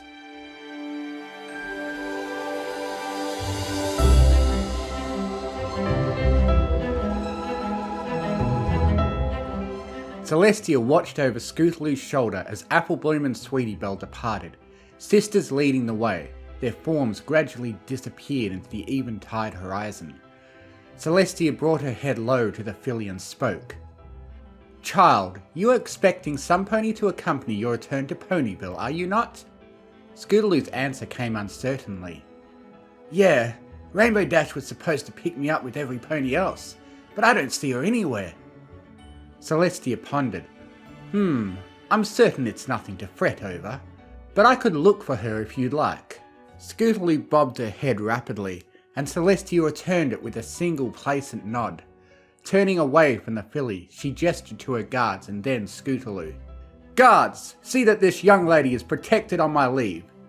Then, to Scootaloo, I will not be long.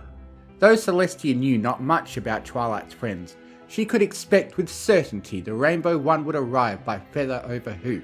Once in the open, she spread her great wings and took to the skies, scanning the horizons for any notion of her whereabouts.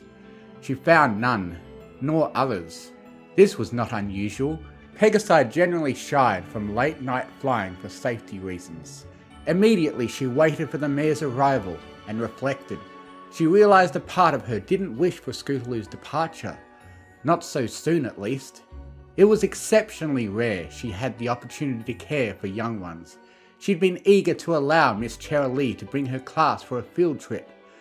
And when Scootaloo and her friends the cutie mark crusaders they called themselves, begged their sisters to stay longer.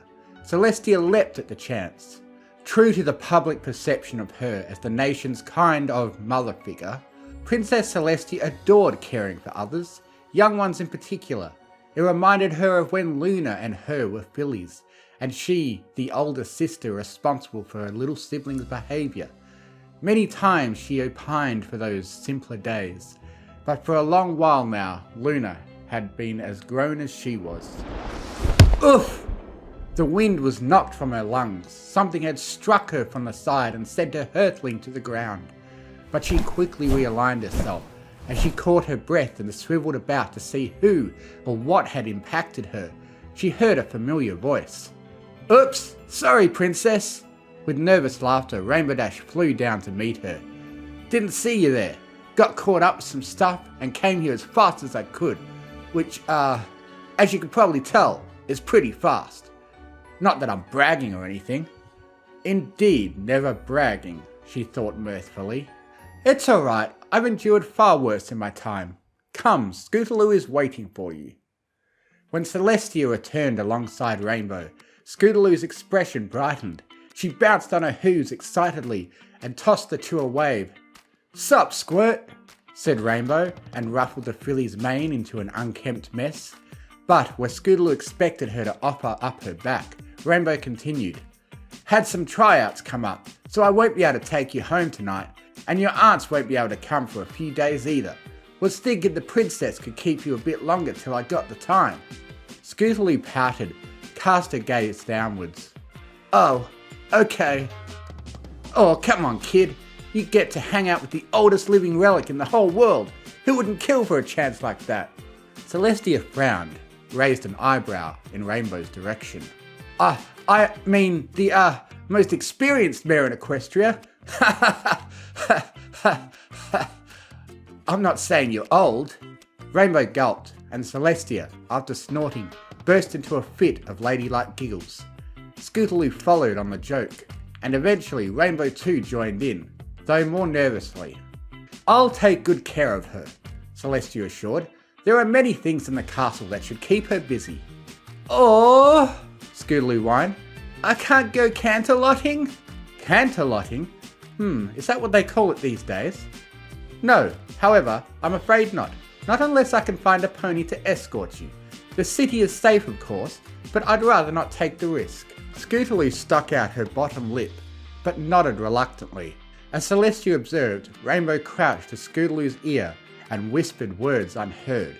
Whatever she had said, it changed the filly's disappointment to a queer grin. Well, see you later then. Hopefully tomorrow. Hopefully without crashing into me this time, Celestia said, winking, and crimson flush rose to Rainbow's cheeks. Scootaloo gawked at her. Wait, did you seriously? Well, gotta go. See you later! Before Scootaloo could finish assessing the truth of Celestia's accusations, Rainbow was dashing madly away.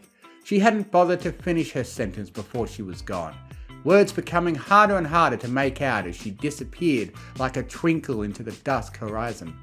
Celestia watched her departure with a half smile, amused, and then returned her attention to her charge. So then, Celestia said, I'll see to it that you eat well tonight. Perhaps, now that it is just you and I? Softly smiling, Celestia leaned down to Scootaloo's level. Perhaps I'll permit you a drink of wine. My cabinets are stocked with only the finest vintage liquors in Equestria. Just a sip though, and no telling. Abruptly she rose, and beckoned with an unfurling wing. But in the meantime, let us head off to sup. Scootaloo nodded, and her eyes glinted with mischief. Mischief that Celestia took to mean excitement at the prospect of trying alcohol. Her assumption was partially correct. The trot to the banquet hall was not a long one, but it was not short either.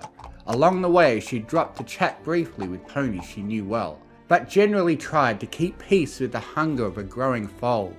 She smiled reminiscently, remembering how she and her sister would become so cranky and churlish when they didn't receive their food on time. As she did, she felt a tickle upon her flank and flicked at it with her tail. Just an itch, it would appear. Peculiar. Celestia began to note how the guards and attendants would glance her way and chuckle amongst themselves. She wondered what it was they found so funny. But when she turned her head in their direction, they'd suddenly stand straight and salute as if nothing were amiss. Oh well, she thought, let them have their fun, whatever it may be.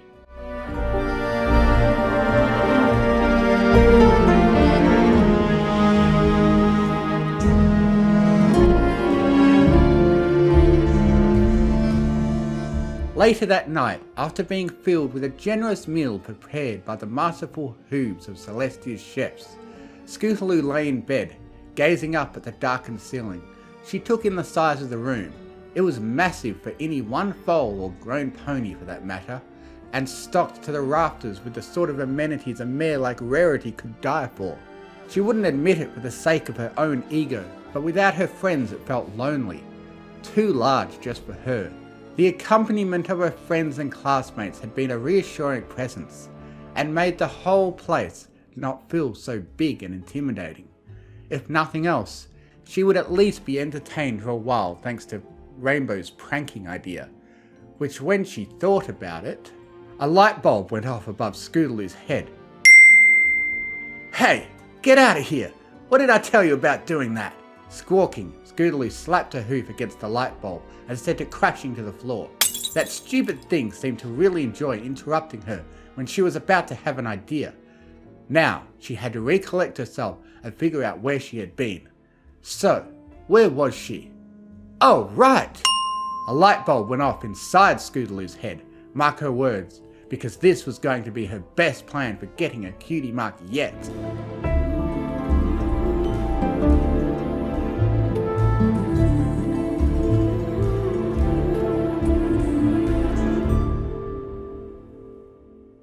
It wasn't until Celestia went to bed and she finally noticed the sticky note taped to her butt.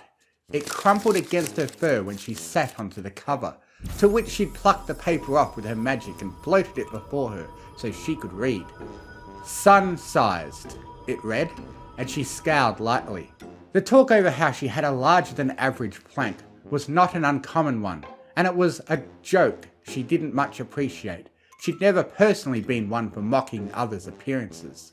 She shrugged, scrunched the offending paper into a tight ball, and tossed it into the fireplace. Ultimately, she supposed, if it gave the ponies under her some sense of levity, she could tolerate it.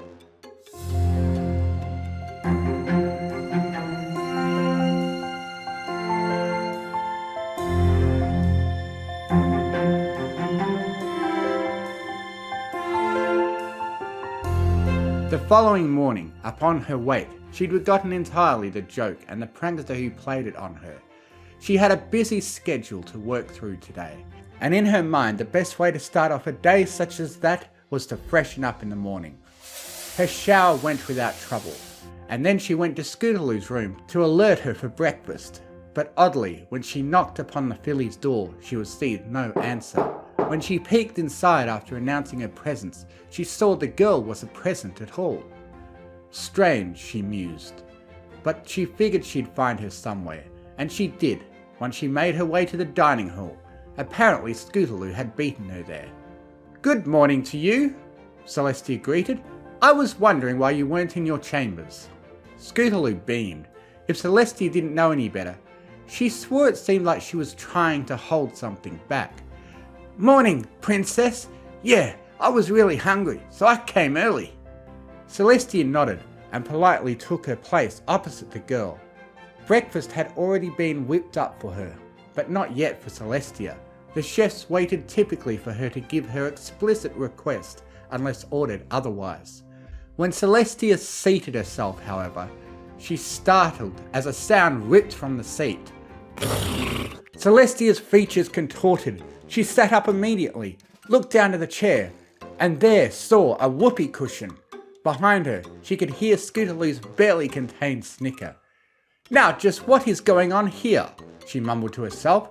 "Such foolish games. Ah well, nothing of it." She plucked the toy off her seat and teleported it back to her chambers for later disposal. First the note, now this. It would appear she had a dedicated jester in her midst. Afterwards, breakfast went well. She ordered huevos rancheros topped with a bed of hash browns and fried onion straws, crisped to perfection, all smothered in the chunkiest and spiciest hay chili they could prepare. The meal was altogether perhaps a tad decadent, and she felt that maybe the previous evening's prankster's gambit had a point about keeping her weight in check. But she loved the sensation of delicious food too much to restrain herself. Besides, she reasoned, she was an alicorn. A little extra padding could hardly hurt, right? The rest of the day was mostly uneventful. Dry court hearings over which she presided, mind-numbing conversations with diplomats or dukes and duchesses over the minute wording of a single line from a single throwaway passage, the usual for her. The one thing she did look forward to that afternoon was the grand opening of a new exhibition hall, where the ponies of Equestria could gather and plan showings of everything from art to music or alchemical creation. But when she went to use her pair of royal, state-issued scissors, the ribbon remained intact. Strange, Celestia thought, but not all too unusual. The same had happened to her before. She just needed to try again. Not to worry, my subjects. I'm certain these scissors will see to cooperate with their princess, she joked, smiling. A quiet, amused laughter passed through the crowd, the only kind of laughter capable among the elite of society. Celestia grimaced. Frustrated, Celestia's face hardened into angry determination. Nothing. With a groan of exasperation she could scarcely keep hidden, she passed the issue and the scissors off to gathered ponies. From somewhere deep in the crowd she heard a fillies guffaw, one that sounded similar but that she couldn't quite pinpoint, and from there the laughter spread amongst every pony else like a wave. She tried to maintain her composure and cleared her throat, slicing the ribbon in two with her magic instead. I present to you Canterlot's most recent contribution to the fine works of this great nation, she proclaimed, but even in her royal Canterlot voice, she could barely be heard above the din of laughter. After that little incident, Celestia was glad to be back in the palace and out of the public eye. It would be weeks, maybe months before the tabloids and street chat stopped talking about it. Now though, here in her own domain, she could unwind a little. Dinner came soon, and she was eager to dine. Scootaloo sat across from her as before, and Luna alongside towards the end of the table. The three were engaged in small conversation over nothing in particular when the food arrived, and Celestia was surprised. She hadn't given any explicit orders for tonight's meal. She supposed the chefs must have had something in mind they wanted her to try. Each meal was different. Scootaloo had a chickpea burger with spicy barbecue sauce and fried pickles. Luna a roasted tomato bisque with a sort of margarita pizza-style grilled cheese. And Celestia one of her favourite meals of all time, cottage pie. Humming in anticipation, she closed her eyes and forked a piece off with her magic. She levitated the forkful up into her mouth and awaited the savoury goodness of potatoes and hay beef. She nearly gagged on her own fork. The taste was wrong. Eyes wide, she stared down at her plate, and past the pie she saw what looked like cake? Yes, right there, where she'd removed a piece from the greater whole. Rather than more potato layer and pie filling behind it, it looked like the inside of a strawberry cake with vanilla frosting. Inspecting it further, she scooped up the potato mash and tried that on its own. Frosting, some with the filling. When she actually got past the fact that the whole thing was just a big piece of cake, she could enjoy it, but the initial expectation and utterly unexpected surprise had shaken her. What great fun! Luna exclaimed, clapping her silver-clad hooves together. Whoever played this upon you must be of great mind and greater humour. Dear sister, you should feel honoured. Yes, Celestia replied stiffly, smiling like cardboard. Honoured. In her mind, she relived that afternoon. That morning, last night, she'd been able to tolerate it at first, but she was at her wit's end. The next strike that came, she was going to hit back.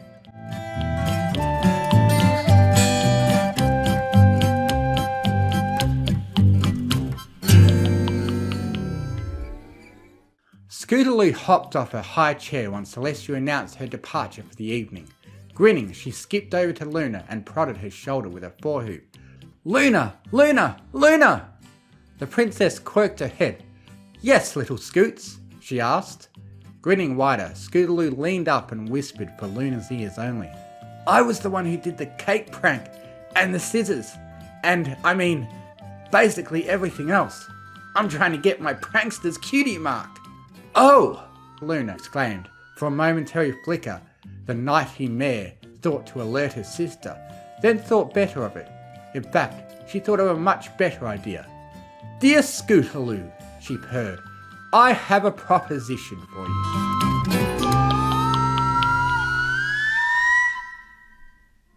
From first crack of dawn, Celestia was on the warpath.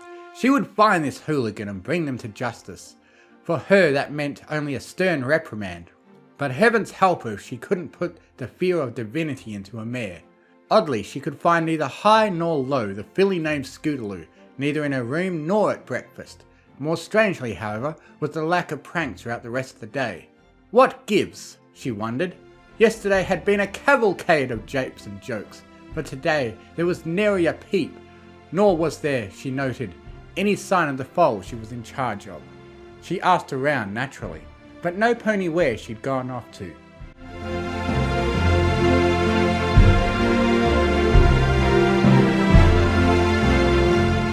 Hours passed, as did lunchtime, and nothing. Soon enough it was time for her scheduled Parliament session of the week, held in the same grand room used for day court. She walked through the doors to find herself the only one present and went to take her place at the back wall, behind her speaking podium. Just to be certain, she glanced behind her at the seat, eyeing it with supreme suspicion. Nothing rested on the cushion, so she removed it with her magic and discovered nothing there either.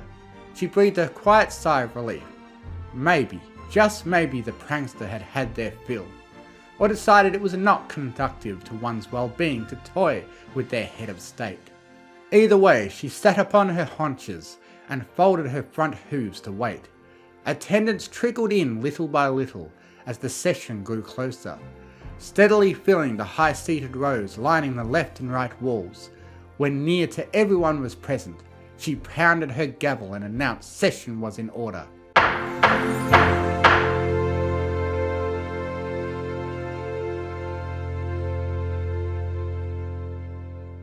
"Now where, oh where is my assistant?" she questioned, and slyly paged said mare in the lulls between talking. But right when she was ready to send it out, her beloved secretary arrived. "My sincerest apologies," Raven said, bowing and crossing herself profusely.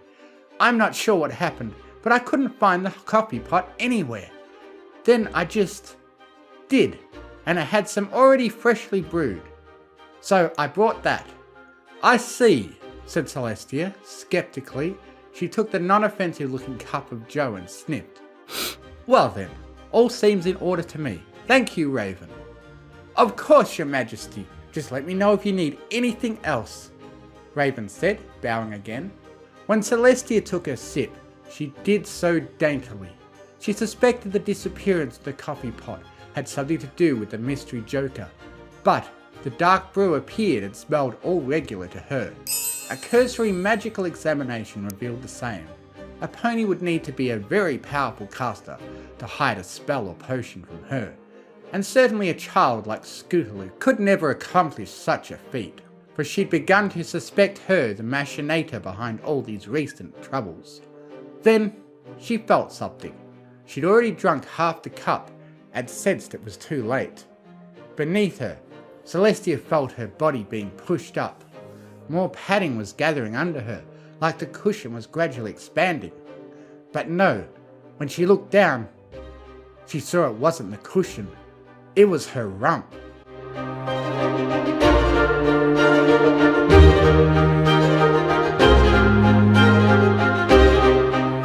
Celestia shrieked and the coffee cup dropped, splashing its contents across the marble and carpet. Seething, she stood and imposed herself over the room. In her royal canterlot voice she boomed, gesturing to the cup and her bloated flanks. They'd grown massively in only a few seconds, leaving her haunches a cartoonish pair of bouncing balloons, sun-sized indeed. Who hast dare violate our body in this grotesquity? Reveal thyself, knave, and we shall showest thou the white fury of the sun! The room went silent, then burst into raucous laughter. Each solar hot word she spat, any intimidation factor she possessed, was quashed utterly by the way her backside jiggled about behind her. But there, off to the side, she saw two very specific ponies giggling to themselves. "You!" she mouthed, but dared not announce. They would get their punishment sooner or later. For the time being, she called the session to disperse and reassemble the next day. In the courtyard, she brought out a tool she hadn't used in a very, very long time. Later, during dinner, she acted as if everything were normal, like she didn't suspect a thing about either of them. Upon finishing her meal, she tidied up, dabbed at her lips with a napkin, folded it, and left her dishes neatly stacked for the servants to collect. She continued holding conversation, but interjected once Luna finished her own supper. "Luna, there were some important matters I wish to speak with you of before tomorrow. Would you kindly accompany me outside?" "Of course, sister," Luna agreed, and shoved away from the table.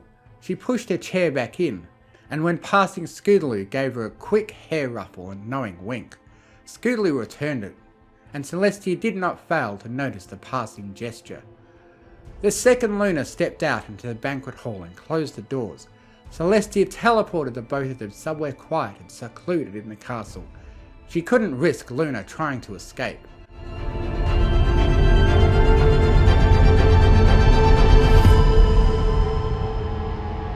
"I know," Celestia stated simply, levelling a stern glare her sister's way that could melt steel beams, a fact which couldn't be said about jet fuel. Luna inquired warily, not fully understanding. "You know?" "Yes, I know," she repeated harshly. "Don't play dumb with me, Luna. I know about your little game with Scootaloo." The realization solidified rapidly onto the Princess of the Night's features. Her eyes widened and began darting left and right to seek an escape route. None existed, but just to make sure, Celestia erected a glowing golden wall on either side. If Luna wanted to get through those, she'd need to put up her magical dukes. I am afraid I don't fully comprehend what it is you are implying of me, Tia. I have done nothing with dear little Scootaloo besides converse." "Is that so? Then what would you have to say about this?" Celestia demanded, popping the coffee cup from earlier into existence. She threw it against the floor at Luna's hooves, which slowly rolled until it bounced off her regala with a metallic. Confusion, realization, recognition, and finally comprehension dawned on Luna's face, flashing rapidly from one to the other. "You can tell me, Lulu. I'm not too angry, just mostly angry," Celestia cooed, sidling up alongside her younger sibling. When Celestia wanted to, she could leverage her superior height and power to its fullest, and she did so now, with her chin upturned, chest held high, and stature straight, and a smug expression of condensation on her snout. She came across as positively imperious. To soothe Luna's worries, she laid a wing atop her, wrapping it around her side and rubbing gently. "We're sisters. Tell me what you want, and I will give it to you. All you need to do is admit what you did."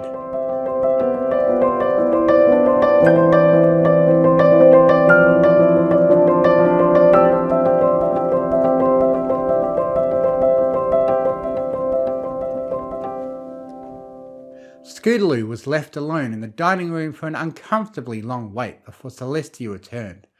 Luna, however, was nowhere in sight. She was too busy playing on her brand sparkling new Haystation 5.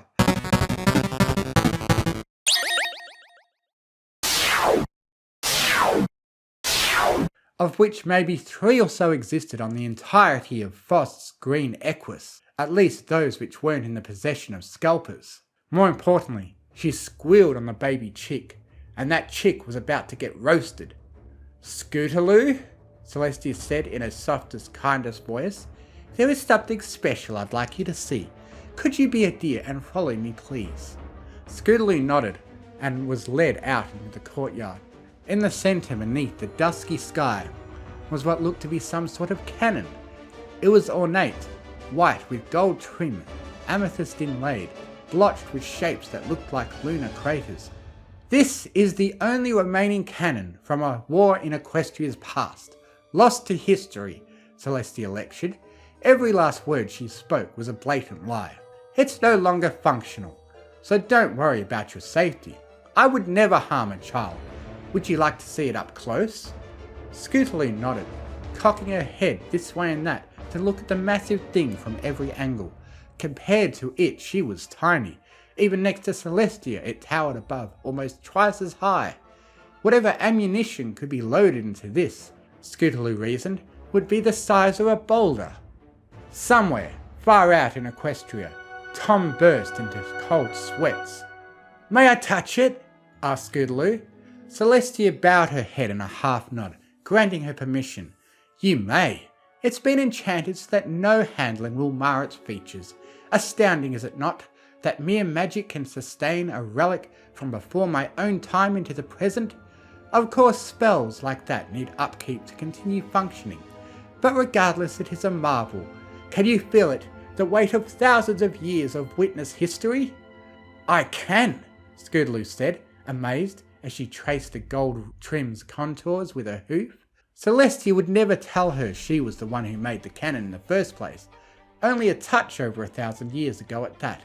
Still impressive, no doubt, but nowhere near the ancient antiquity she made it out to be. Whatever got her to buy the scam, Celestia didn't much care.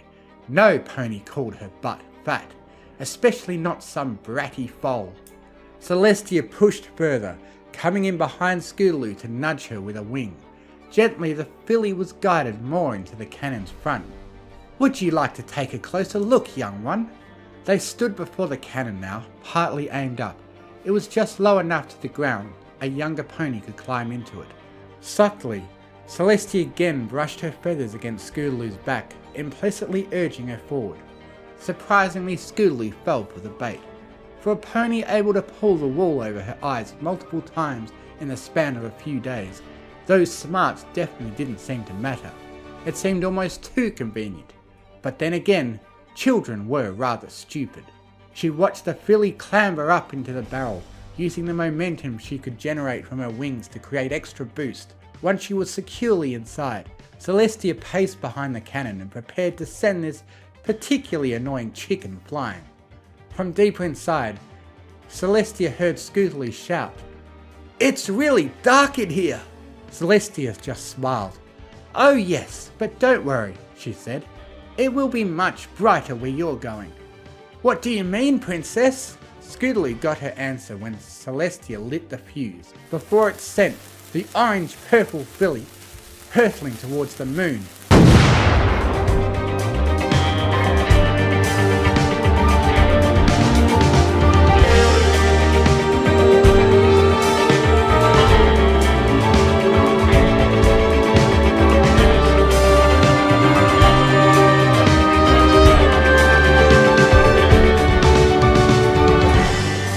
She offered her one last comment. "This is for calling me fat!" And thus, amidst the boom of the cannon and the surprised scream of Scootaloo gradually tapering off into the horizon, Celestia cackled.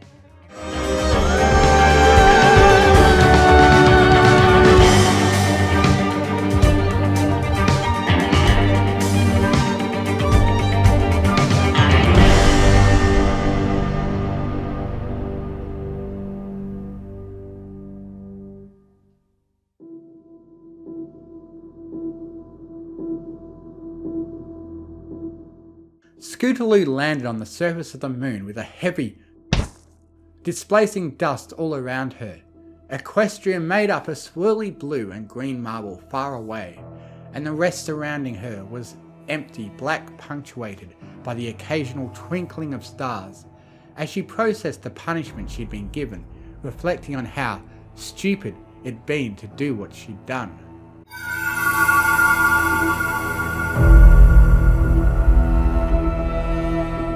She looked down, overjoyed momentarily at having finally gotten her cutie mark. The whole point of this venture had been to get it, and although she now faced indeterminate imprisonment on the surface of the moon, she'd achieved her goals. Eagerly, she looked down to her flank and saw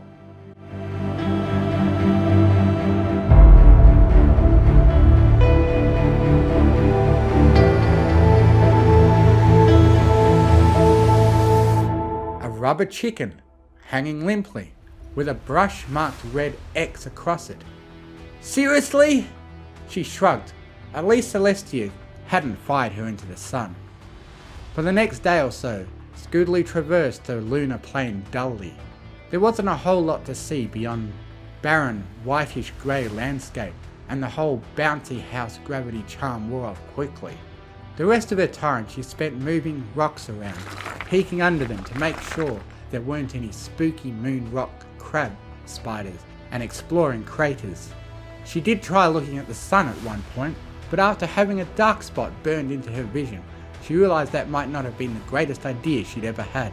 Fortunately, her sentence was not a 1,000-year one. All told, she was on the moon for about a day before she was unceremoniously teleported from there back to Equestria. Her eyes widened as Celestia stood before her, looming regally above her. Her expression bore that of a stern, motherly figure, silent and disappointed. She said not a word, as though waiting for Scootaloo to first break the silence. Scootaloo bowed and apologised. "I'm sorry, Princess. You should be. Mocking your elders for things which they cannot help is not a very kind thing to do." She said this, of course, knowing that she could absolutely slim down if she only cut back on the calories. She wasn't going to tell Scootaloo that, though. What was she? Stupid? "Besides," she laughed, "I believe your new cutie mark is punishment enough." "Oh, yeah, that."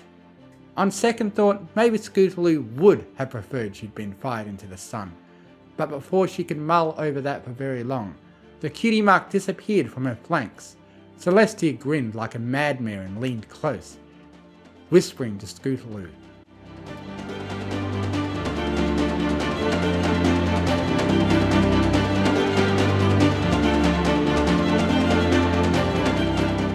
Prankya.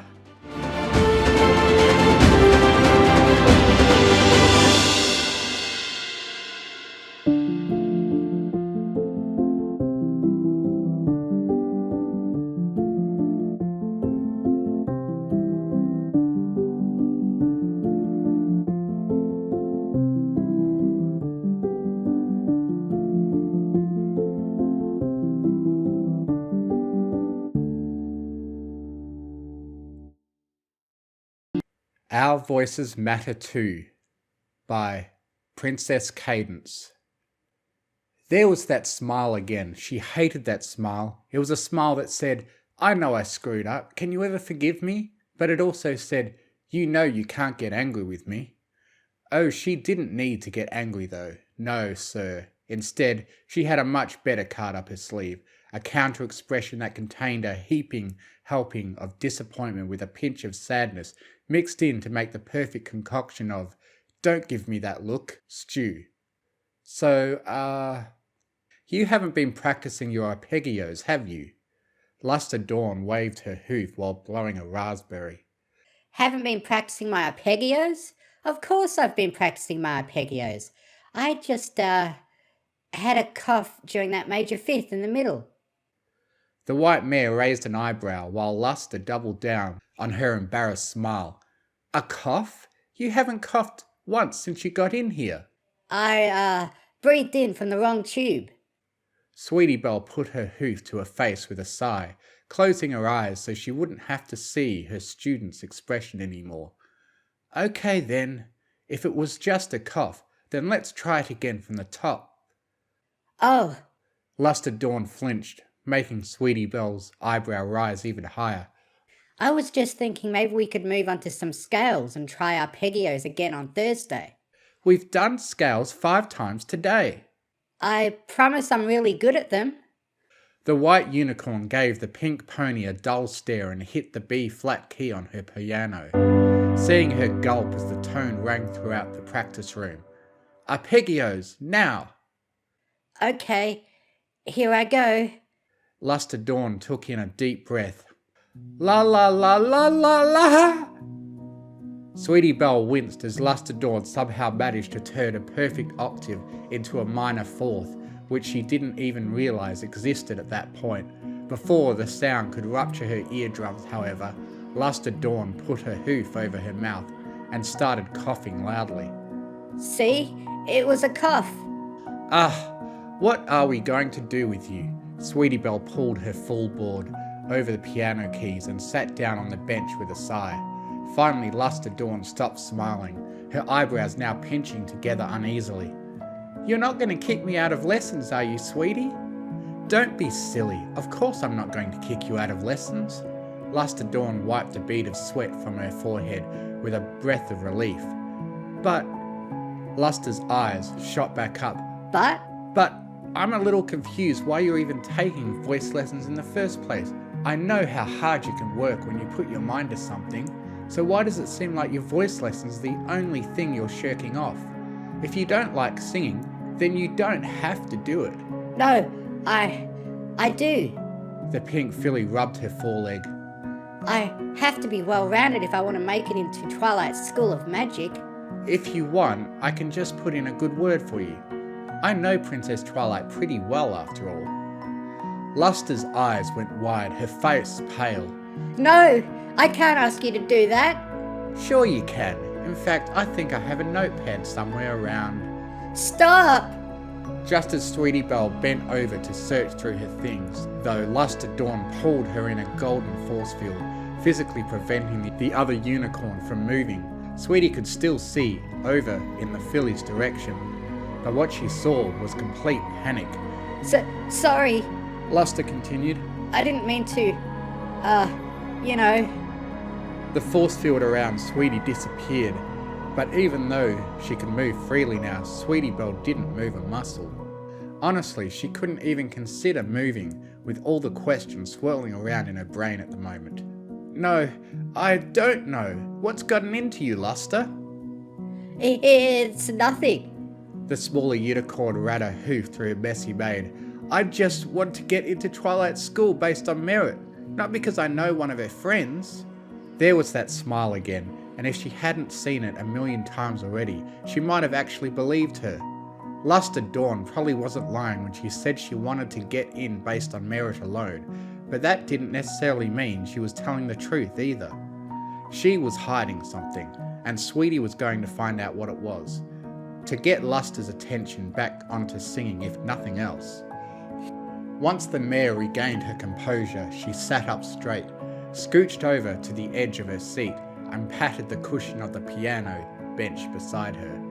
Luster Dawn tilted her head, switching glances between her teacher and the space at her side. Come on, Sweetie said, gently yet sternly.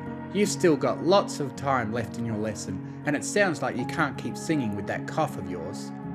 Luster Dawn shrunk into her shoulders with a blush, before quickly taking her seat beside the white mare.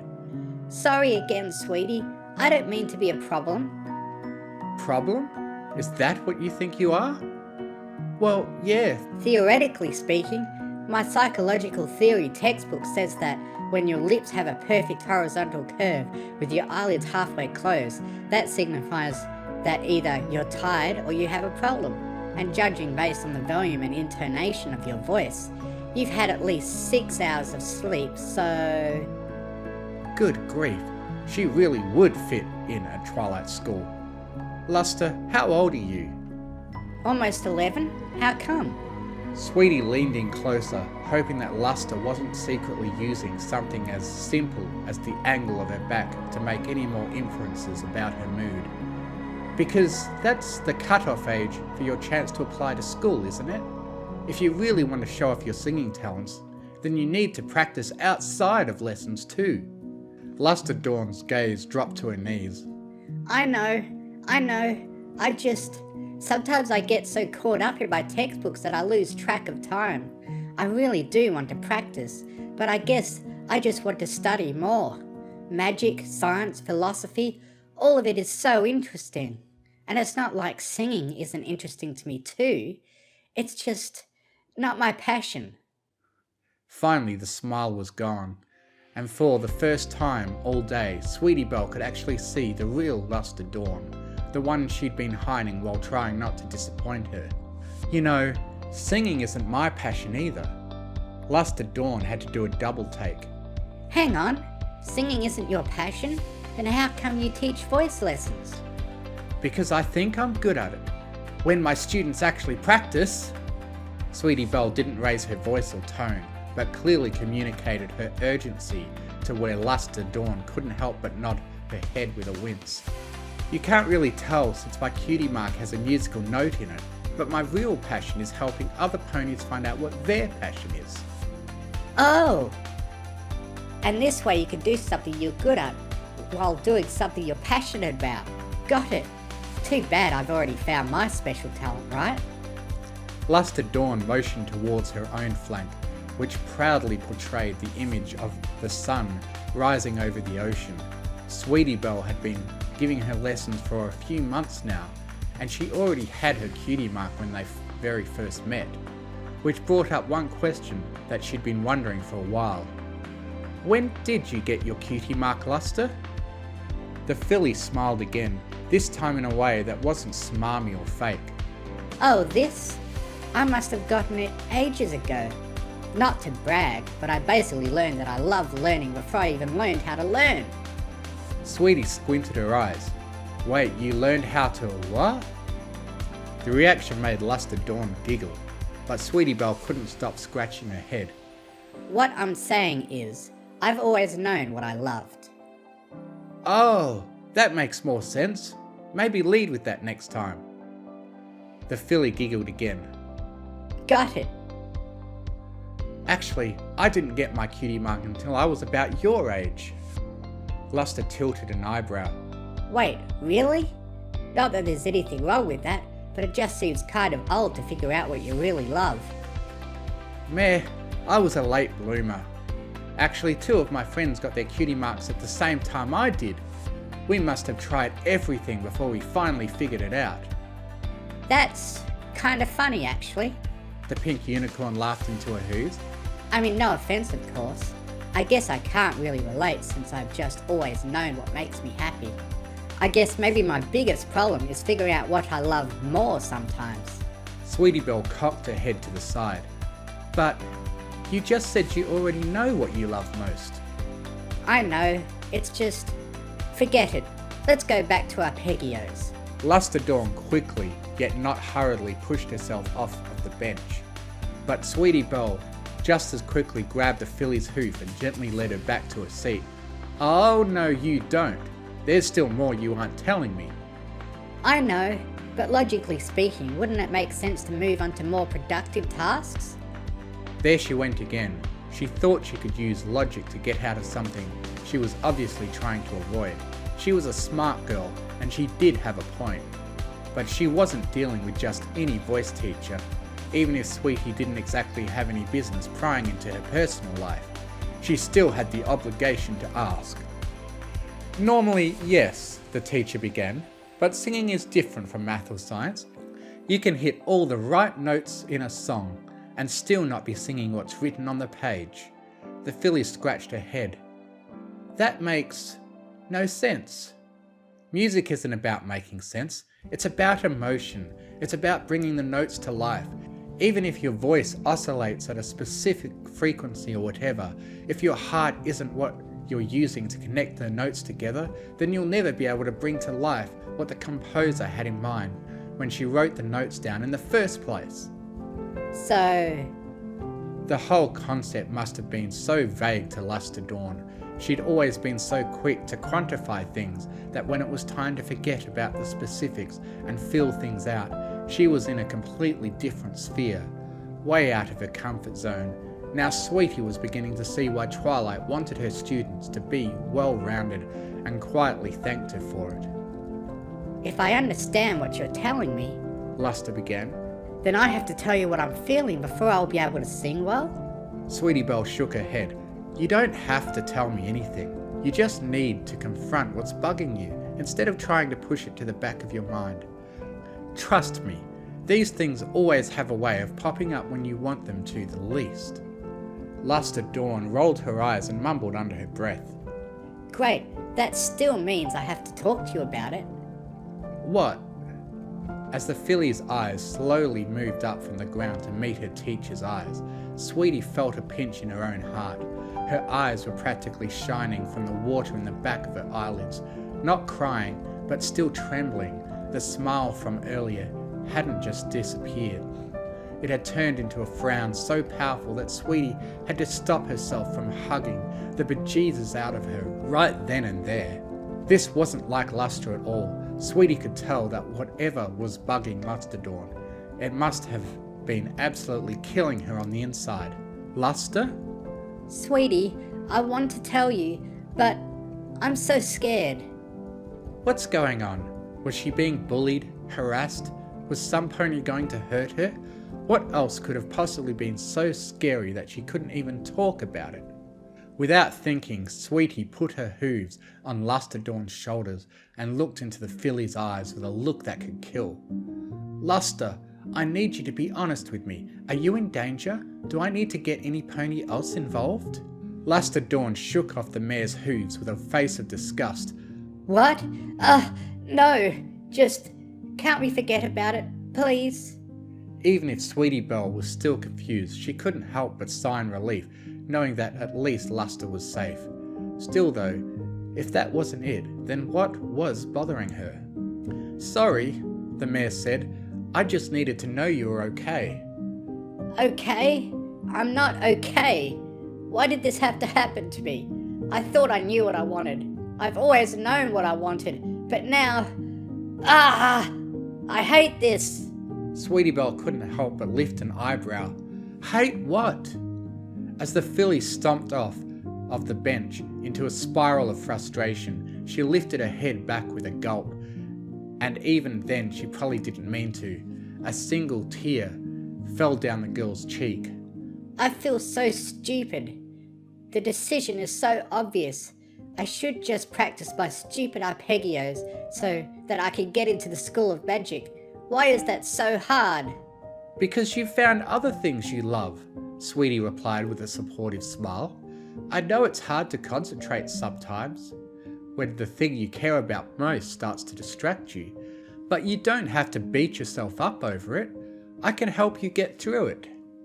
Sweetie was sure that she'd said all the right things, but for some reason Luster Dawn just shook her head, scowling even harder as she attempted to keep herself from letting the floodgates open up.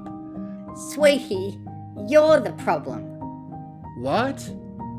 Sweetie Belle's head reeled back in shock. What had she done wrong? Was she being too overprotective? Had she said something that hurt Luster's feelings? She thought she was doing a good job, so how was it that she had practically brought her favourite student to tears without even realising it? I told you that I wanted to practice my arpeggios. That's fine, the mare replied, holding her hooves up in a panic. We can work on your arpeggios if that's what you want. We don't need to talk about it. But I want to talk about it. I'm just scared to talk about it. With you. The air in Sweetie's lungs froze. With me? Finally, visibly stealing her nerves down, Luster Dawn held her head high and looked Sweetie Belle in the eyes, making the older mare reflexively flinch. It's not that I found something I love. It's just that I found some pony that I love. Suddenly, Sweetie Belle could feel her face turning a bright shade of crimson. In all the years she'd taught voice lessons, none of her students had ever confided in her about their crush issues before, and this one seemed to be no short of this filly's first real love. Sweetie silently cursed herself for not taking those junior seminars seriously. Oh, the mare replied, trying to hide her embarrassment. That's great. Tell me about him. Her. Okay. Obviously, I'm kind of bad at this, but let's keep going. What else can you tell me about her? Well, she's really pretty. Oh, She's got a great singing voice. perfect. All the more reason to practice your arpeggios. And her name is Sweetie Belle. not what I was expecting. Sweetie Belle had no idea how she was supposed to respond, but the one thing she did know was that she'd done it wrong, as was made evident by Luster's immediate reaction. See, I feel so stupid. The filly ruffled her hooves through her already messy mane, giving herself close to an afro by the time she was done. Sweetie Belle wanted to say something, but how could she? What was she even supposed to say? Hey, it's okay, the mare said with a smile she hoped didn't look too forced. You don't need to feel bad about that. Are you kidding? I just humiliated myself. Gah! Where's that memory wiping spell when you need it? Actually, why don't we talk about it some more without erasing my memories?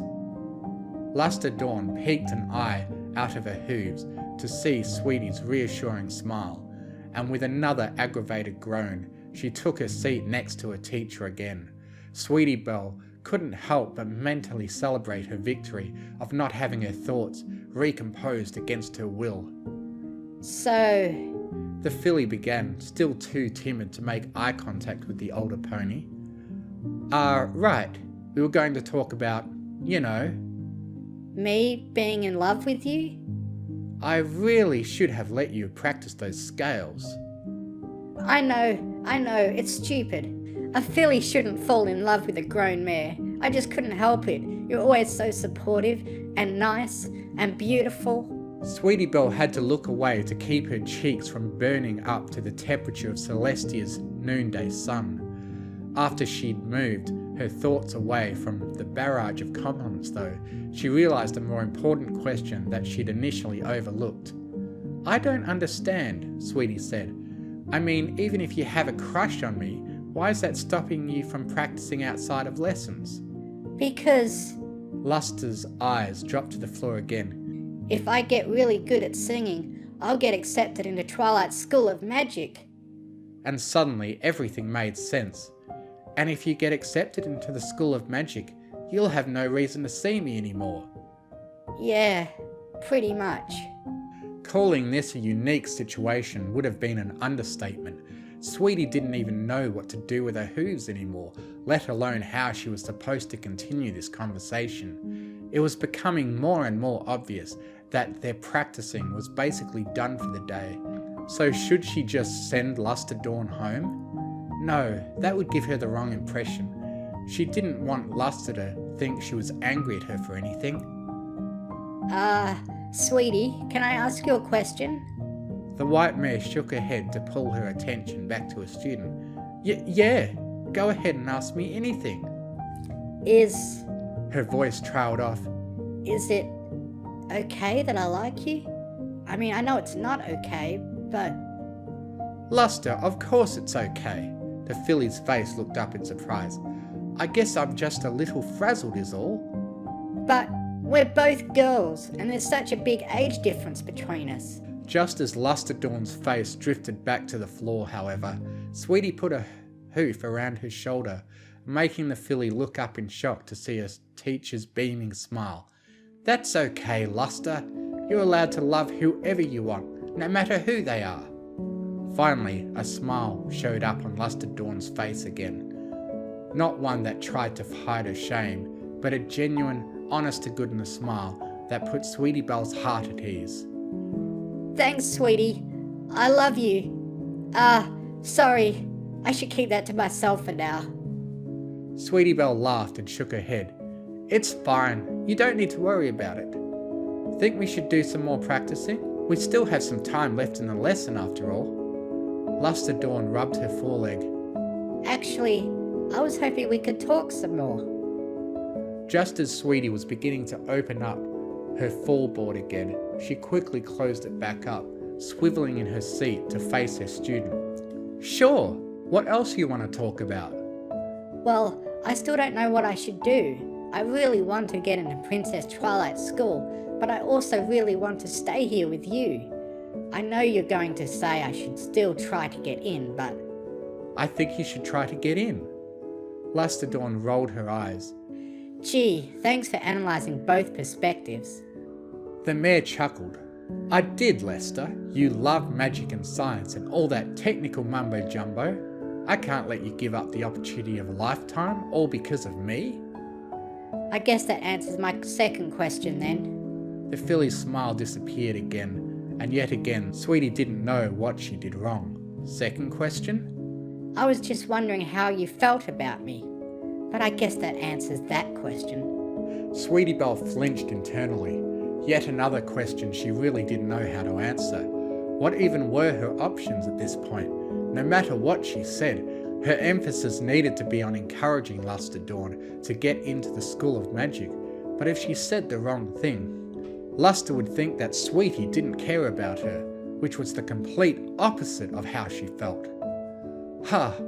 Now that she thought about it, how did Sweetie Belle feel about Luster Dawn? Of course, this was her favourite student, and she always loved getting the chance to see her. In fact, it was kind of the highlight of her day. But that was just because Luster Dawn was always so supportive and nice and beautiful. Oh, sweet Celestia! Luster Dawn cocked her head in confusion. Pardon? It's nothing. Sweetie Belle looked away while shaking her hooves and silently hoping that the burning sensation in her cheeks wasn't visible. Crap, right after telling Luster Dawn that it was okay to fall in love with whoever made her happy, Sweetie found herself with her own internal struggle that completely contradicted that theory. Maybe it was okay for Luster Dawn to like whoever she wanted, but not Sweetie Belle. That made sense, right? It sure doesn't look like nothing, sweetie. Are you feeling alright? Your face looks like a tomato right now.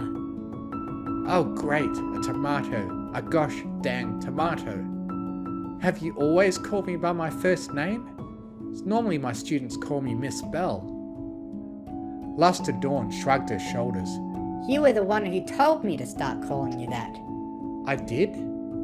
Great, what other mistakes had Sweetie Belle made? Hang on, she still didn't know if this was necessarily a mistake. Wait, of course this was a mistake. She must have something wrong with her.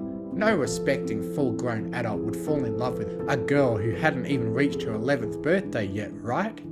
She had to shake this feeling fast.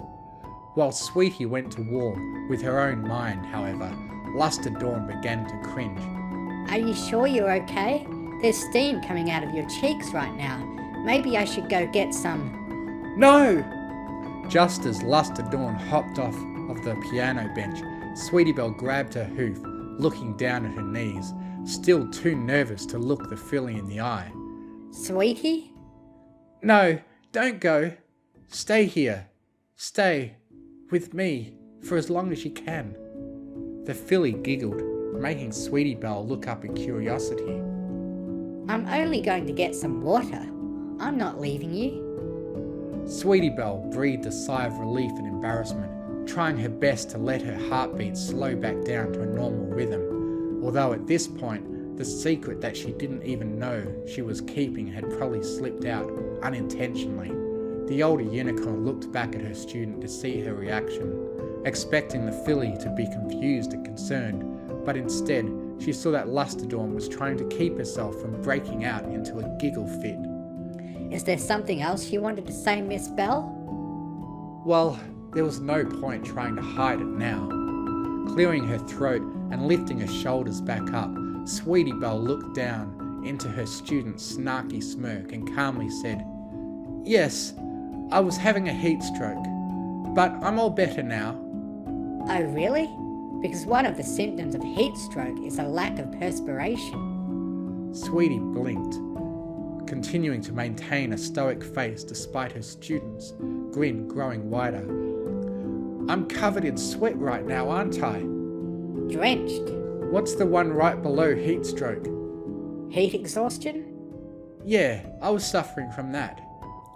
Luster Dawn's entire body bounced forward as she again tried holding back her laughter, and after a moment to recompose herself, she said, "Oh really? Are you experiencing any dizziness? Rapid pulse? Muscle cramps? Nausea?" "Actually, all of the above. Shoot, am I really suffering from heat exhaustion?"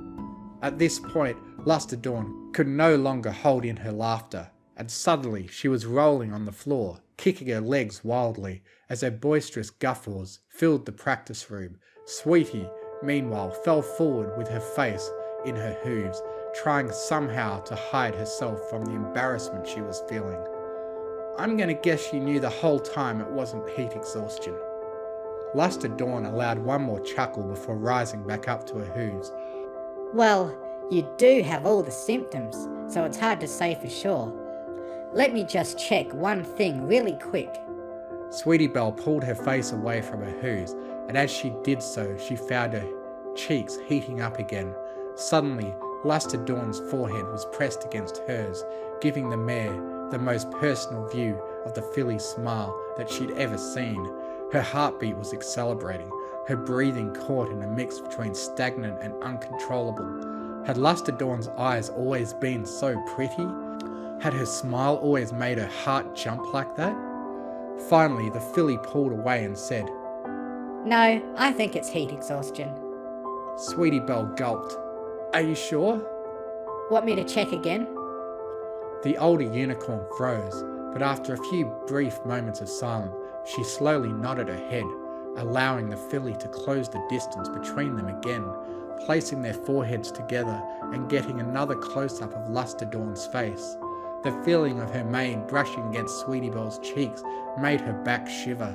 The way she giggled pulled the breath out of her lungs. If they stayed like this much longer, Sweetie Belle might legitimately pass out, which would definitely be bad news for her 3:30 appointment. The big question, though, was what now? Now that the problem that Luster Dawn was facing earlier was finally beginning to sink in, and Sweetie Belle finally began to understand exactly what Luster Dawn was going through. Sweetie only realised the expression she was making when she saw the smile disappear from Luster Dawn's face, replaced instead with a look of concern that tore Sweetie Belle's heart apart. Hey, are you okay? The filly asked. You're not really feeling sick, are you? Luster Dawn pulled away, giving Sweetie the chance to rest her head onto her hoof. No, I mean, I am feeling sick, but it's not anything worth worrying about. Sweetie, even if you say that, I'm still going to worry. Of course she would. She was just perfect like that. And it was for exactly that reason that she had to let her go. I think you should apply to the School of Magic. Luster Dawn's mouth scrunched to the side. Huh? Where's this coming from all of a sudden? Luster, Sweetie Belle sighed. I know how you feel about me. Trust me, I really do know. But you can't let me stop you from doing what you were born to do. You're so good at everything, and that includes singing too. All of Equestria would be missing out if you didn't become the best version of yourself possible. But what about you? It's not like I don't love you as much as magic or science or philosophy. It's not like you don't make me a better pony. Exactly. Could you really say I'd make you a better pony if I didn't tell you to enroll in the School of Magic? Luster Dawn winced, and even though Sweetie Belle could feel the same pain in her own heart, this just reaffirmed that she was making the right choice. You can accomplish so much, Luster, but I can only help you in two ways. One is singing. And the other is leading me towards my true passions? Luster Dawn looked up from the ground and into Sweetie Belle's eyes, and even though she could tell Luster was putting on a brave face, Sweetie was the one really trying not to let her emotions show. Luster, you know I care about you. Then can you tell me just once? Sweetie Belle opened her mouth, but before she could speak, the filly placed her hoof onto the mare's lips. I promise I'll go to Twilight School if you tell me, but I need you to be honest here. You said we're free to love whoever we want. If that's true, I need to know for sure right now. Sweetie Belle couldn't wait another moment. Without thinking, the mare engulfed the young pony into a giant hug, and even though Sweetie Belle's eyes were closed, she could feel how wide Luster had grown. She could feel the filly's heartbeat accelerating, pounding against her own chest, but after the initial shock wore off, Luster's pulse returned to normal as her hooves squeezed against Sweetie Belle's back. I love you, Luster Dawn. The filly squeezed tighter. I love you too, Sweetie Belle. And then the hug broke. Both unicorns looked into each other's eyes, but neither one cried, despite the overwhelming emotions swelling up within their chests. Then, with either the best or worst timing in the world, a timer went off on the piano, signalling that the lesson was officially over. Again, the two of them looked into each other's eyes, neither one really wanting to leave the other. But they both knew Sweetie had other students who would be there any minute. Their time was up, at least for now. So, Luster began, twirling her mane. My audition is in 3 weeks. Then I'll know if I've been accepted into the School of Magic. Good, good. Let's practice as hard as we can to make sure you get in. right. So, I'll see you Thursday? Sweetie Belle smiled. Send me a letter. You mean when I go to the School of Magic?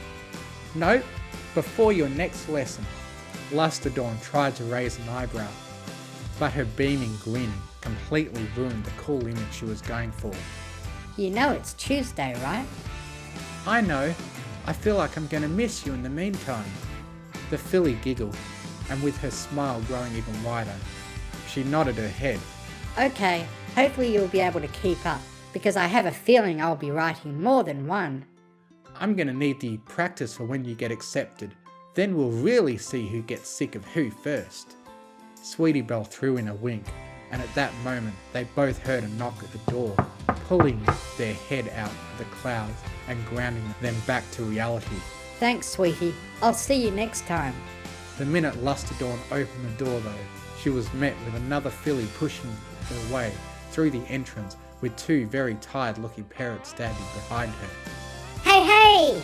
Watch out, Equestria, because Flurryheart's about to show you all how good this princess can sing.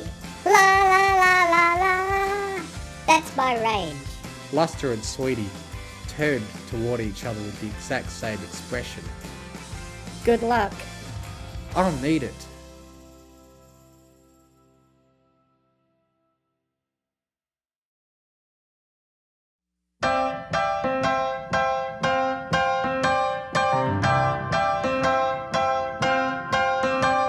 She can look pretty, shine like the city, make him stop and stare. She can cross his path, hope he does the math, that 1 + 1 is 2. But he's gotta be the one to reach out and take her hand, play his part and protect her heart. That's what makes a man. He's gotta woo her. He's gotta woo her. He's gotta woo her into love. She was patient, though it was blatant. They were quite the match. After a while, he made the move and dial 7 keys to get her on the phone. Then he wooed her. Then he wooed her. Then he wooed her into love.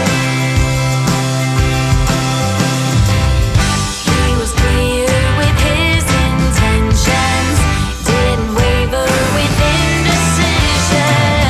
Knew he just couldn't live without her. To marry her would be the cure. Then he wooed her. Then he wooed her. Then he wooed her as he should.